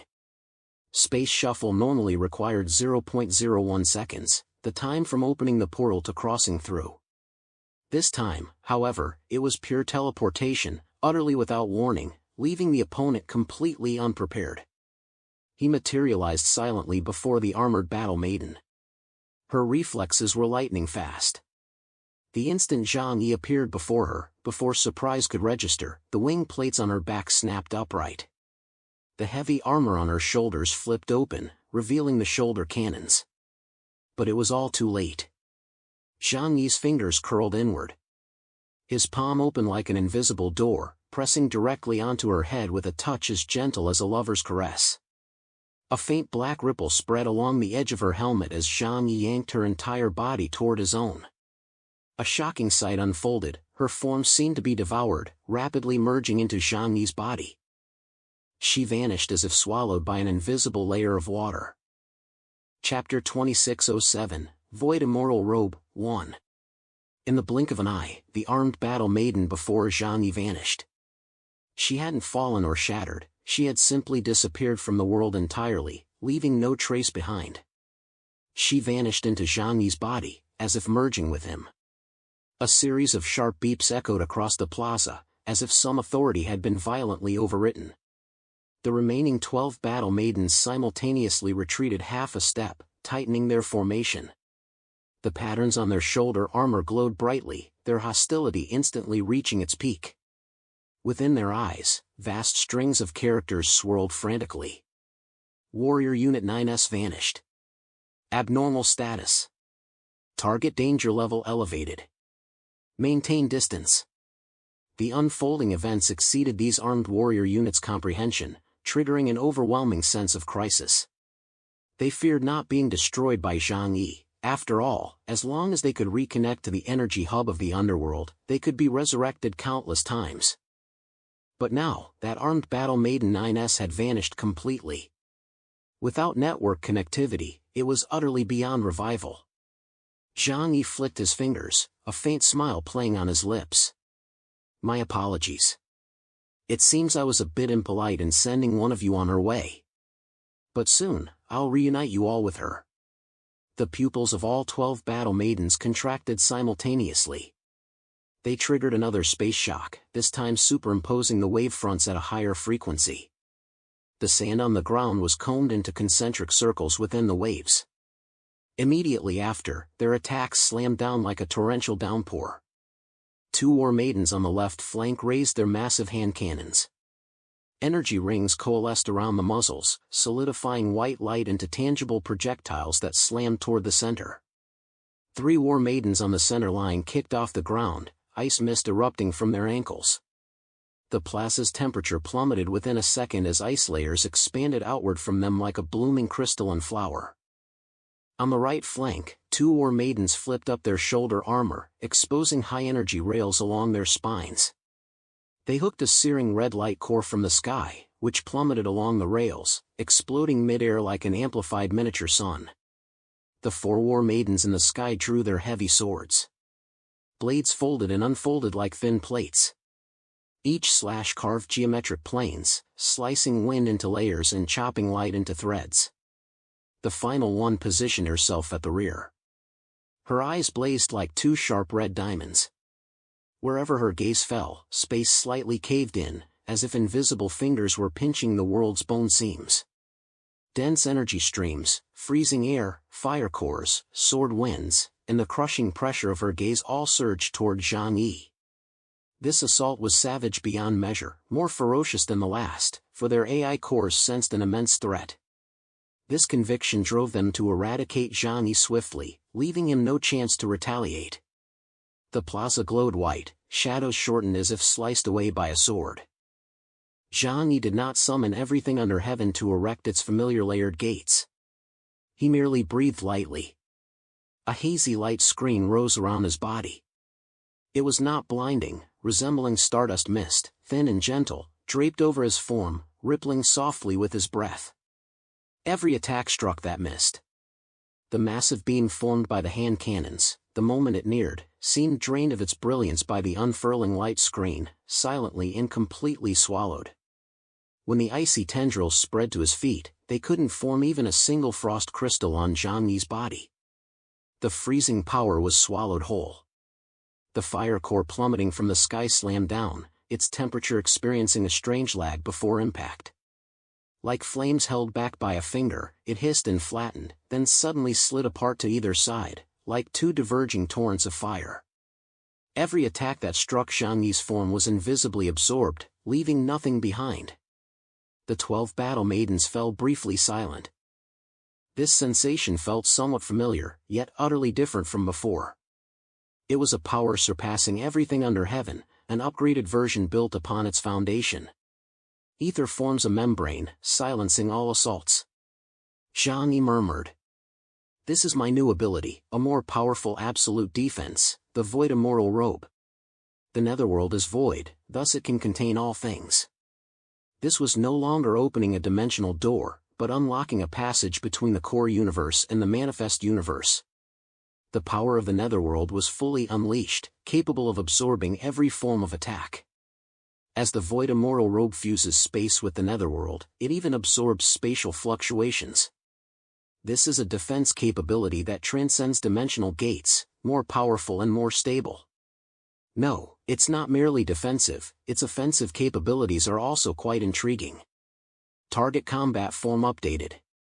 Judgment, high-tier space ability. Switch, reset combination.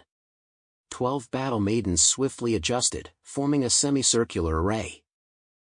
They pressed a lock on their chests, deploying auxiliary modules at their sides as they began switching attack patterns at a higher frequency. More crimson lines split the sky, cascading down from the artificial sun's surface to remark save points across the battlefield. Zhang Yi glanced at the energy network in the sky, recalling the earlier resurrection mechanism, his smile fading slightly. Killing you holds no meaning, he murmured.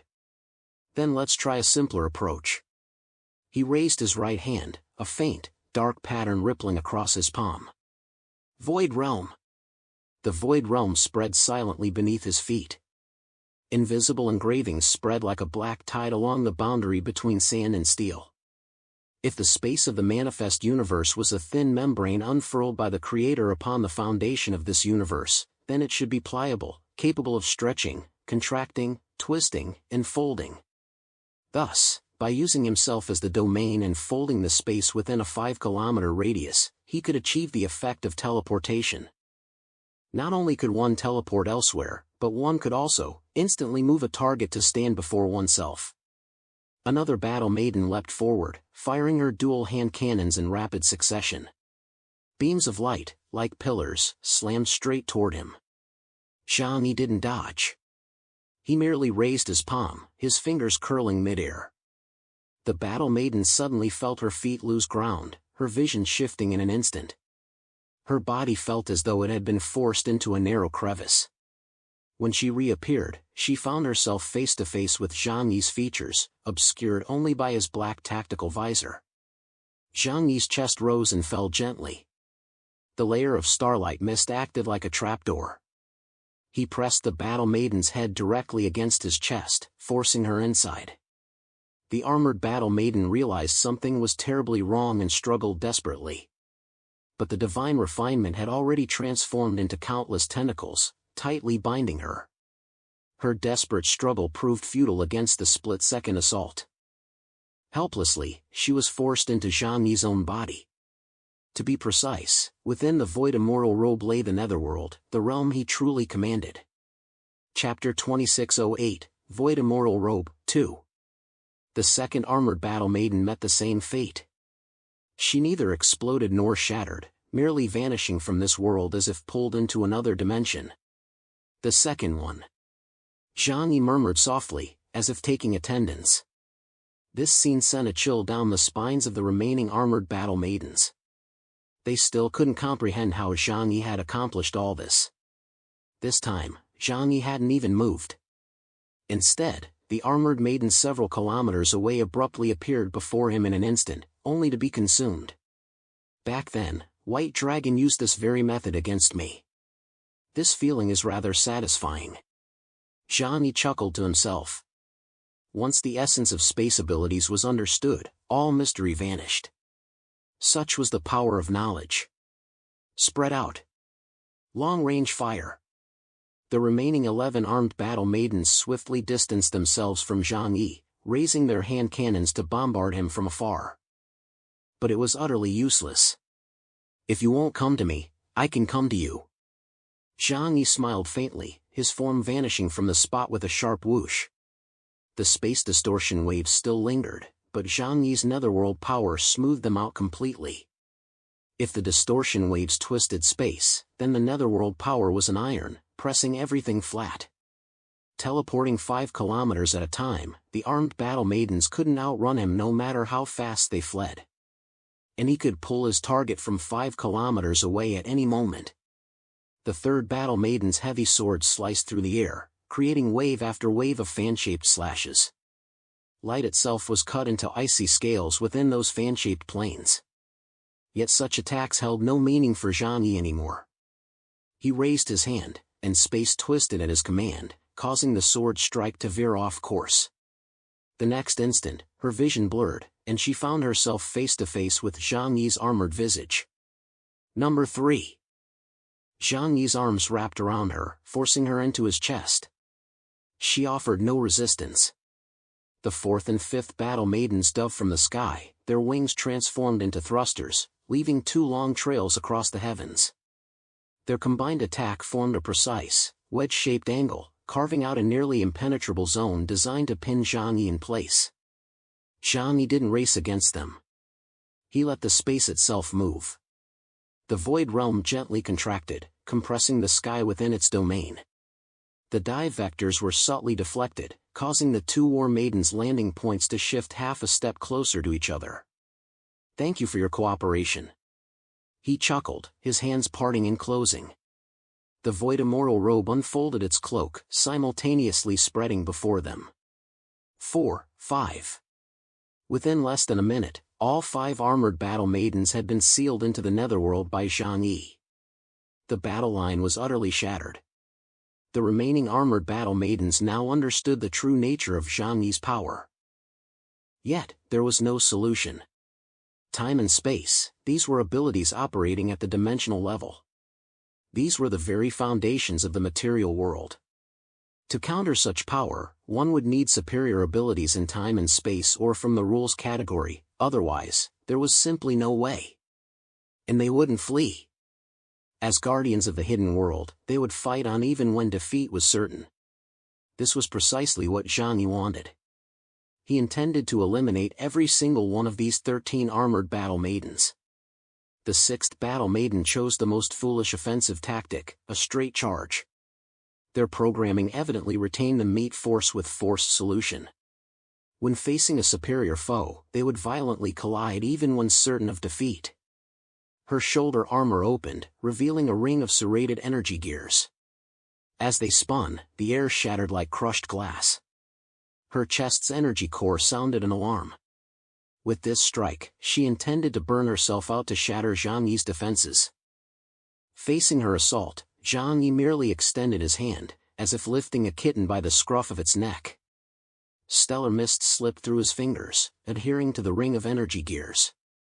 The energy gears suddenly stalled, emitting a dull thud. Her entire body then slid along his fingers into the mist gate at his chest. The 6th. Data streams flashed rapidly within B2's eyes. Target identification, convergence type trap. Strategy update, split formation. The remaining battle maidens swiftly dispersed, stretching to maximum distance while maintaining the shortest possible mutual support paths.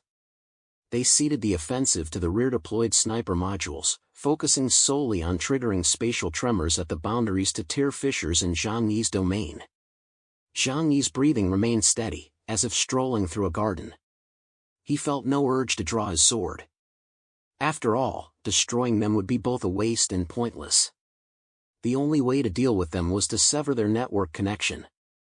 The void immortal robe flowed slowly over his body, radiant as a starry river.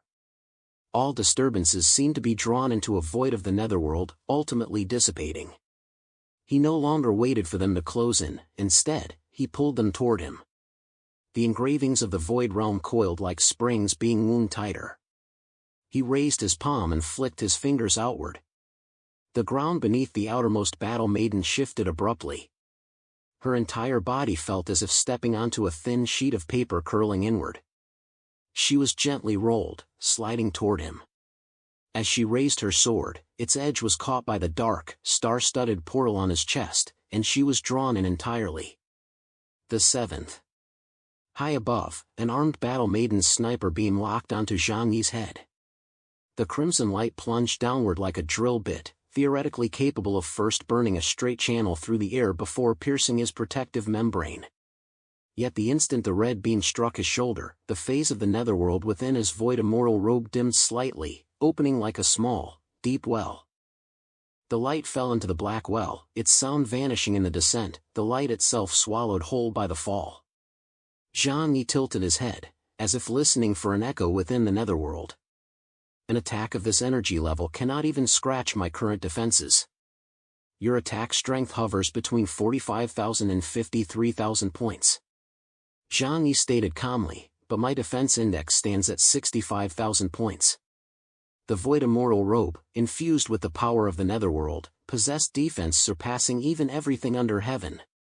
This meant that even if a Black Knight tier powerhouse fought Zhang Yi, at worst, Zhang Yi might not win, but he certainly wouldn't lose.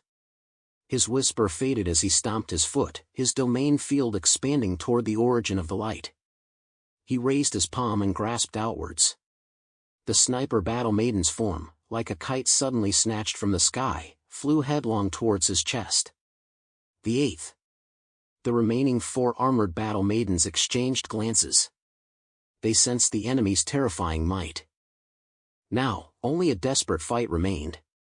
Requesting higher-level authorization from the energy core. Power burst, output 300%. Finishing move, Sunfall.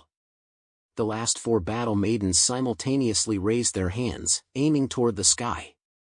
They triggered their so-called finishing move, Sunfall, in unison. Chapter 2609, Dividing the Two Realms, 1. The sky canopy shimmered faintly as a complex geometric lock pattern emerged on the surface of the artificial sun. 4 light cores slid down the gear-like edges of the lock, one by one, until they finally fused into a single colossal entity. This was one of the most oppressive sights the Sand Raiders could offer. Golden red light melted in midair, like a vat of amber heated to its limit being poured from the zenith. Every shadow on the ground was obliterated. Steel frames, gravel, and human silhouettes were all flattened into a blinding white expanse. The intense heat erupting from the artificial sun in that instant surpassed even the surface of the real sun. In every direction, across all territories, the tangled vines and weeds instantly turned to ash. Far away, Fatty Sue and his comrades fought, protected by their demon god armor, yet still felt as if their eyes would be seared blind. It's over. I'm done for. Fatty Sue's face was deathly pale. Under such an intense solar assault, his ice attribute abilities were utterly useless. Even Zhang Yi couldn't help but squint slightly against such terrifying energy assault. The demon god armor's light-sensing function prevented the blinding glare from forcing Zhang Yi to shut his eyes. Yet that overwhelming pressure continued to descend slowly from the heavens. To unleash this strike, the 4 armored battle maidens had paid a tremendous price, their mechanical bodies were rapidly disintegrating. Yet for them, this posed no issue, as they could be resurrected by their energy cores. Within the boundless realm, spanning 5 kilometers, I reign supreme. Distort space, command all things, even energy itself bends and deviates here. Zhang Yi raised his hand, fingers splayed like a comb. From his palm, the engraved lines of the void realm radiated outward in concentric circles, like ripples spreading across water. Each circle represented a cycle of contraction and expansion. The plummeting light core was fragmented into countless segments between each circle. Each segment was gently caught and then softly released. In the end, the 4 terrifying blasts of light transformed into 4 enormous, docile light bubbles. They drifted silently past his side, exploding like fireworks in the distance without a sound. The combined strike of the 4 armed battle maidens had its bulk dispersed by Zhang Yi's void realm. The final remnants of energy were completely absorbed by the void immortal robe, rendering them incapable of harming Zhang Yi in any way. 10th one, come in.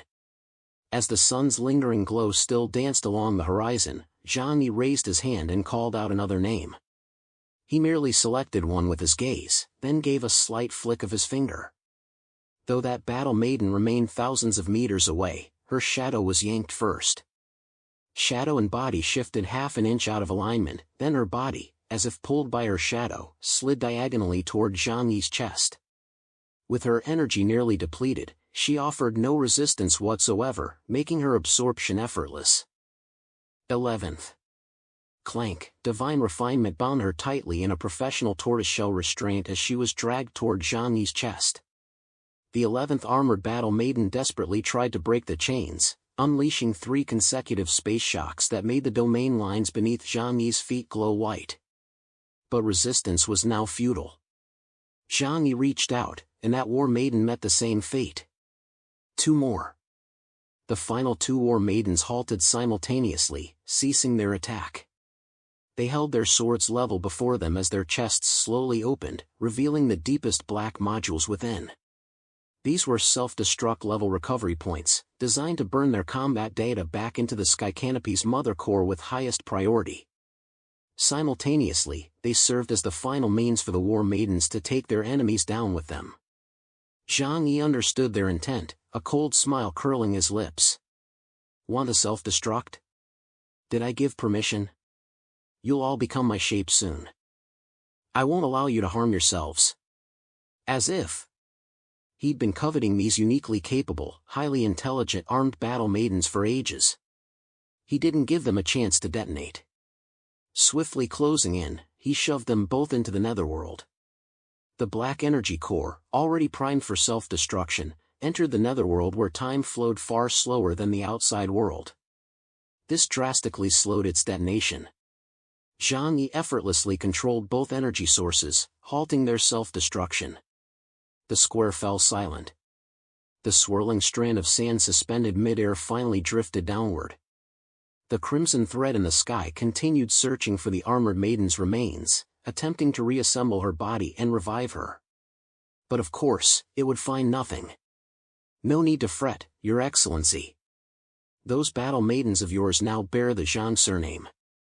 Zhang Yi smiled as he lifted his head, addressing the artificial intelligence entity that controlled all within the underworld from above the sky. The artificial sun seemed to receive a light tap, yet its geometric locks on the surface slowly closed again, restoring calm. Zhang Yi understood, it required the Sand Raiders as terminals to issue combat commands. It itself could not directly attack Zhang Yi. Or perhaps its true purpose was to protect the Heavenly Connection Tower, forbidding it from squandering power on him. Regardless, Zhang Yi had successfully navigated the first major obstacle on his path. Zhang Yi stood in the center of the plaza, his fingertips still tapping the rhythm of his earlier count. He glanced down at his chest, where the stardust had already retracted, as if nothing had ever happened. Where did you lock them all up? Freeman flew in from a distance, his hat brim half lifted by the wind, his screen face etched with shock. You turned yourself into a prison? Something like that. Zhang Yi nodded, his voice level. Their revival requires that bulb to issue a rollback command. I just unplugged their network cables. From now on, as long as Zhang Yi didn't allow them back into the outside world, they would remain in a standby state. Once they left this place, Zhang Yi would have Lu Karen study them. If they could be repaired, he would gain many more powerful allies. Pulling the network cable is a great metaphor. Yang Xinxin landed beside him, her eyes flickering. Brother, your understanding of space has deepened again. Perhaps even the twin celestial sovereigns of the Dragon Clan can no longer manipulate you as easily as before. Zhang Yi shrugged. Who knows? In his eyes, the White Dragon Prince no longer held the same air of mystery, yet his reverence remained. Before grasping the essence of space abilities, he viewed White Dragon like a frog in a well gazing at the moon. After comprehending their true nature, he saw him as a mayfly glimpsing the sky. Yet with just a few pointers from Ling, his progress had been astonishing. One could only imagine the sheer power White Dragon had attained after 1,000 years of cultivation alongside Fuxi. In the distance, Uncle Yu's artillery fire gradually thinned out. Liang Yu's sword wind swept like a refreshing rain, its trail leaving the Sand Raider civilization's security robots shattered into pieces. The battle over there was also firmly in their favor. Chapter 26:10, Dividing the Two Realms, 2. Uncle Yu, Liang Yu, and the others engaged in an endless battle against the Sand Raiders on the battlefield. Those relentlessly regenerating foes, growing stronger with every clash, became the finest whetstones for honing their skills. Uncle Yu and Liang Yu fought with relish, using the robots to identify their own weaknesses and engage in divine refinement. Zhang Yi, however, had little time to waste here. He moved directly toward the battlefield. Formless Void Realm. Zhang Yi activated his ability, swiftly closing the distance. His divine refinement erupted, unleashing a sky-darkening torrent of black chains that tightly bound every Sand Raider robot. The guard robots of the Sand City were dragged one by one into the netherworld. The battlefield fell silent as if the power had been cut, the clamor fading until only the wind swept through the rolling grass and sand dunes. Phew, done over there? Fatty Sue wiped sweat from his forehead as he approached. That was intense. Those guys were tough. Haven't had a fight this hard in ages. Advanced civilizations aren't messing around, after all. Liang Yang said with a smile. Zhang Yi looked at Freeman and asked, We've dealt with all the guards here. Where's this guardian you mentioned? Freeman pointed toward the sea of sand behind the city. The wind lifted the brim of his hat half an inch, and his screen face flickered twice with static before stabilizing. The first guardian is over there. Cross 3 ridges of gray sand, and you'll see a ring-shaped depression like a wind vent. That's its lair. I've been here several times before. Once, I was beaten down to just my head, but luckily I managed to repair myself later. Over the past 2 decades, Elon Freeman had tirelessly searched this area for the entrance to the Heavenly Connection Tower. Finding Natsuki, the lover he encountered during his consciousness transfer period, had become his lifelong obsession. However, neither Zhang Yi nor the others knew whether entering the Heavenly Connection Tower would truly lead them to Natsuki. There was a high probability this civilization had been utterly destroyed, leaving no survivors behind. But they didn't voice this thought, or perhaps Elon Freeman himself understood this truth all too well. Still, until he witnessed despair with his own eyes, he preferred to cling to hope. One had to admit, his persistence was quite admirable. Zhang Yi nodded. All right, let's head over now. His gaze swept across the group. You all stay back and provide support. Don't get too close. Also, help me keep other participating Sand Raiders from approaching the battlefield. He said this because he knew the guardians of the Sand Raider civilization would undoubtedly be immensely powerful.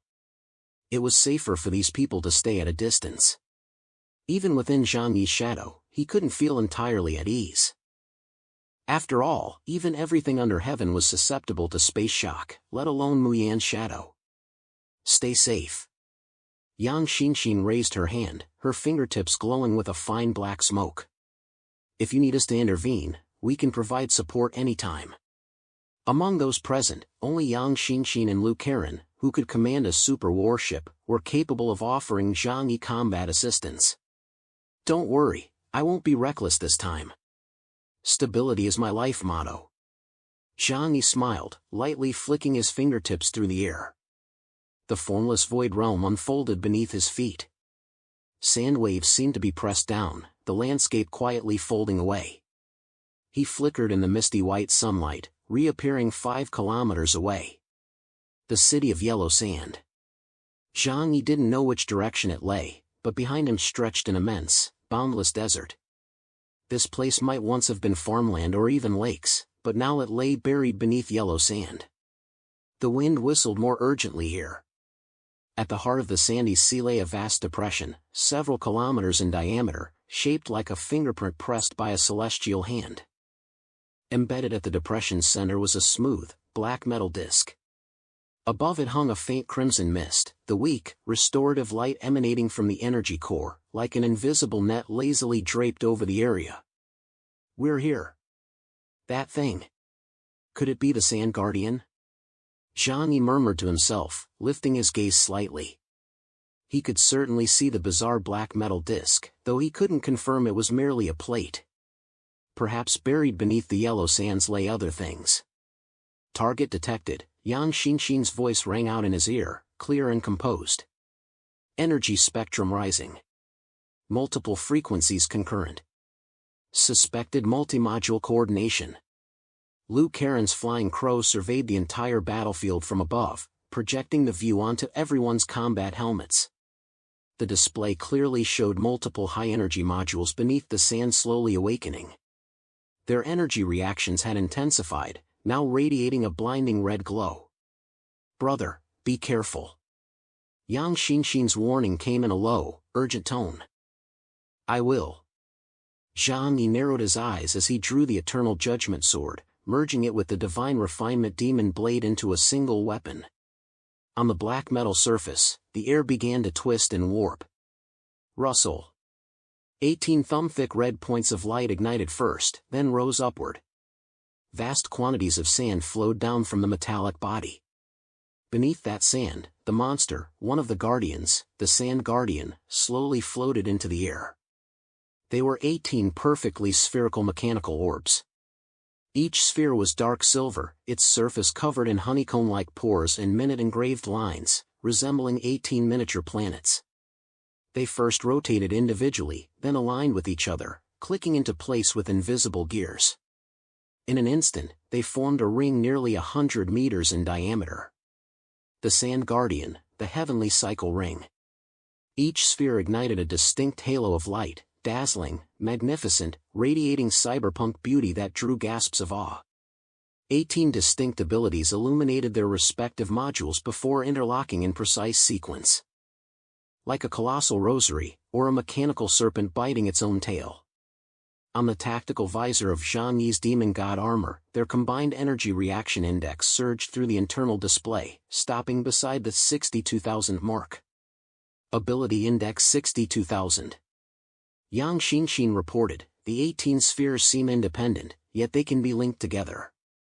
Their power doesn't stack, each sphere likely possesses distinct abilities." Understood. Zhang Yi exhaled, his shoulders relaxing slightly. He gripped the Eternal Judgment Sword in both hands without a word. Narrowing his eyes, he said, "You go first. I want to see what kind of abilities you truly possess." Facing an attack index of 62,000 points, Zhang Yi's defenses could withstand it. He must first gather intelligence on his opponent before reacting. Meanwhile, the other party had likely already ascertained his specific abilities through information provided by the core hub. The Heavenly Cycle Ring didn't speak to him, it lacked a language module. It was merely a pure guardian, a simple, killing machine. Chapter 2611, The Heavenly Cycle Ring, 1. Upon the Heavenly Cycle Ring, a jade-green module shimmered with a luminous glow. Across the sand sea, the air churned into 1,000 white waves, while wind blades surged forward like fish schools, pressing in layer upon layer like overlapping scales. Each wind blade was compressed into geometric lines, unfurling from afar to near like meticulously drawn blueprints. A wind attribute ability. Zhang Yi showed no sign of retreat. With his abilities transformed, he yearned to test himself against a truly formidable opponent, to gauge his current standing. The void immortal robe gently swirled around his form, like the starlight of the Milky Way shimmering and swirling around him. The wind blades struck the starlight membrane covering his body. Their edges softened first, then seemed drawn into a profoundly deep cavity. Sound, sharpness, and momentum were stripped away, everything dissolved by the netherworld. Taste the edge of my attack. Zhang Yi's greatsword slashed through the void. The netherworld burial coalesced like a black river into a blade, erupting from its tip. Utter darkness dimmed the sky's light. The sword's glow wasn't light, it was a beam of dark matter. It didn't cleave through air but pressed a straight line through space, striking directly at the convergence point of the three spheres on the ring. The heavenly cycle ring sensed this pressure, and its three modules lifted simultaneously. The three dark gold spheres rotated forward, their surfaces densely covered with honeycomb-like indentations. Just as the netherworld sword's edge closed in, the three dark gold spheres emitted a simultaneous, resonant hum, bzzzzz. Space itself trembled, the ripples spreading like tidal waves in a fanning pattern that sealed off all space ahead. The river of the netherworld surged forward like overwhelming ocean waves, only to be gradually weakened by the successive impacts of space shock. Time and again, the river of the netherworld was consumed by the emergence of spatial folds. These three defensive modules, spheres imbued with spatial attributes, demonstrated an understanding of spatial abilities that Zhang Yi found comparable to his own from half a month prior. It seems my past self truly was a frog at the bottom of a well. But that alone is still insufficient. Zhang Yi narrowed his eyes, his sword intent sinking.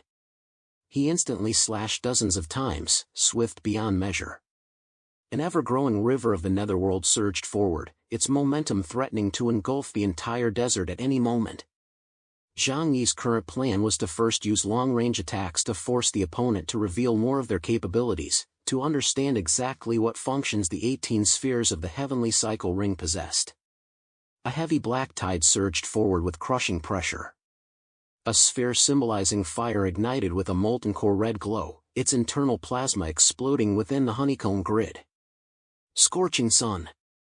Primordial thermal energy slammed into the earth, instantly transforming the desert into a beautiful sea of glass, forcibly welding the black tide flat. Simultaneously, another sphere imbued with the thunder attribute unleashed multiple lightning arcs. These arcs threaded through the honeycomb grid's openings, flowing backward along the black tide's channels in an attempt to backfire upon Zhang Yi's core.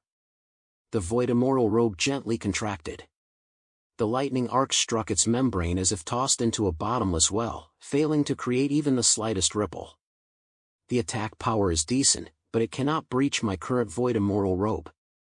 Zhang Yi's thoughts shifted. He raised his arm slightly, and the eternal judgment sword materialized in his palm. Its ice-blue spine absorbed the light, resembling a silent boundary. Then, I shall attempt to break them down one by one. Formless void realm, he murmured. The entire concave space instantly warped. The distance between him and the heavenly cycle ring had long been controlled within a 5-kilometer radius, every point within his lethal range. He could direct his attacks precisely to any target. He could also deflect his opponent's strikes away from himself. Boom! The heavenly cycle ring rotated slowly mid-air, stirring a colossal sandstorm. From within the tempest, 18 luminous spheres blazed forth, unleashing terrifying assaults upon Zhang Yi. Whoosh! Storms swirled, flames danced wildly, and thunder snaked like silver serpents, whistling with a piercing hum. In the next instant, these assaults simultaneously materialized around Zhang Yi. Space ability attacks. The heavenly cycle ring possessed the ability to warp space, instantly relocating its assaults to Zhang Yi's vicinity. Yet Zhang Yi's eyes betrayed not a flicker of surprise. When time stands still, space reigns supreme. When time intervenes, space retreats in panic. This was suppression at the dimensional level. 5 seconds prior, Zhang Yi had already foreseen how the heavenly cycle ring would strike him. The moment those terrifying energy storms materialized around his body, before they could erupt, they were instantly redirected to distant regions. As if springs were embedded within Zhang Yi, the abrupt energy assault materialized only to be just as abruptly deflected away. Boom! Boom! Boom! The Heavenly Cycle Ring's attack was immensely powerful. The energy storms allowed even those watching from dozens of kilometers away via mechanical crows to sense its terrifying might. Sand and wind whipped against their bodies, causing them to instinctively retreat further. Typically, one-on-one duels avoided using super-large-scale, wide-area attacks, as that would be a waste of energy. But if Zhang Yi and the Heavenly Cycle Ring wished, they could effortlessly level everything within hundreds of kilometers in an instant. Watching the battle here also required them to take certain risks. It's like two beasts clashing. Elon Freeman pressed down his hat brim. Astonishment mingled with a flicker of excitement in his eyes. Perhaps they truly could help him find his beloved. Zhang Yi and the Heavenly Cycle Ring engaged in relentless offense and defense. Both man and ring possessed overwhelming power, each a master of top-level space abilities. Yet Zhang Yi, wielding the second hand of time, anticipated his opponent's moves, evading attack after attack. He could have absorbed these assaults unscathed, but saw no need to. Let's start by shattering one sphere. His gaze grew icy as his fingertip tapped lightly at the void. Whoosh! A shrill sound pierced the air, a sound that made one's scalp crawl, like a pen scraping forcefully across a blackboard. Instant skill, dimensional string severance. Yet when the dimensional fissures sliced across the surface of the Heavenly Cycle Ring sphere, it did not split in two as expected. Only a dozen indentations remained on its surface. What incredibly sturdy material! It can even withstand the collapse of dimensions. This substance's composition must surpass even E-metal. Zhang Yi was somewhat astonished. Truly befitting a high-level civilization. He glanced down at the Eternal Judgment Sword in his hand, a faint smile curling his lips. It seems the key to breaking this stalemate still lies with you. The Eternal Judgment Sword was the most resilient weapon known to the cosmos, capable of slicing through stellar cores. Even black holes could not destroy it. Chapter 26:12, The Heavenly Cycle Ring, 2. Zhang Yi activated the formless void realm. Within this space, he became the absolute sovereign. He could freely attack the Heavenly Cycle Ring and evade its assaults. His absolute mastery of time and space rendered the Heavenly Cycle Ring, possessing 18 distinct abilities, powerless to strike Zhang Yi's true form despite its immense energy. Gripping the Eternal Judgment Sword, he channeled the power of the Netherworld into its blade, fully harnessing its immense might. Energy storms howled as he sought the perfect moment. Using the predictive power of the second hand of time, he finally spotted a gap in its defenses. Take this! Like a ship battling against the reverse flow within the energy tempest, he instantly closed the distance to the Heavenly Cycle Ring. Then, the Eternal Judgment Sword, now entirely dyed pitch black, slashed down with devastating force toward the ring's form. The ice and fire spheres were simultaneously crushed flat by the black tide. The massive blade slashed the metallic module with a crisp metallic clang. The very module that had withstood space collapse shattered upon impact. The energy aura above it rapidly extinguished, tumbling out of the ring formation. It worked! Liu Karen leaped with joy at the sight. Now that brother's abilities have been elevated, his defense has truly reached perfection. Combined with Ling's Eternal Judgment Sword to compensate for damage, he's practically invincible. Yang Xinxin, however, raised an eyebrow. Don't get too excited just yet. Since the opponent is a guardian of the Sand Raider civilization, they won't be defeated so easily.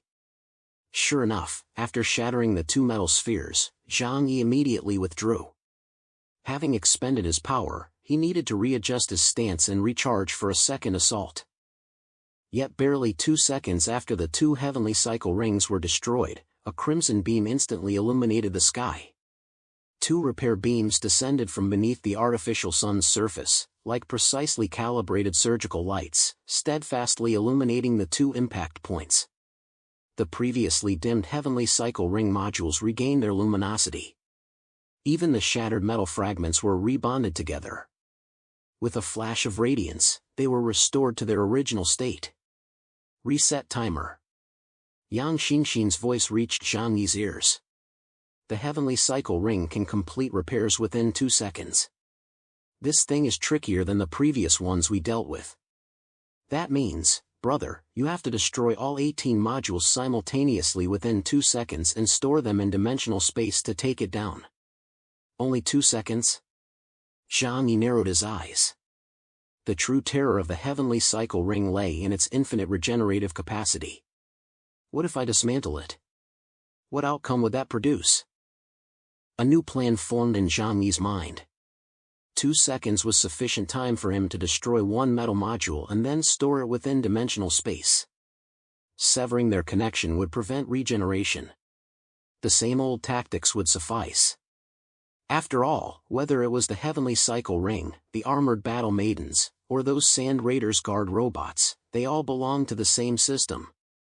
Therefore, the countermeasures shouldn't differ greatly. His feet shifted, and he flickered within the formless void realm, closing in on the third thunder attribute module.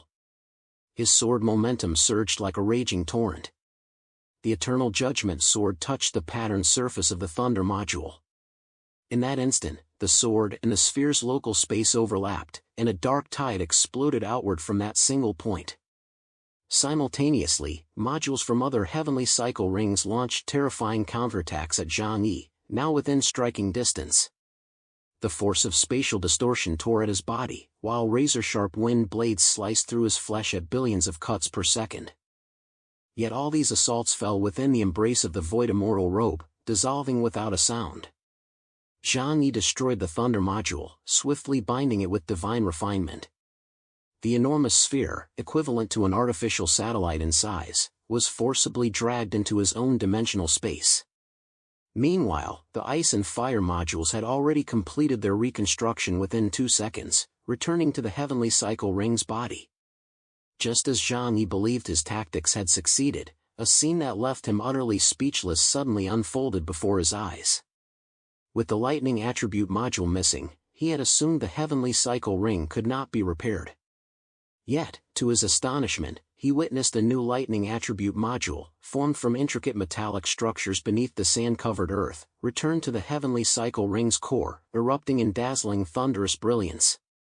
The entire heavenly cycle ring flickered, brightening and dimming like a blink, then its rotation speed visibly accelerated. The 18 spheres began shifting positions incessantly, their adjacent relationships cycling through 7 rounds within 3 seconds. The gaps in the ring were completely smoothed out by the calculations. Even after losing a terminal, compensation is possible. The true core of the heavenly cycle ring isn't any single module. Zhang Yi instinctively scanned his dimensional space. The confined lightning attribute module now lay utterly still, showing no energy reaction whatsoever. This confirmed Zhang Yi's theory: destroying the heavenly cycle ring's 18 modules individually yielded no direct effect. It can erase every vulnerability, Yang Xinxin stated. The 3 modules you just destroyed have already been repaired. Unless you can destroy all 18 modules within 2 seconds, everything will be reset. Then I'll dismantle its algorithm first. Zhang Yi's gaze sharpened. Clad in the void immortal robe, he faced no fear in engaging the opponent in this protracted battle of attrition. I must confirm whether its module replenishment is infinite or limited in number. Zhang Yi took a step back, stirring up a whirlwind of sand. The void immortal robe absorbed the frontal energy assault for him. His gaze fixed on the 3 modules possessing the abilities of siphon, space distortion, and magnetic field. These 3 modules form the primary defensive force field of the heavenly cycle ring, absorbing the bulk of his attacks. He raised both hands, the eternal judgment sword slashing out dozens of strikes in rapid succession. Massive streams of netherworld energy surged forth like crescent blades. Simultaneously, he had transformed his divine essence into thick, pitch-black chains, extending them toward the heavenly cycle ring. Both attacks were executed at the same moment. While the 3 modules neutralized the netherworld energy assault, the chains bound the ring tightly. Then, the core furnace of Zhang Yi's Terminator demon god armor blazed fiercely, unleashing terrifying power that violently dragged it toward him. Zhang Yi's plan was flawless, yet as he exerted his force, an awkward situation unfolded. The 3 heavenly cycle rings module floated motionless in midair, not budging an inch. It won't budge? Zhang Yi's eyes widened slightly. Even with the might of the demon god armor, it can't be done? Chapter 26:13, Indestructible, 1. Zhang Yi's raw physical strength wasn't exceptionally high. Even under the influence of Zhou Keir's the Immortal ability, his physical power only reached twice that of an average human.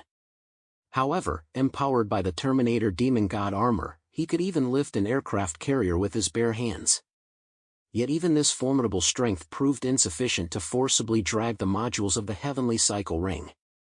This directly demonstrated that the Tsan tribe's technological level fell far short of the Sand Raider civilization. Boom! Boom! Boom!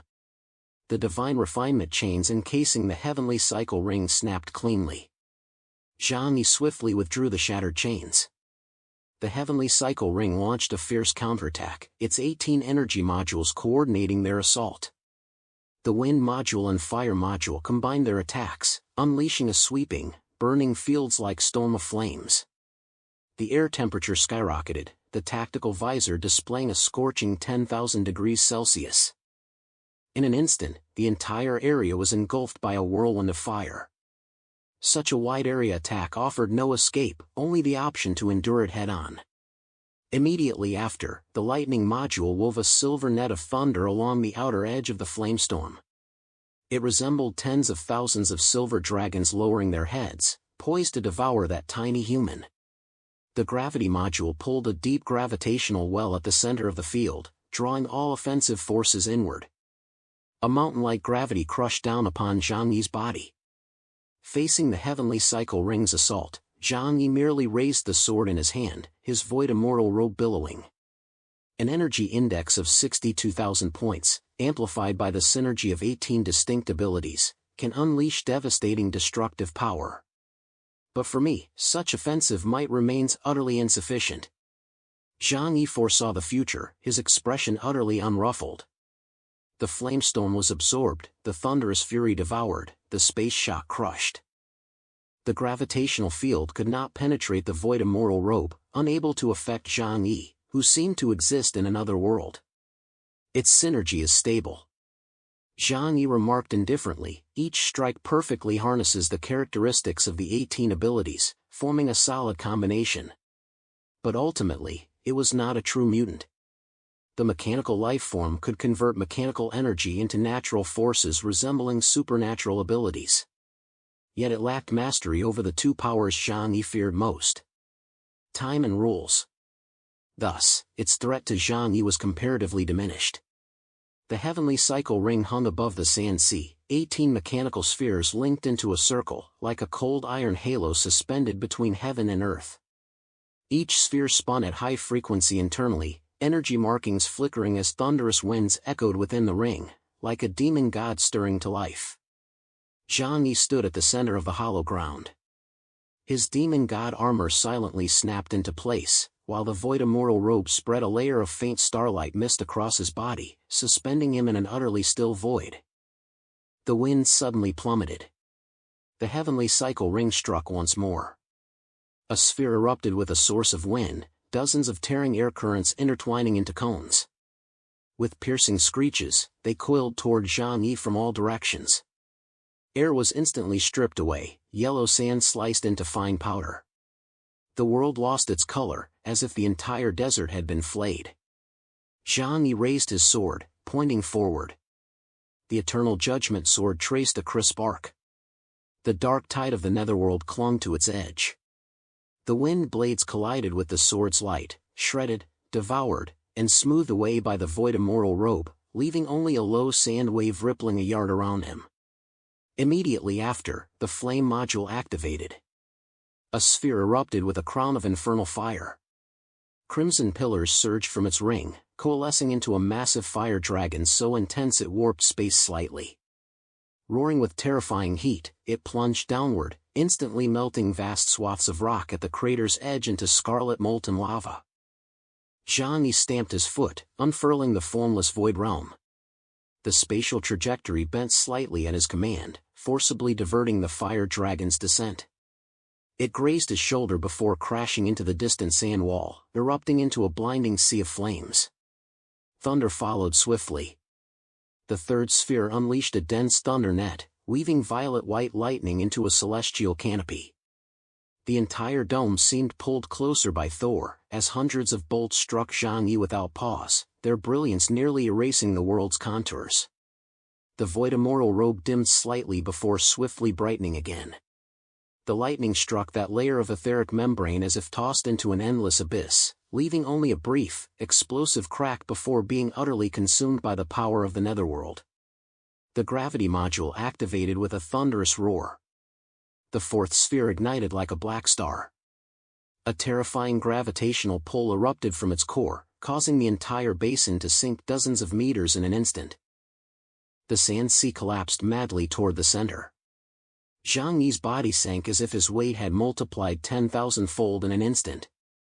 He smiled faintly as the formless void realm reversed, meticulously unraveling the gravitational threads of the surrounding space.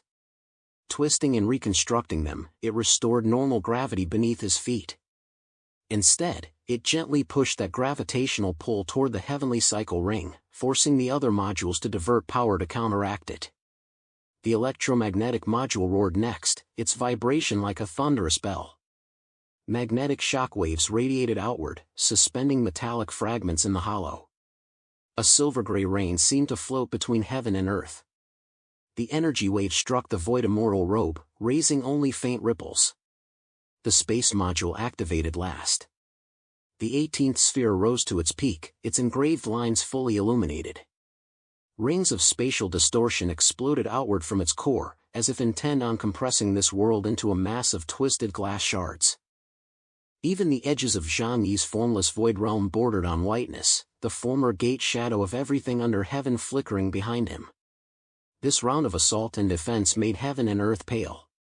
Storms of gale-force winds, blazing flames, thunder, and torrential rain poured down.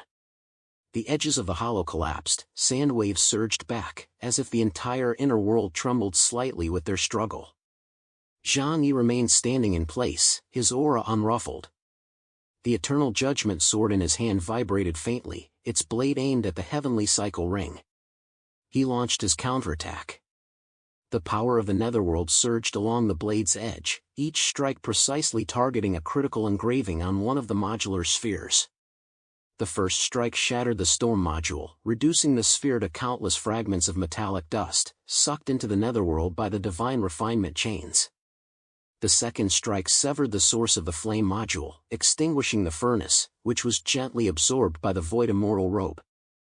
The third strike sheared away 2/3 of the thunder module's casing, exposing its internal circuits. He reached out, yanked it, and pulled it into dimensional space.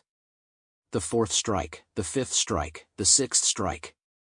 His sword remained steady, the blade's power perfectly synchronized with the destructive force of the netherworld. The ring structure of the heavenly cycle ring cracked repeatedly. Spheres were cleaved apart, snatched into the netherworld, vanishing instantly from the battlefield. Yet before relief could set in, the charred metal skeletons at the crater's edge and the mechanical wreckage deep within the ruins began to stir. Under the faint glow of the energy hub hanging overhead, they started to writhe. Grit and metal reassembled, cables and fragments fused together. One after another, new spheres slowly rose from the sand. Their engraved lines remained sharp, their core still gleaming, as if freshly manufactured. 18 more energy modules, restored to pristine condition. Chapter 26:14, Indestructible, 2. Zhang Yi's gaze darkened. He had shattered the heavenly cycle ring over a dozen times consecutively, each strike dragging the module's wreckage into the netherworld, even tearing open and devouring its source. Yet as long as materials existed, as long as the central hub in the sky continued to function, the heavenly cycle ring could pluck resources from the sea of sand and ruins, repairing itself, replicating itself. This was an immortal structure. It was also the most stubborn thorn in the Sand Raider civilization. Zhang Yi dabbed a speck of dust from the air with his finger. The entire Sand City had been utterly devastated by their battle. The Sand Raider civilization's architecture was exceptionally sturdy, even their concrete was several eras ahead of Earth's. Yet even under Zhang Yi and the Heavenly Cycle Ring's relentless bombardment, they hadn't shattered completely, leaving behind architectural ruins. Zhang Yi considered these ruins treasures of civilization. When he decided to leave, he resolved to take everything he could from this place. Pushing aside such thoughts, he focused on the battle at hand. His mind reached a swift conclusion. He must destroy all 18 modules simultaneously in one strike. No shortcuts would work. If even one was missed, it would regenerate like a virus. Thus, Zhang Yi abandoned his original plan to have Yang Xinxin infect the Heavenly Cycle Ring with a mimetic virus. The Heavenly Cycle Ring's design clearly anticipated this possibility. It could detach modules at will and regenerate new components. Such a system was utterly impervious to abilities from the rules category. So, in the end, brute force is the only answer? Fine. After all, a backward civilization like Earth's simply can't match the intellect of advanced civilization like the Sand Raider civilization. Zhang Yi never believed he was the only intelligent being in this world. But fools have their own methods. He slowly raised the Eternal Judgment Sword. Ethereal membranes rippled around him as the formless void realm expanded outward, etching invisible grooves into the fabric of space. A deep blue radiance ignited along the blade's length, while shadowy currents experienced reverse flow and surged upward against the sword's spine. Infinite sword domain. He murmured. The heavens and earth darkened. In the next instant, countless blue sword shadows sprouted from the void, piercing the clouds before plummeting from the heights to impale the boundaries of surrounding space. The sword shadows solidified, constructing a colossal arena of blades. The ring-shaped blue sword wall towered like mountains, layered like the ancient Roman Colosseum. Dense clusters of energy blades suspended in the air formed arcs, columns, and arrays, completely sealing off the entire battlefield. Each blade functioned as an independent node, linking into a closed spatial structure. External energy could not penetrate, and internal energy had nowhere to escape. The Heavenly Cycle Ring was trapped at the very center of this sword domain. The light from the 18 spheres reflected off the sword wall, growing cold and blinding. The ring structure accelerated its rotation, as if realizing it had been torn from the world and cast alone into an execution ground.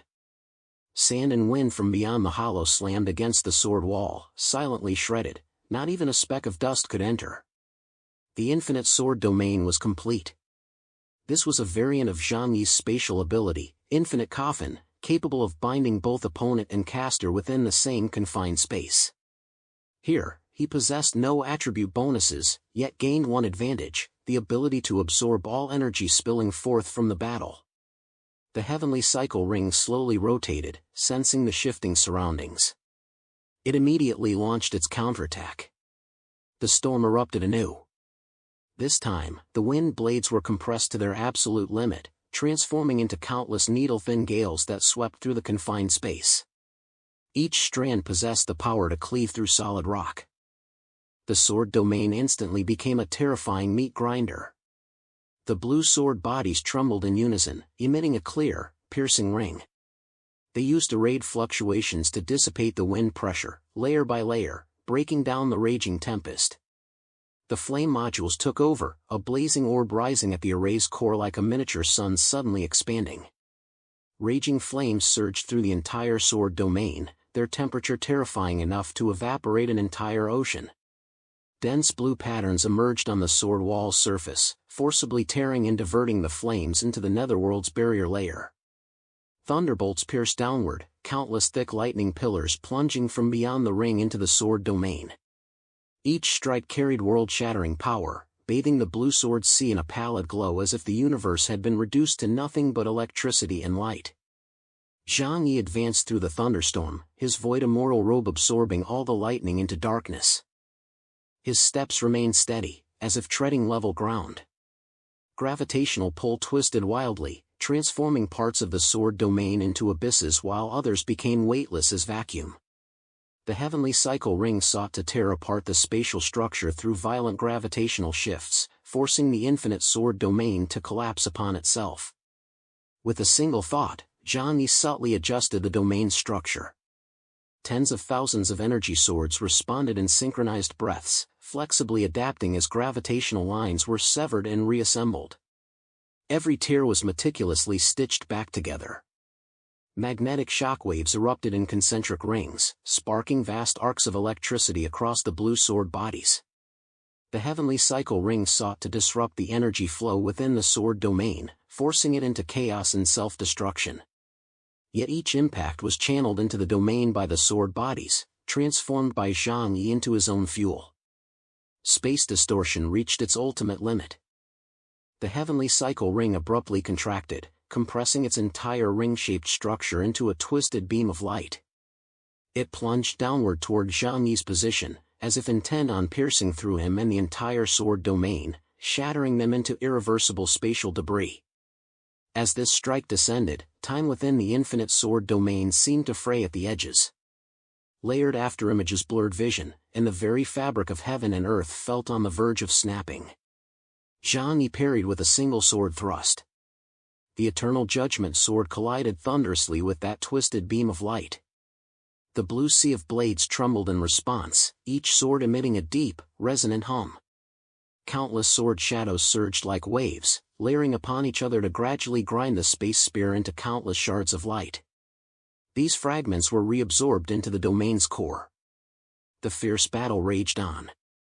Storms roared, flames churned, thunder bellowed, gravity inverted, magnetic fields shattered, and space warped into terrifying ripples. The entire infinite sword domain seemed dragged into an endless apocalyptic experiment. With every passing moment, the energy poured forth by the heavenly cycle ring was swallowed by the sword domain, contained by the void immoral rope, and silently accumulated by the netherworld's dark currents. Time flowed amidst the standoff between one man and the heavenly cycle ring. At this level, victory could no longer be decided in an instant. For both Zhang Yi, the pinnacle of Earthstar's combat power, and the heavenly cycle ring, the crystallization of the Sand Raider civilization's advanced intelligence, were machines born for battle. Their abilities had been honed countless times. They strove for flawless perfection, leaving no exploitable weaknesses in either offense or defense. This battle raged on for a full half-hour. Outsiders could not witness the events unfolding within. They could only vaguely perceive the arena formed by blue sword light, where thunderstorms and firestorms roared in succession. The surrounding sand sea collapsed continuously, resembling a silent, world-destroying factory.